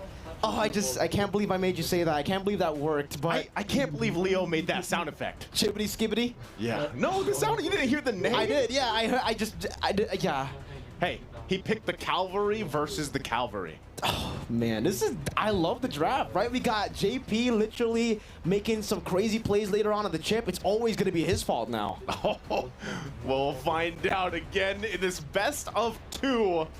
Team Liquid Echo already a very dominant game 1 as we jump into the land of Dawn here. Can Homeboys take this draft and even out the series 1-1? Again, the fight, the rulers of Group C here for an ALG match of the day. Look at that, things falling into place already for these junglers. Look at this aggression from JP, and man, it's been a minute since we've seen the chip being used. Wow, he's actually getting really low here, but just want to put the pressure on Chibi, so he's going to be fine. And yeah, I think this is going to be the question is, how does this Leomord work against Carl Tizzi on a very... I'm actually surprised that he picks up the Baksha again. Yeah, me too. But, you know, I was also surprised that they went for the Xavier, and they got the chip. That's up top, really getting bullied, though. This is what we expect from Mr. Man on the chip. JP, he's going to be everywhere on the map. In the mid lane, though, I didn't expect Sanji to be able to actually, like, level up against Udil. Hero, it's a crash course onto him, first blood! Damn you, JP! No! It's a spawn again! He just flew over and connected on that. Talk about timing here. Carl TZ, not level 4 just yet, might get it during this exchange. Oh, going in for the 1v1, and he gets stabbed through Carl TZ. A bit too aggressive, but technically, it fits. He was threading the needle there, trying to get that level 4. But unfortunately for Carl TZ, not going to happen. So that's great for Chibi. Getting that 1 kill early on this Leomord. Could scale up really well here. Yeah, look at JP. Oh, again, just crash coursing everywhere, man. And now he's looking to go back to the mid lane, perhaps. Liquid Echo with that little skirmish, though. Chibi does get 1 kill, so it's actually kind of worth it for Homeboys, I feel, in a way, right? Because Chibi does get the snowballing a bit faster here. You can already see Zorn as well, trying to be that annoying force in the jungle with this Grok. Pops in the barrier, unable to go for the reset on the turtle. But Sanford is already posturing up. Teams for Suppot, he does have the penalty zone. They can go for it. JP going to be zoning Chibi away. Crash course into the back line, forcing Chibi to use the horsey horse. And there you go. Jumps into the back. Carl TZ. Oh, it's a mobilization with a Mystic Field. JP picks up a double. He gets 3 kills and it's all on him. He might be going for a triple just there. 3-1. Is JP the carry here? The Mystic Field straight into the punch of Sanford. My goodness. Liquid Echo again, like they did in the previous game, starting off strong, starting off fast. And, you know, JP, to question, he just got the level 4. He now has the shortcut available. So what more is he going to bring to the table and bring to this fight? Wild Charge. Zorn with Wild Charge, but it's only on to Carl Teasy as they get immobilized by the Mystic Field. Now Chibi joining the frame, missing the skill shot. Carl Teasy gets caught by the Synchro Vision. And this time, JP won't be able to pop that shortcut in, so no Sanford to help them out. Great here, great pickup for Homeboys. Actually to get a kill in the hands of Nets. You know, we saw the Lunox in the last game. It did not work out the way they wanted to, so hopefully this time around, prioritizing the Harith pick here. They have this. Nets can start to scale up pretty well. He's going to be big in utilizing the Harith in conjunction with the Grok pick into the Wild Charge, and then even the penalty zone to speak here. They both have Fury Hammers across the board alongside the Trizla and the Leomore picks. That's actually enough early damage to help with some of these skirmishes. They just have to play around once again the fact that JP has been on fire now that he's holding on to the shortcut. At any moment, the cavalry could literally come through the portal, and what seems to be a 1v1 is then a 1v4 or 5. You can see Udil holding on to the ultimate as well. So this could be pretty interesting, the fact that Homeboys does have a Valentina on their side. Turtle up though in just about 10 seconds here. Chibi patiently waiting. JP's right there in position. I don't know. Do they know?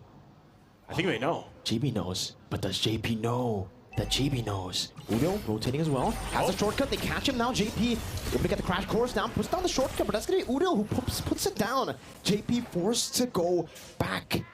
And now, you know, there's really not much that Homeboys was able to get there. Sanford, this is damage left with the knockout swing as well. Oh, the flicker, Sanford!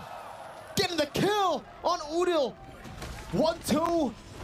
And now he's gone. Chibi, shield unity, cancel it out. Still JP walking up with the crash course, and the Wild Charge connects into the back line. Chibi still able to secure the turtle, but now gets engaged on. The shortcut is there, but nobody's following it up. Benny! With the help of the Dawning Light, Benny again with the light can pounce under the tier 2. In the 4th minute of the game is the Liquid Stampede that we were talking about. Benny's still able to escape on the knockout strike. Nets gonna be knocked up. One last shot should do it, but he's still able to escape right now. JP and Sanji again. It's back up. Wait. Usually it takes a while for Xavier to get those low cooldowns, but he had 2 Dawning Lights in that whole exchange. My goodness, Liquid Echo again, a full force ahead. A new version of that express forward. Homeboys trying to catch their breath here because it just seems like everything is layered perfectly from Liquid Echo. And again, as they were setting that up, before that all broke out, it was on JP giving the information while Cartesi went for the turtle, and then it all broke out, utilizing the shortcut as well. Oh man, and that is going to be the Sky Piercer already locked in for Benny Cutie. Udil does get the Enchanted Talisman out. He's got to be able to scale up on this Valentina pick. Some of those terrifying mechanics would play a part as well. Still holding on to the shortcut, but here JP goes in again.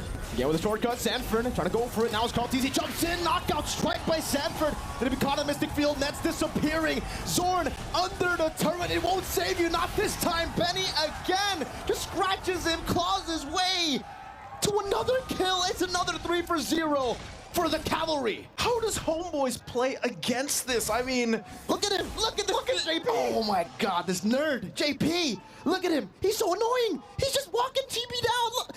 Oh my, how do you deal with this? How do you deal with this? That's the question, and there's a reason why Chip is constantly banned out for the most part, him and Luyi.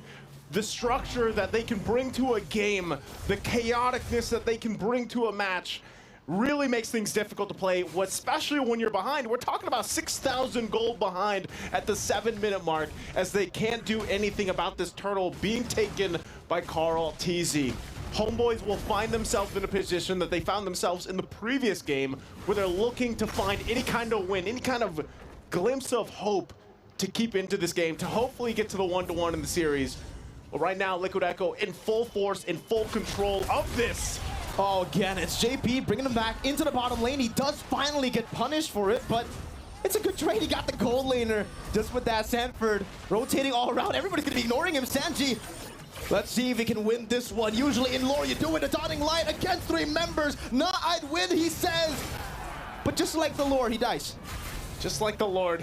Good pickups here for Homeboys, but here's the answer. Here's the Cavalry. Udil gonna be scratched out by Benny again with the Lycan Pounce. As Sanford deals with the back line. 13-4, Chibi. still able to get his own jungle camp there. Benny pushing down in the bottom lane. 8 minutes, and you can see the 2-level lead already by Benny earlier. And it's looking bleak right now. Sanford, oh my goodness. Another steal. Sanford is just a menace right now. No matter what hero he's playing, he's always on point, providing so much value here for Liquid Echo's lineups. And really, when you look at Homeboys, you have to kind of consider the fact that where do they start? Where does it start for them to slowly crawl back into the game? This is a massive lead from Liquid Echo that a lot of teams, when they're facing against this kind of lead, they fall apart. So Homeboys, can they adjust? Can they readjust the game plan here?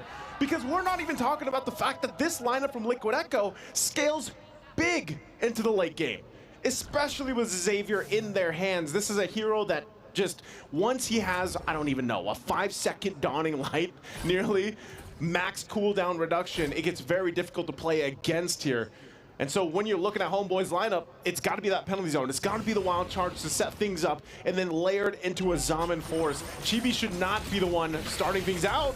1v3, Sanford still able to escape with a shortcut as well. Now JP puts the shortcut. The cavalry comes down with the flanks. And it's Penny who returns the favor. Nets is down, so is Udil. And next, it's going to be Supat on the chopping block. Still a barrier. As Penny doesn't care, he dives out of the tier 2. So looking for it, gets shut down under the turret. Sanji, looking for the Mystic Field. Chibi's still able to run away as JP pops the crash course down. No further engage. That would have been crazy. A Dawning Light as well there for it to get Chibi a little bit lower. A little bit lower, but I mean, look at the confidence here again with Liquid Echo, the way they're playing, even under the tier 2 turrets.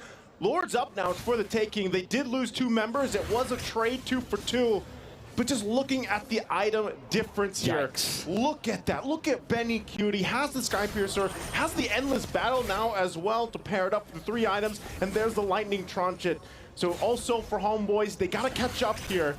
Another Dawning Light gonna be used. It's got such a low cooldown already at this point, 10 minutes in the game. Lore accurate. Yeah, lore accurate, that's right. And with that, we'll see, once again, the battle for this Lord. As we saw from the previous game, the Lord dance has evolved. And Sanji alone, able to provide so much utility to this lineup. Udil's gonna go ahead and take that shortcut for himself. We saw this in the previous skirmish, the team fight. Turned into a quick 5v5. But as Homeboys kind of readjust, they're gonna go ahead and let Liquid Echo start this Lord up. Sapat given the information, we got Chibi all the way on the bottom side. I think they just give this up, possibly. Shortcut. Again, Zorn with the conceal as well as Karltizi goes in for the flanks, but is unable to find it. Zorn getting caught in the Mystic Field. Nets jumping forward, gets caught by the shield unity. Karltizi with choice his poisons. Damage reduction all across the board, but Chibi's able to take him down. JP rotating the back line now with Betty again, scratching Zorn down. It's going to be Sapat finding the penalty zone, getting rid of JP. Sanji flickering out, Nide with Chibi. Going to be taken down by Sanji as he pops into Dawning Light again. Sanford on the chase. The Mystic Field right into Sanford. The San duo. Again in the 11th minute, and they're looking for a Sanford with a flicker, but a knockout strike to knock him up straight into the Mystic Field. Oh my goodness! Talk about synergy between the entire team from Team Liquid Echo and the San duo, part of that highlight, and now they'll take the Lord from Homeboys, furthering it. It does take a little bit longer. Karltizi will make his way, but Homeboys, man, is it getting increasingly more grim as they approach this. Look at the layering here. Sanford goes in, gets the punches off the Mystic Fields there, and Benny Cutie goes in as well. Talk about, again, the juggling between this lineup. You hear that? Nothing. Because that was what happened. There was nothing Homeboys could do there. They had to just accept it, and it's ridiculous. How Liquid Echo, now Benny with the BOD. That's his 4th item in this game, ladies and gentlemen. 12 minutes in, it's a BOD. What's crazy about it is Chibi went with this Leomord pick. He has some items. He's got even the Malefic Roar, but it feels like every single time they try to fight it out, he's just not able to utilize those picks. And that's the Wishing Lantern picked up now for Sanji. Oh, look at that, look at that. There it is. I'm sure you guys have seen the clips going around with the Wishing Lantern and the Xavier and why this pick is quite massive in terms of the damage department with a low cooldown like the Dawning Light. So easy to proc that 10% current HP with the 800 proc. And with that, Homeboys will lose. Oh, they hold on just barely to that turret, top side of the base. Dawning Light going to be used again. They're really trying to keep what they can up. Flicker's out right now, but gets caught again by a few of those shots. Sanji in the backline, still able to flicker out now. That's going to be some fun with the wild charge, helped out by Zorn. Still Sanford in the backline, trying to deal some damage, get the shield down and gets out with the shortcut too. Oh my lord! Liquid Echo are running Homeboys down. What a shortcut! You know, you saw Sanford in there. Escape? Yeah, he got the work done, and then he escapes. Oh my, Homeboys. Can they hold on to the rest of the base turrets here? They got 2 left, the top one's down. And they'll try to keep it at bay, but the Guardian's barrier's not gonna be enough. Bottom turret now goes down, mid could be next. Homeboys, can they hold it together? With the first Lord, the Dawning Light again onto Nets to poke him down. 13 minutes in, 2 base turrets, the mid lane, the only base turret left standing, is already at half HP too. Liquid Echo, they're making the Xavier look like an early game pick. And you can see from the items as well, it basically is an early game pick. He's almost tied for gold with the gold laner and a 5-1 and 11. He's 5-1 and 14. Yeah. Hey, if there's a game for a mid laner, that's it. Because, man, look at the difference between the gold. Udil just picking up the Divine Glaive. So even down that much gold, Udil should be able to at least provide some damage, but I feel like it's just getting to that point for Homeboys where, again, look at that. How often do you have to play against that? Oh, I mean, in the early game, we were already questioning the cooldown. Now, how about now? How about now? I guess we'll see.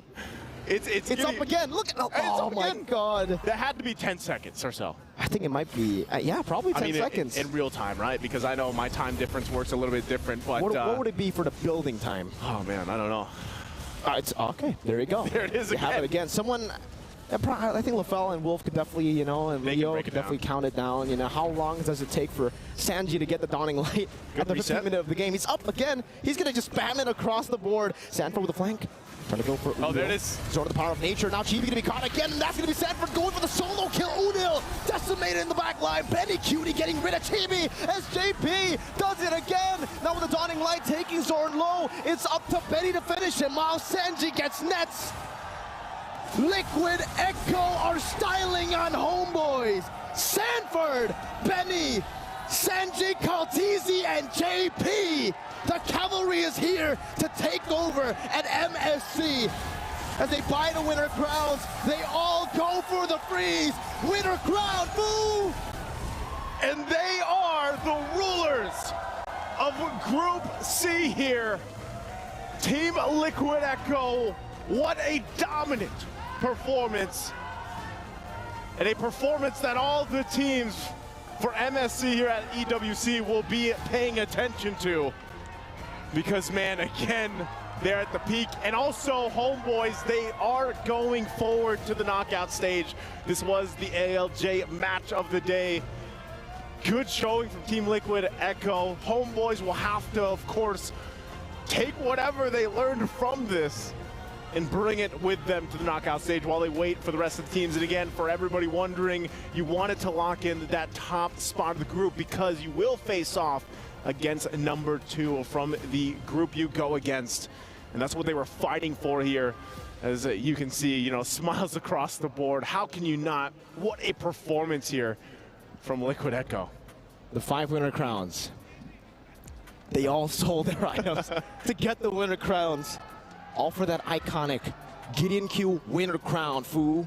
They had to do it with the Homeboys. You know, Homeboys were recalling a whole lot on them. They were. Liquid Echo, they find a new way to disrespect their opponents, and it's through the 5-man winner crown.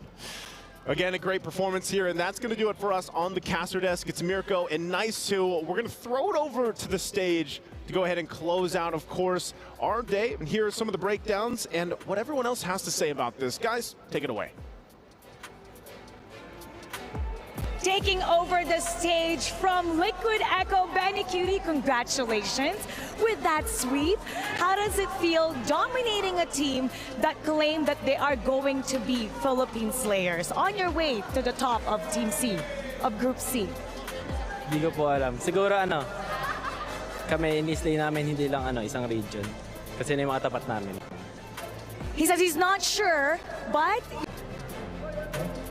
Sa tingin ko, hindi yung kaling ko po, kundi yung team, yung Fanaticonic, yung gusto talaga namin matalo. Para makabawi. para makabawi. He's saying he's not a specific player, but more of a team fanatic on it because they want revenge. We're waiting to see that. Now, to come in here, you're far away from home. You had to sacrifice time away